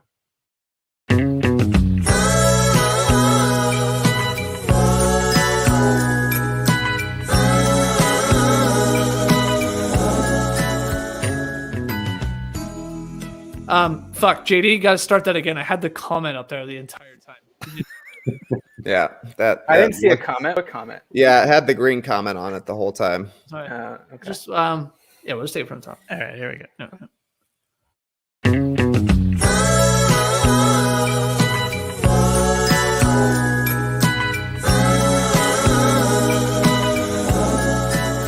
Good evening, sweet turd. Fuck. Sorry. Said Oh man. Oh baby. Okay, he even got me. Oh, this guy's feeling good about the pie. He's looking great. Let's see those sausage fingers. The fingers looking slim. Damn. Welcome to NBA Happy Hour here on a Thursday night. Still no, Friday morning. Oh, that big beef. Yeah. Wow. Good. Now we're popping tops. Shit. Huh? Now it's awkward. Yeah. Here. Yeah. You say something, Trey. Fuck.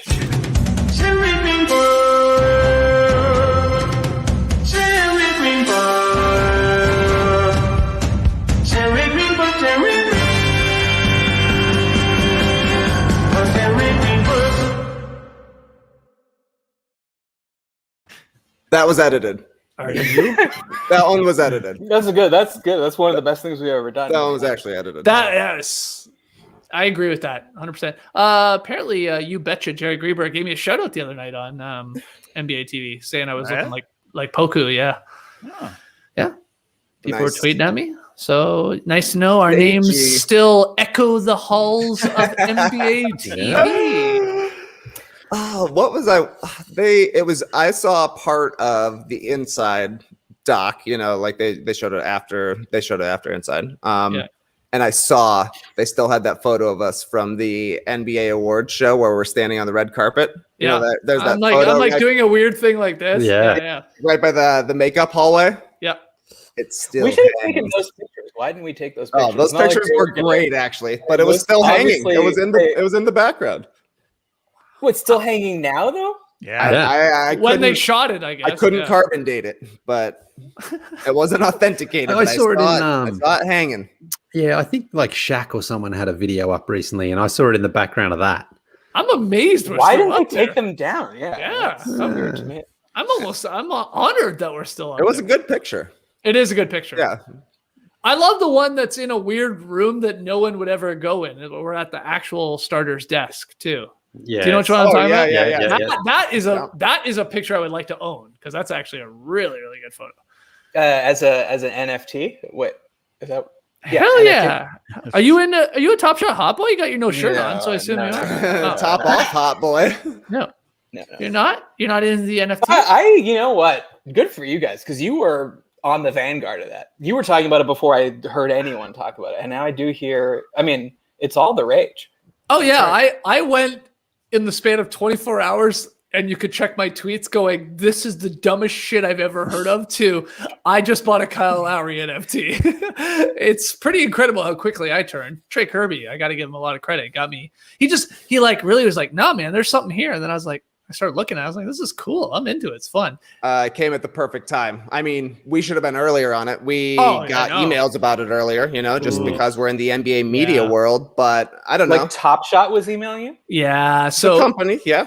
Yeah, we I think Matt. Like Trey and I started doing a couple things for Top Shot, like doing the live streams on Twitch. Yeah, I didn't catch those, but I saw you were doing them. Yeah, they were actually. I saw Duncan Robinson was on with you guys. Yeah, we had RJ Hampton, we had Duncan Robinson, we had Josh Green, current Raptor Duncan Robinson. Wow. No, it never happened. Oh, what? Oh, you didn't hear it? Kyle Lowry is still on the Raptors. Yeah. Oh, I thought when we restarted, it was an alternate world in which anything could be possible. Yeah, in this world, Kyle Lowry got traded to the Miami Heat for, let's say, Duncan Robinson, Precious Achua, and maybe a second-round pick. Oh no, they had to throw in some filler. Maybe a Kelly Olynyk or something. Yeah, sure. Kelly Olynyk. Oh, Kelly Olynyk, a great Canadian homecoming. Yeah. Okay. Oh, I was about to talk basketball for a second, but. Do you want to convince me why it's good that they didn't trade Kyle Lowry, apart from anything sentimental? Well, would you be excited if it was Kelly Olynyk, Avery Bradley, and Duncan Robinson? Would that excite you as a Raptors fan? It wouldn't excite me, but I think considering that, okay, so Kyle Lowry is going into free agency, right? Yeah. So, he can be. Yeah. Well, he is. Yes. He'll be. Yeah. Right. So he's staying with the Raptors. So if the Raptors are all like, this guy, he's not 100% staying with the Raptors. Oh, you mean for the rest of this season? Yes. Yeah, but in the by definition. Well, yeah, but okay. Go on. But they have to re-sign him to trade him either way. Yes. Okay. If they re-sign him, don't you think they have to give him some a deal that's going to be better than a team he was traded to would have to give him, just because he's like the greatest Raptor of all time? Oh my God, man. You got to be following Bobby Marks out there on these streets, man. He's been talking about the sign and trade is the most popular thing going in the NBA the last couple of years. Okay. So because your guy is expiring. You heard about the sign and trades? I heard. Man. So you think they sign him at a contract that's lower? They sign him at a contract that whatever team wants him signed at. Yeah. Okay. 100%. Okay. I think, by all reports, Masai Ujiri and Pat Riley had a fucking pissing contest, bit of a staring contest. And it was we want, Masai win. Trey said it. Pat Riley wins every trade he basically has ever had. And Masai Ujiri has a fucking pretty good track record too. For sure. And these two guys that always win trades are looking at each other and going, who's going to blink first? I want Tyler Hero, or I want whoever, pressure, whatever it is. Yeah, he wanted Tyler Hero. And he's saying, no, we're not giving it. We're not giving it. We're going to get Victor Oladipo if you don't want to do this. And we don't care. And I know you're not down going to the Sixers because they've already made their move for George Hill. I think it was just turned into that. And in the end, Masai's like, well, screw it. We'll keep him. And then we'll just, my gut says they'll try and do a sign and trade in the offseason for him. But maybe not. I guess he could just go sign for somewhere. And what they get in the sign and trade will be better than, let's say, a Thibault or a Maxey or a Duncan Robinson.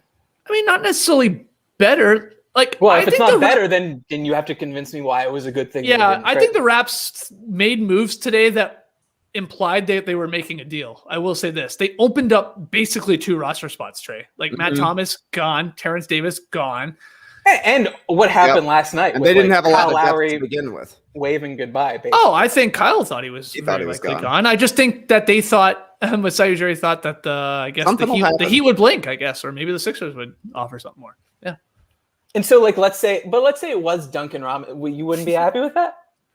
No. I don't care. What? No, and I like Duncan Robinson, but no, I have. But it's someone. Here's how I live my life, Matt.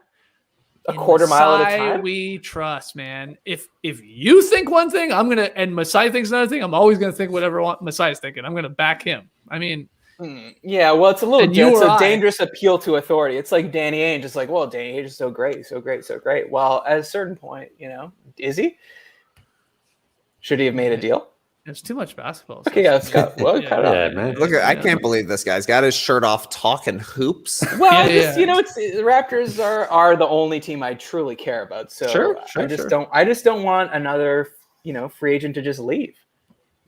People thought Leigh left. I'll tell you that. Yeah, they thought he was We traded thought away. you ghosted, brother. No, man, I can't. When Matt's here, I sort of feel I just want to see Matt in all his glory. Yeah, I mean, he might get down to the nude if we keep him going here. But How do you know I'm not? well, I don't. I'm hoping you are. But Leigh, yeah, quick attic check. Is that where you went? That's where I thought you were going. Yeah. No, but to be perfectly truthful, there's a bit of lightning crashing outside here now. So. Oh, it's storming like a mofo. Yeah, here It's right going now. down. Yeah, It's I going down. I think my internet's gonna drop in any second here. But I know, Reports are up. We're streaming until everybody's internet's internet's out. It's the problem is it's just I'm so nervous now when there's wind like this because that's a bad feeling, man. it is. It's And awful. I'm not joking with you because No, I I know. had the whole like flooding issue around my Yeah. house, and that's why I put in the French drain, and now I sleep like a baby when it pours rain. But like it does, you freak out when you're like, I do God, my because house is being destroyed by the weather. the last time we had a real bad storm, and I looked out the window out the front, and I saw all these shingles on the ground, and I was just kind of like, oh yeah, there's some things on the ground. And I went outside and I saw like 10. Yeah. And then I'm like, and then I'm like, gee, these are very close to my house. And that's when I went up into the roof and I had just a gaping hole. Right. So, No, it's not good. I always know the weather is going to be bad for a particular day or night when my dad texts me, you guys surviving the storms? And I'm like, what? Yeah. I have no idea what he's talking about. You guys all right where you are? You guys hatching it down? I'm like, what are you talking about? And, and then I have to check, and I'm like, oh crap, there's a tornado warnings coming. My dad, Shit, but we my better dad hatch is it like, down.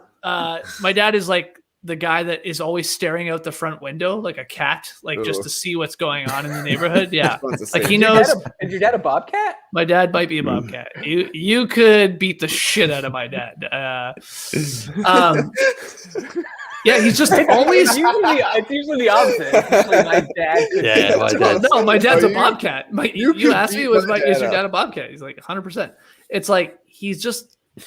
I've picked it up. Don't get me wrong. I'm always alert of my surroundings, but my dad takes it to the next level. He's just he just wants to know everything that's happening in his vicinity on the street. Like he knows the whole street. He knows when someone's coming If your home. dad's calling you, that means that the news in Toronto said Atlanta, something Atlanta. 100%. Sure. Exactly. Like and that's what I mean. I'm like, I'm checking my phone. I'm like, I told Nora today, I was like, dad's texting me, there's a storm coming here. And she's like, what? A storm tracker. And she's like, I thought we were having a barbecue tomorrow night with my buddy Grish. I'm like, yeah, I think we are, but I don't know when the storm's coming. And then I'm checking my own WhatsApp or my own weather app. So yeah. Yeah. They're grandparents now, aren't they? Your parents. They are indeed. My sister had a baby. You're right. I am How's an that actual uncle. Have you met that Fantastic. baby? No, what are you talking about? That's a true pandemic baby. I've Okay, never that's what never I'm met my sister's my nephew. No, which is very sad. I haven't been home in a long time, like all of us. And is it in Stratford? She lives in Guelph, so Oh, a little okay, bit outside okay. Stratford. All right. Yeah, Well, Uncle so Skeets. this is the thing. I was thinking about this because I was once I get vaccinated, which will be soon. I thought about doing a whole East Coast sweep because I'm on the West Coast now. So like going to Atlanta and then going up to Montreal to see my family, and then going to Toronto. But I'm like keeping Atlanta out of it for now. It's sort of pointless to go back home right now if no one else is vaccinated because it's like no one is going to be able to get together. No, no, come here, man. Come hang with us. I am there. I'm there. Remember how fun the summertime is? Oh, you're gonna love to pop your shirt off. I haven't been.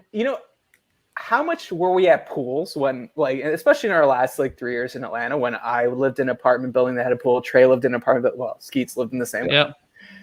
I haven't been in a pool in over 2 years. Wow. You got to get you a sea ball. I mean, right?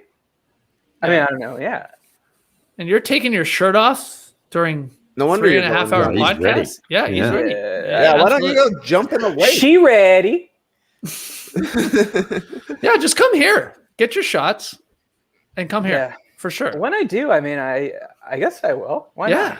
Why wouldn't you? Will you drive across the country again? No. I will Get that fly. car service to Ed Voiles. Drive it straight there, drop it off, and come hang out. Oh, shout out to Ed Voiles. I wish I could, off the top of my dome, tell you the name of my. Oh, Norm Reeves. Norm Reeves. One of the best. One of the Who was greats. the third? Who was the other Atlanta guy? Not Ed Voiles.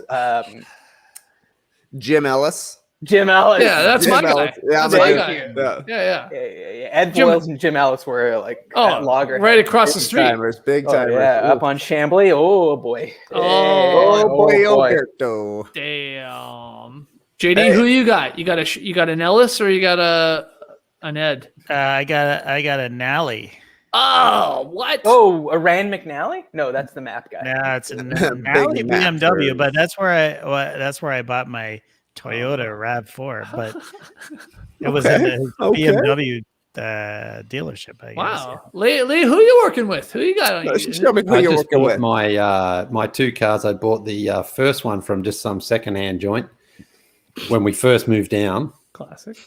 And then the other one's from Nissan in Marietta. I just walked in and you got any electric cars? There's one. That'll do. Simple as that. I like There was more. I like this scene. Oh, here's one, and there's one. Yeah. That'll do. Well, it's like I sort of knew what I wanted, and I was like, all right, there's one. It was in good nick. You knew what you want. You knew what you wanted, or I hate like buying a car is an awful experience, like because it's not just you know what you want. And then they always want to, steer in this direction. And then it's the add-ons, it's the sell-ons, it's the, it's the, you need this, you need insurance for your headlights. And Why don't you get the bigger green egg? You're going to be cooking pizza dinner all the time. Enough with the upselling. Dude, do you want a pizza in your glove box? We can do that. Yeah, Leigh, you got green negged. That's how you. but it's worth it. It's worth it. When you come to Atlanta, I'll cook you a Okay, let's plan my trip to Atlanta right now. All right, what are we gonna do? Oh, sorry, I'm distracted by the way. I think the Lakers are gonna do a super backdoor cover on the spread that we had on our game tonight. But continue. What are you gonna do? We're going to the Claremont Lounge. Okay. Yeah. We haven't been there. Did you hear that? Yeah. Oh yeah, that was loud, man. I heard that. Yeah. Check the roof. Check the roof, dog. Oh, I'm going up to the attic. You want me to take you up there? Attic time. Wait, so that's down in Kirkwood. So Leigh, I don't know, that might hit you soon.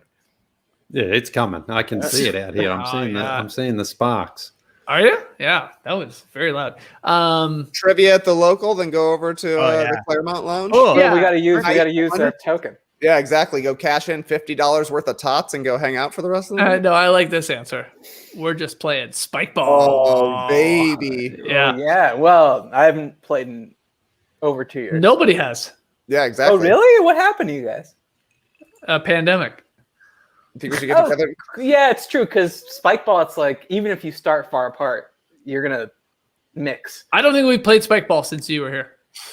Oh it's been a long time. No, that's not true. Last summer, played maybe? once on my yard. And on the front yard. I saw that. That's the only time we've ever played. That was a good time. Oh, that was a great time. It was a great time. All right, play spike ball. We'll go to the Loco for some trivia. I think we got to go to the Claremont Lounge because I'd like to go there. Yeah. That'd be fun. Or do you want to go to Magic City? Where do you want to go instead? You want to go there? No, I don't need to go to Magic City. I'd like to go to... you want to hit the bell line, I'm sure. Sure. Just do some strides. And then what about food? Like Kimball House. Yeah. Oh, let's go sit at the bar at Kimball House. Oh, yeah.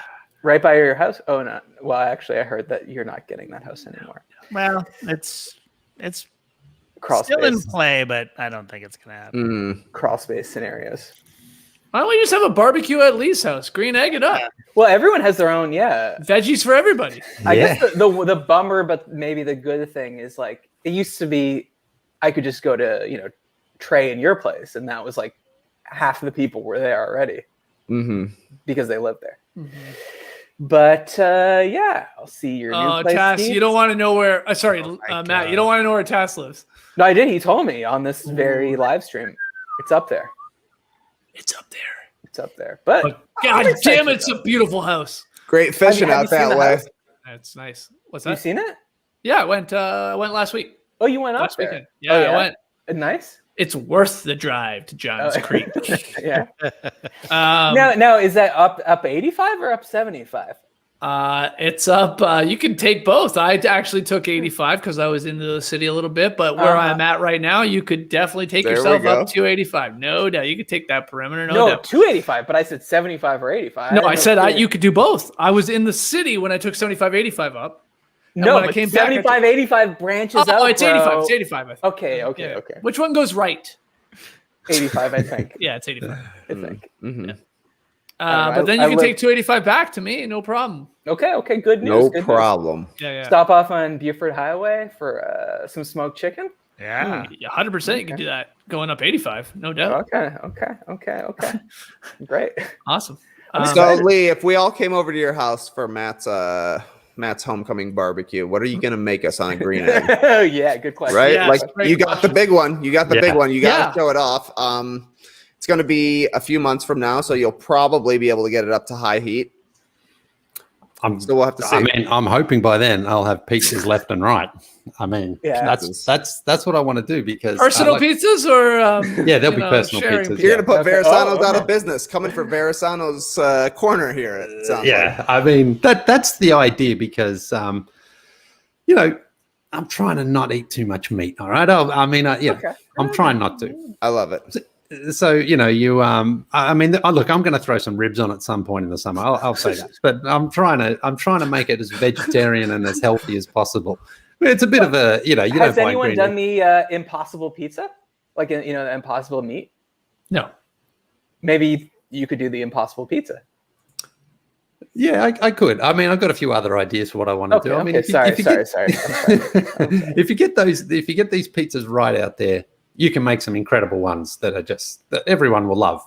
Small serving sizes, get them out there. Nice.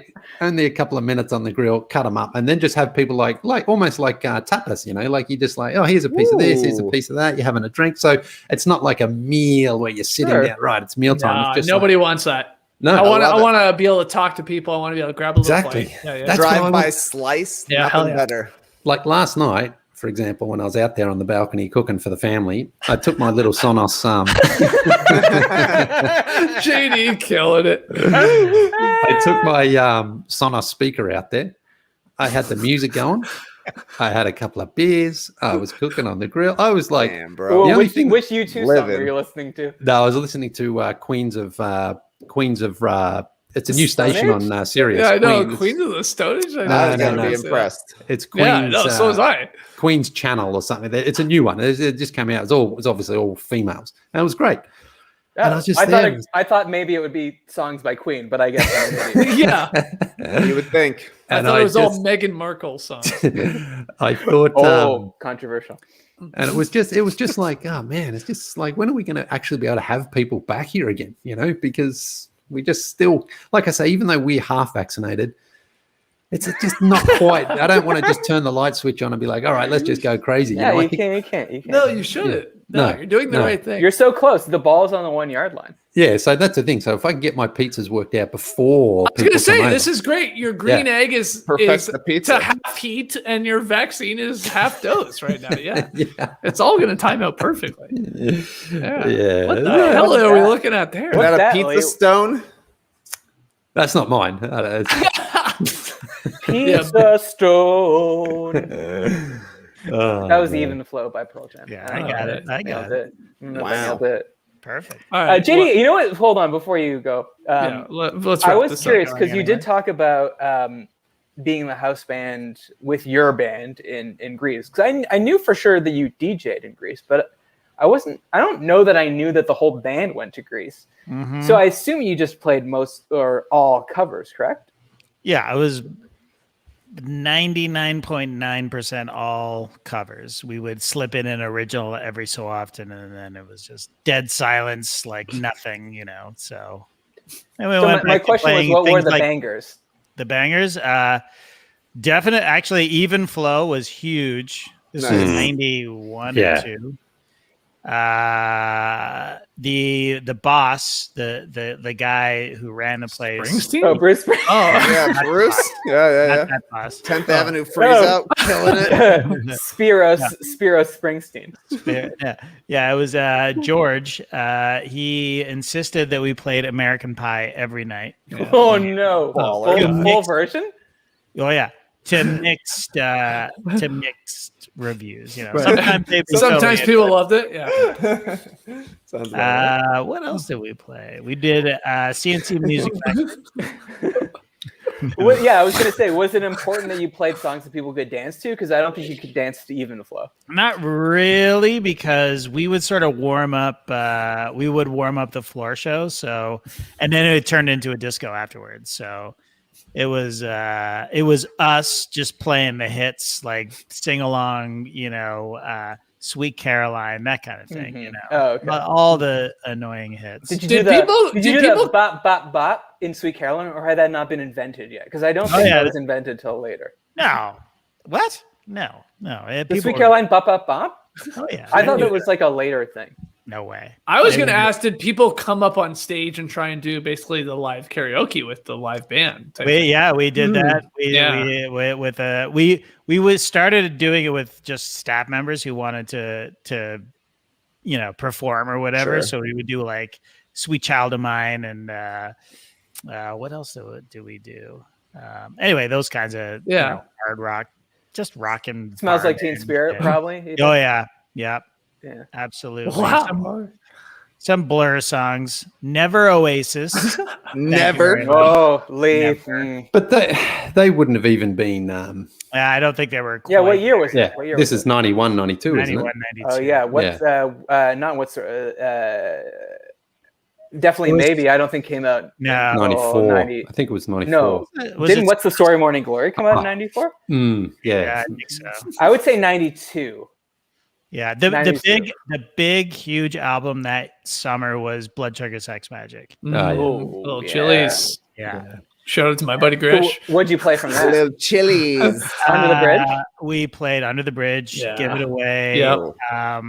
Sort of Psycho Sexy. By the way, so who asked about why would you put a sock on your penis before? Oh yeah, me. Yeah. That's why. Well, you were jerking into it, but yeah. What? Excuse me? How do you think they kept them on though? Right? Like It's sticky, yeah, very sure. Exactly. Yeah.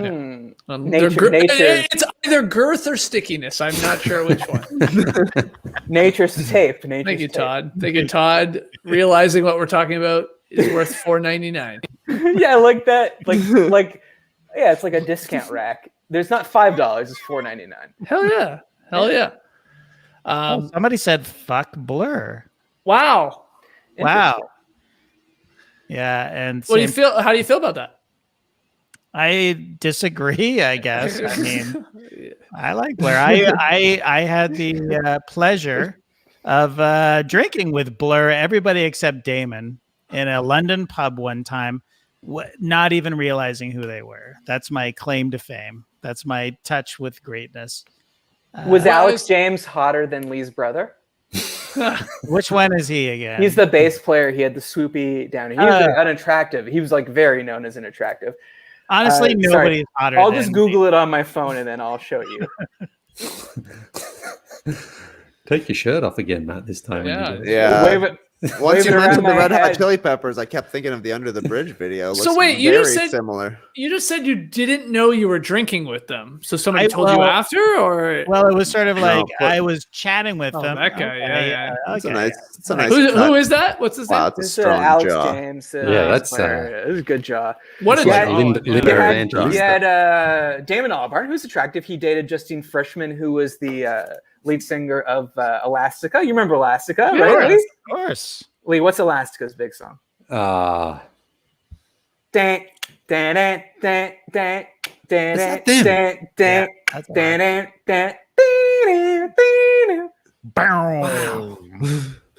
Did not know that was them. She also had a song called Stutter, which was about a man not being able to maintain an erection after drinking.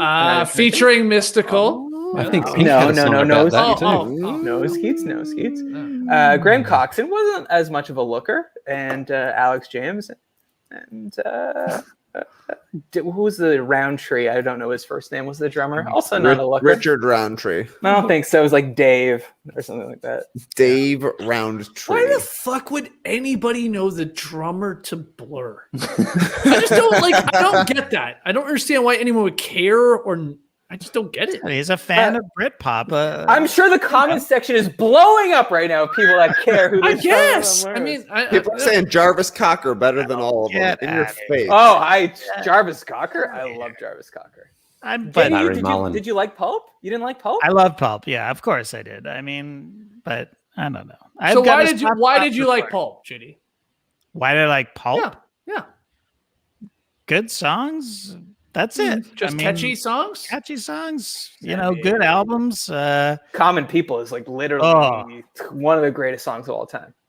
I agree. Not to mention Disco 2000, not to mention Sword of Reason Was, not to mention Babies, not to mention Razzmatazz, not to mention how do you feel about this from F-Bomb Fitzgerald? Pulp. I don't disagree. I agree with this. No? It's hard to disagree, but the one thing I would say is that Oasis, it's very close. So JD thinks Oasis is trash, which I disagree with. Yeah, I do. Strongly disagree with. Okay, here's my last question.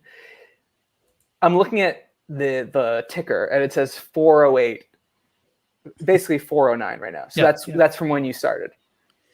Is that correct? Yeah, but we started over 15 minutes ago. So we're okay. So my only thing is only an hour in. Yeah, it's nothing. Yeah. Last time I came on, we made it till 4:20.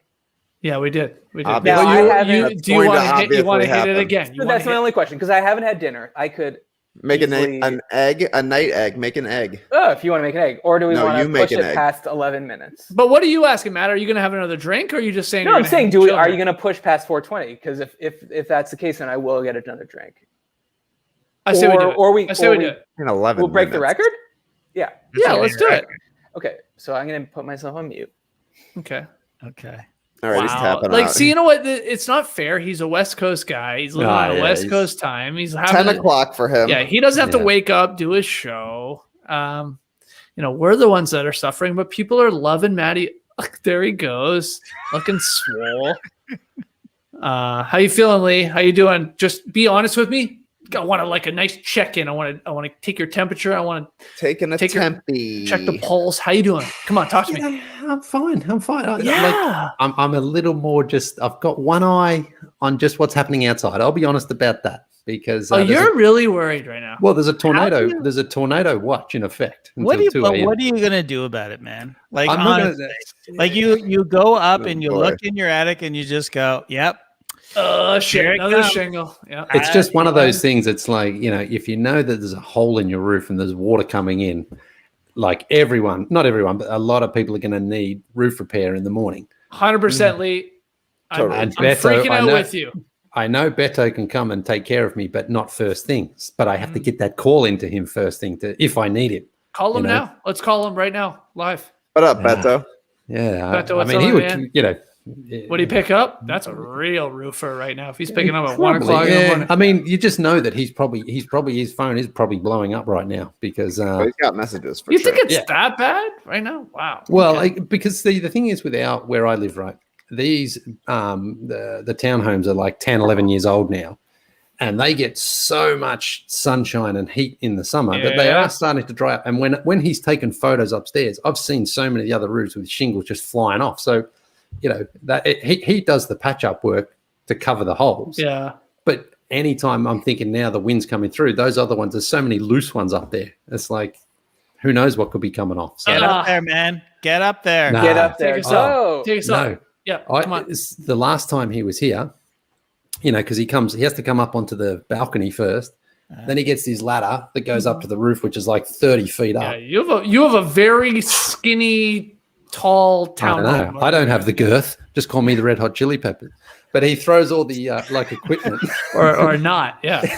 He I throws think they did have some girth, but go ahead. he throws the equipment on. Oh, they're come on the ladder, Yeah, climb people. up there. Yeah. Right, and then he climbs up, and I'm just like, this is so dangerous. Now I'm like stressing out for how he's gonna, if he slips or falls, something like that.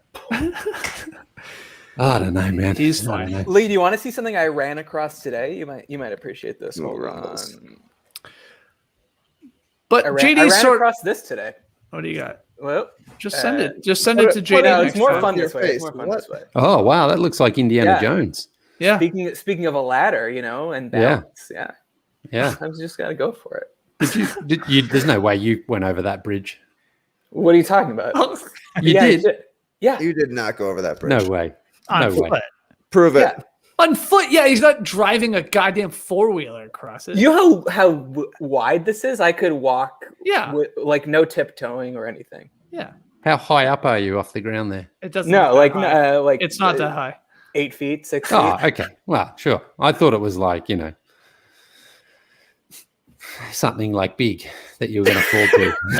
This guy's stressing, man. This guy, I can hear it in his voice. He's stressed about the He's having weather. fun. He's It is fun. windy out there. I saw some lightning. You hear a also- boom every now and then. Yeah, It's I also feel bad for you. It's also 1 o'clock. This is I just I'm usually not snoring, but It's I'm 1 usually o'clock. tucked up Oh late. my Music. god! Yeah. You guys gotta Yeah. move here. You guys gotta move here. Matt, you want to help me with rapid fire questions? I haven't answered them for Oh tomorrow my yet. god! Oh, it's a great idea. I mean, Wow. That's a great idea. Let's Take do me it. all, back. all I know is that it's a mess because I saw. Yeah, it's like Skeets Oh, Lee. I did tidy them up a bit. this one we're gonna need. an Lee, edit. these are I hate fucking to say it. paragraphs, man. I'm not Have kidding. fun, These are man. too Have fun long. with them. No, they're not. It's called rapid fire. I'm not saying the answers are rapid quick, but at fire. least the questions got to be quick, guys. By the time I get to the hitter, that's quick. I'm trying to paint the picture, man. Bullshit. I'm trying to mate. bring the audience into our life. Matt, he's got 4 paragraph, if not 5 paragraph, rapid fire questions that people sent in. So he just wants to read the whole thing. Oh, classic. It's Well, insane, Lee. Yeah. You gotta can't make edit it this those, long. Lee. You gotta edit those. These ones need an edit. Yeah. I've trimmed them down a little bit already, so I might change. I'm looking at him right now. I'm looking at them too. They're Yeah. monsters. not They're true. monsters. I've Okay, trimmed them. read one. Read the longest one. Okay, You I want- will. Okay, I need you to help me to answer this though, Matt. For me, as me, Mhm. Which one you want, Trey? Number 1 or 2? all of them. I haven't looked at any of them. Oh my god. Number 1 and 2, Lee, got to be edited down. These are too long. But I'll read number 2, I guess. No, I'll read number 1. Okay. They're both super long. The first question comes Yeah, from the first one. Muhajid, all the way from Saudi Arabia. I started following the NBA during the 2015 NBA Finals and admiring LeBron's greatness for almost beating the Warriors alone. Ever since, I've been the biggest LeBron fan and started following the NBA religiously. And that's when I discovered the starters. And I've been on the lookout for wedgies from that point on. Paragraph 2. Recently, I fell behind on the podcast and sport TV shows before LeBron I'm got taking you to injured. Saudi Arabia, Matt. And I It's a started to journey. catch up only to hear the drop talking about LeBron's MVP case, his availability, and how impossible it is for LeBron to get injured. And that was just so hard and sad to hear, but I still powered through for a reason I can't think of, which made me think of this question. Describe a time where you put yourself through a lot of misery for no apparent reason, and you just can't help it.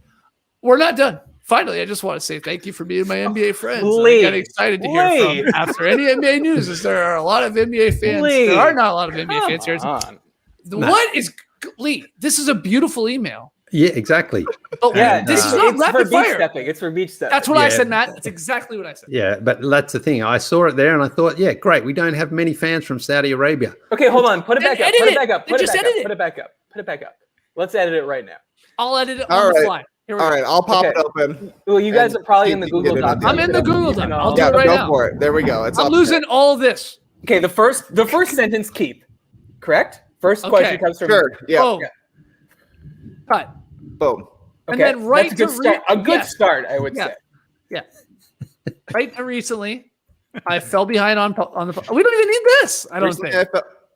No, we don't need that. No. Get No, outta but here. he's telling. He's, I would go he's- right to this.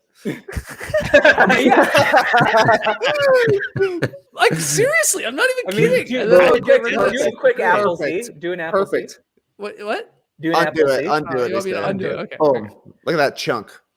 That's a big. This is him just talking about LeBron. I mean, yeah, and how LeBron never gets injured, and then he does get injured, and now he's like he's building up the story to get to his question, man. And we're just showing some love to our friends in Saudi Arabia. It's still love. We're gonna say his name. We're reading his email in rapid fire. Whoever put that up, yeah, you edit before, so you don't have to edit during. That's right. Exactly. That's called pre-production. Anyway, I'll leave this right now. But Leigh, I would like to Trey, look at the second question. Jesus Christ, it's even longer. Yeah, take a look at. Yeah, Pablo Miller, man. Jesus. Yeah, you can help me with this one, Matt. Describe a time where you put yourself through a lot of misery for no apparent reason and you just can't help it. Ooh, waxing our backs together. Oh, good. All right. I'm going to develop that for tomorrow. Nice. Yeah. Well, but there is an apparent. Hold on. Trey had no hair on his back. Hold on, guys. This is wanna really see? well done. I can't believe nobody said it here. Fucking goddamn StreamYard took the comment away from me.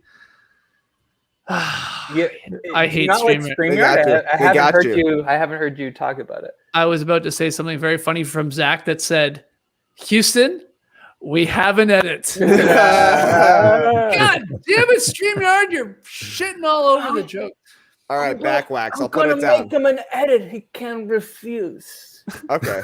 Oh, there it is. I found it. Maybe it was my fault. Houston, we have an edit. Yeah, maybe it was me. Houston, we have an edit. It has to be a new when someone fucks something up on the show. Yeah, it's good. It's good.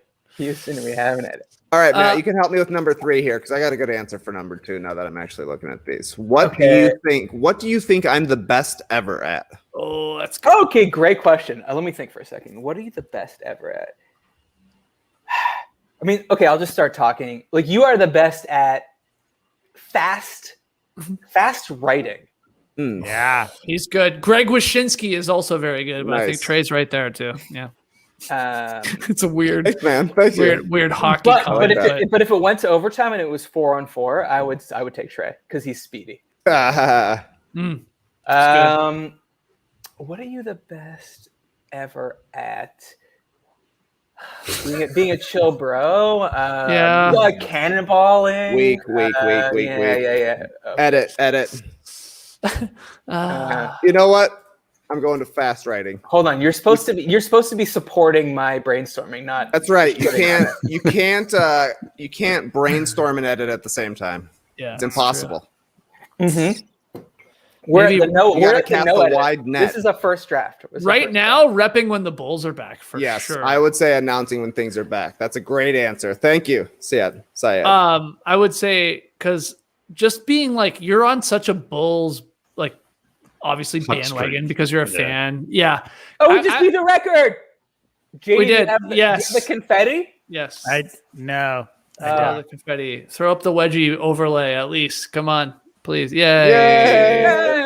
I was thinking this, Trey. I meant to say it on one of our shows or on the show today.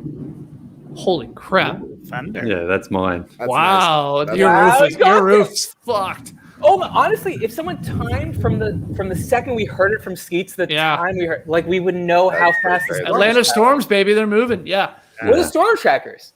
Trey, I wanted to ask you this. I know it's tough because you have to remove yourself being a Bulls fan, but I was thinking when you were so excited about Vucevic getting him in there, I was like, and Leigh, maybe you agree with me, maybe you don't, but I was trying to think if Vucevic went to any other team. And what Trey's response would be to Vooch going to any other team.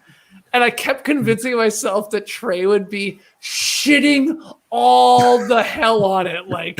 Vucevic? Are you guys kidding me? This guy scores 8 points in a playoff. But I didn't even have it in me to semi-call you on it because I think you're I couldn't tell if you're so committed to the bit. Or you maybe believe in Vucevic actually helping him out. So which one is it? It's both for me. Okay. Still the worst all-star to me. That hasn't changed. Okay, fair. Still, if we're talking about a pack of top shots, and I know there's an all-star in there, that's the one I don't want, even though he's on the Bulls. Sorry, buddy. Mm-hmm. But he's straight up balling. He actually is balling right now. So I'm like, maybe if he doesn't have to be the number one guy, I think it's gonna work. But I mean, it's weird to be fucking fired up for Zach LaVine and Nick Vucevic. Are you kidding me? But I don't care. I love it because honestly, if you listen to any national podcast, nobody watches the Bulls more than me. Nobody does. Are there any Nobody regional does. podcasts? Huh? Are there any regional podcasts? Yeah, there's a million team-specific podcasts. No, but by definition, they're national because you see what I'm saying. No, but if you're a Bulls fan and you want to listen to a Bulls podcast, there's a Bulls podcast. Yes. Yeah. I've heard the Bulls now have more All-Stars than any other Eastern Conference team except for the Nets. Except for the Nets. Celtics. That's exactly what about right. the Celtics? They only have 2 tied. current All-Stars. Oh, okay. In your face. The number 1 seed Sixers, who had 0 All-Stars play in the All-Star game. Couldn't be my team. They had 2 play in the All-Star game. Yeah, you and me both. Nice one, No, Nick. I honestly, I love it. I love the. Oh my God. Oh, Okay. JD is bringing up the weather Oh, map. look at Sandy Springs. Where's Johns Creek? I see Johns Creek. It's up there. There we You go. see by the yellow dot? Yeah. Oh my God, that's a little, honestly, further than I thought it was. You thought he was closer. Well, that's pretty far. That's like by Roswell, but on I'll tell you, Matt. With no traffic, it's a good 40 minutes. 40 minutes. Yeah. Wow. Yeah. It with no traffic. Yeah. Mm. Oh, Leigh, look, it's not right near Suwannee. Who are we? Suwannee. Is that a soccer chant? Am I wrong? Sounds Maybe. good. I don't, No? yeah. Yeah. Oh, yeah. Sure. Yeah. Okay. Oh, but it's far from Alpharetta though. I thought Alpharetta was closer. Oh, Leigh, I just heard thunder. I'm gonna time it. Okay. Yeah. Thunder. I just had it too. Thunder. Oh, you just had 2. Wow. Oh yeah. Jeez. I had No, it's actually no, I'm not. Okay, we can. Is it thunder, or are you guys just imagining dragons? Just because this has been the most insane happy hour of all time, do you guys want to maybe hear / see a 360 jump fart? Oh Sure. my goodness. Yeah. Yeah, that's the way. Yes. If graphic Mark's going to. The mics are picking stuff up. I yeah. know. I'm like, You can hear it, I'm I making think. a face because like. Is Nora may still have went awake? away. Is she going to alive? Is she going to come I and think put you out of the way? the fart may have gone away. Hold on. Oh no! See now, I don't want to jump into a 360 with no fart. I agree. Yeah, that'd be sad. I think it's gone away. Come on, go for it anyway. Nerves. No, it won't. Nerves. No, it just is dissipated. Oh, Skeets, I've almost had it thought like that 4 times during this entire podcast, and I didn't want to interrupt people. Yeah. But I'm I have sorry. to act quickly. Next time I won't ask, and I'll just Yeah. go. But we might be done. Yeah. I almost got that same set of drawers from IKEA. That's from IKEA, right? Those drawers behind you, the white ones.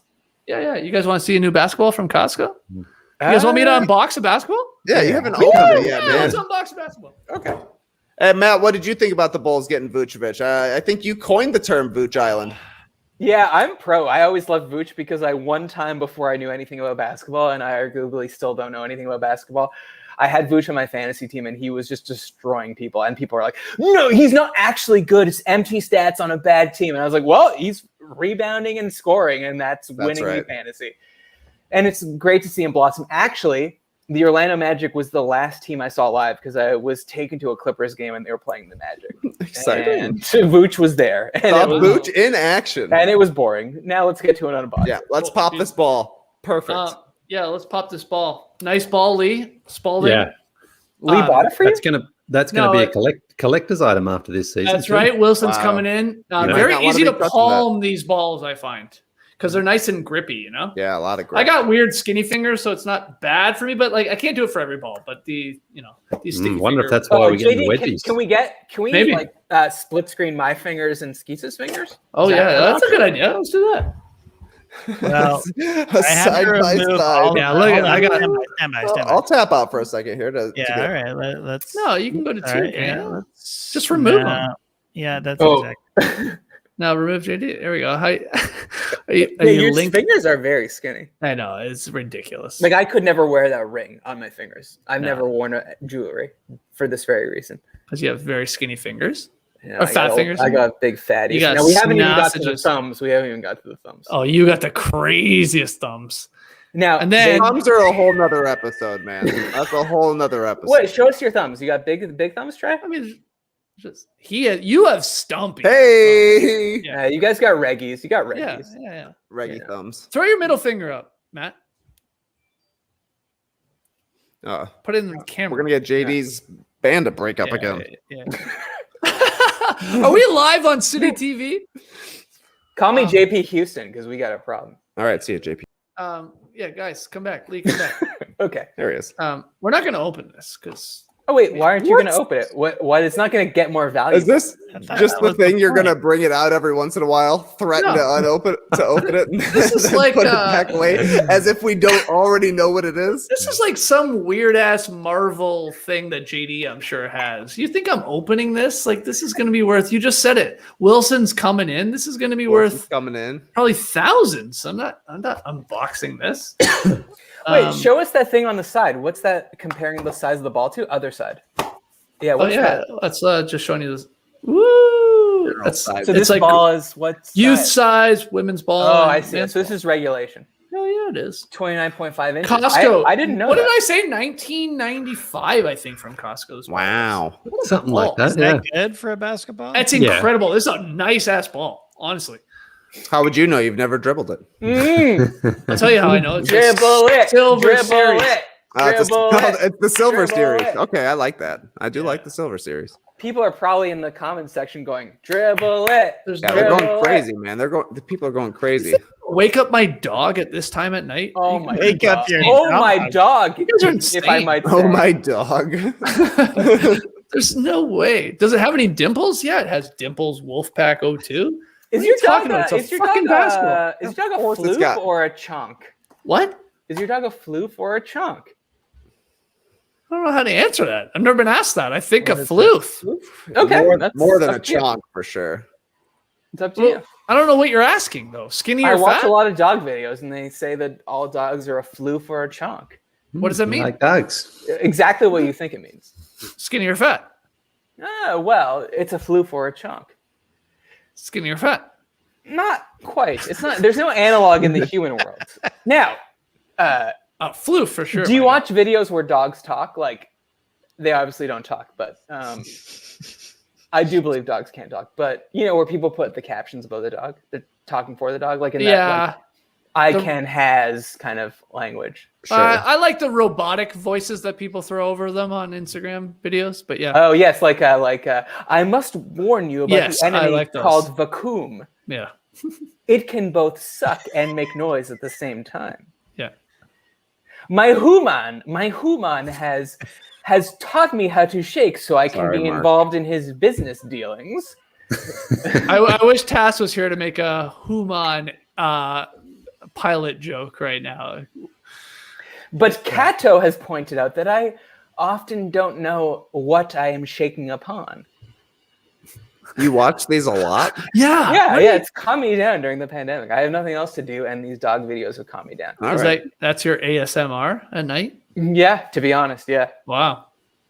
I know people that listen to like Swedish women talking to them at night to fall asleep. Hey, what? Yeah. Oh yeah, like listening to ABBA? Sure. Okay. No, just like people talking to them makes them fall asleep.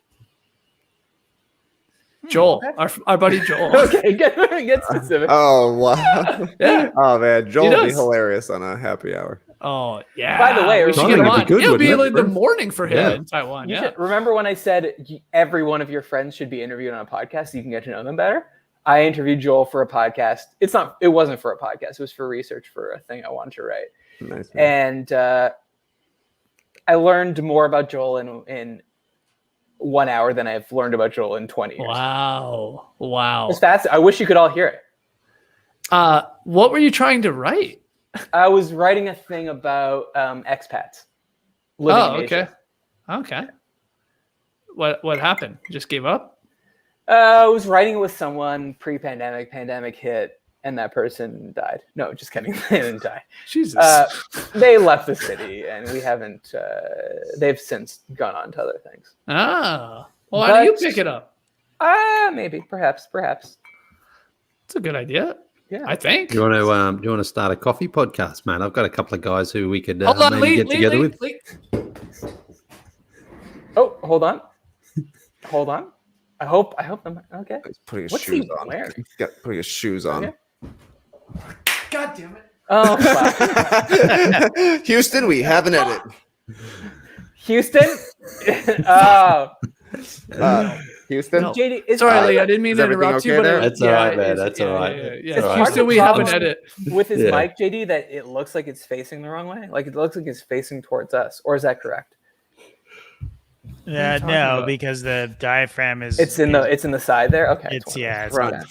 It's a bro, hey, bro, you're not producing anymore. All right, just sit back and enjoy the show, man. You should be grateful that you got a taste of that doc. I know you've been missing seeing the Google Docs. Hey, and seeing those bolded fonts, those italic fonts. I apologize for that too. Just knowing that you're still on Slack is enough for me. You honestly, sometimes I see your name pop up in Slack. It appears you may still have access somehow. I think you do. You're still in Slack. I thought I signed it over to you. Yeah, you did. And I mean, I just think that, I don't know, I can just pull up your name, it looks like. I don't know if I can interact with you or anything, but the username still exists in our Slack. Oh, God bless. God bless. And surely you have some emojis that still exist. Oh my God, he's still here. Well, you have them. Oh, he's in the attic. He's in the attic. Yes. Oh, here we go. Yes. All right. Good. Okay, we're gonna end on that. No, I'm not. No, I'm not. I just turned his lights off.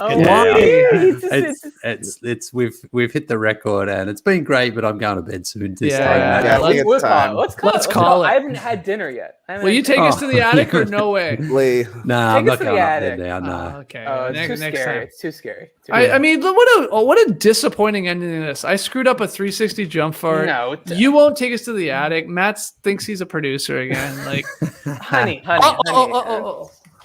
Oh boy. Okay. Come to me, Jenny. Okay.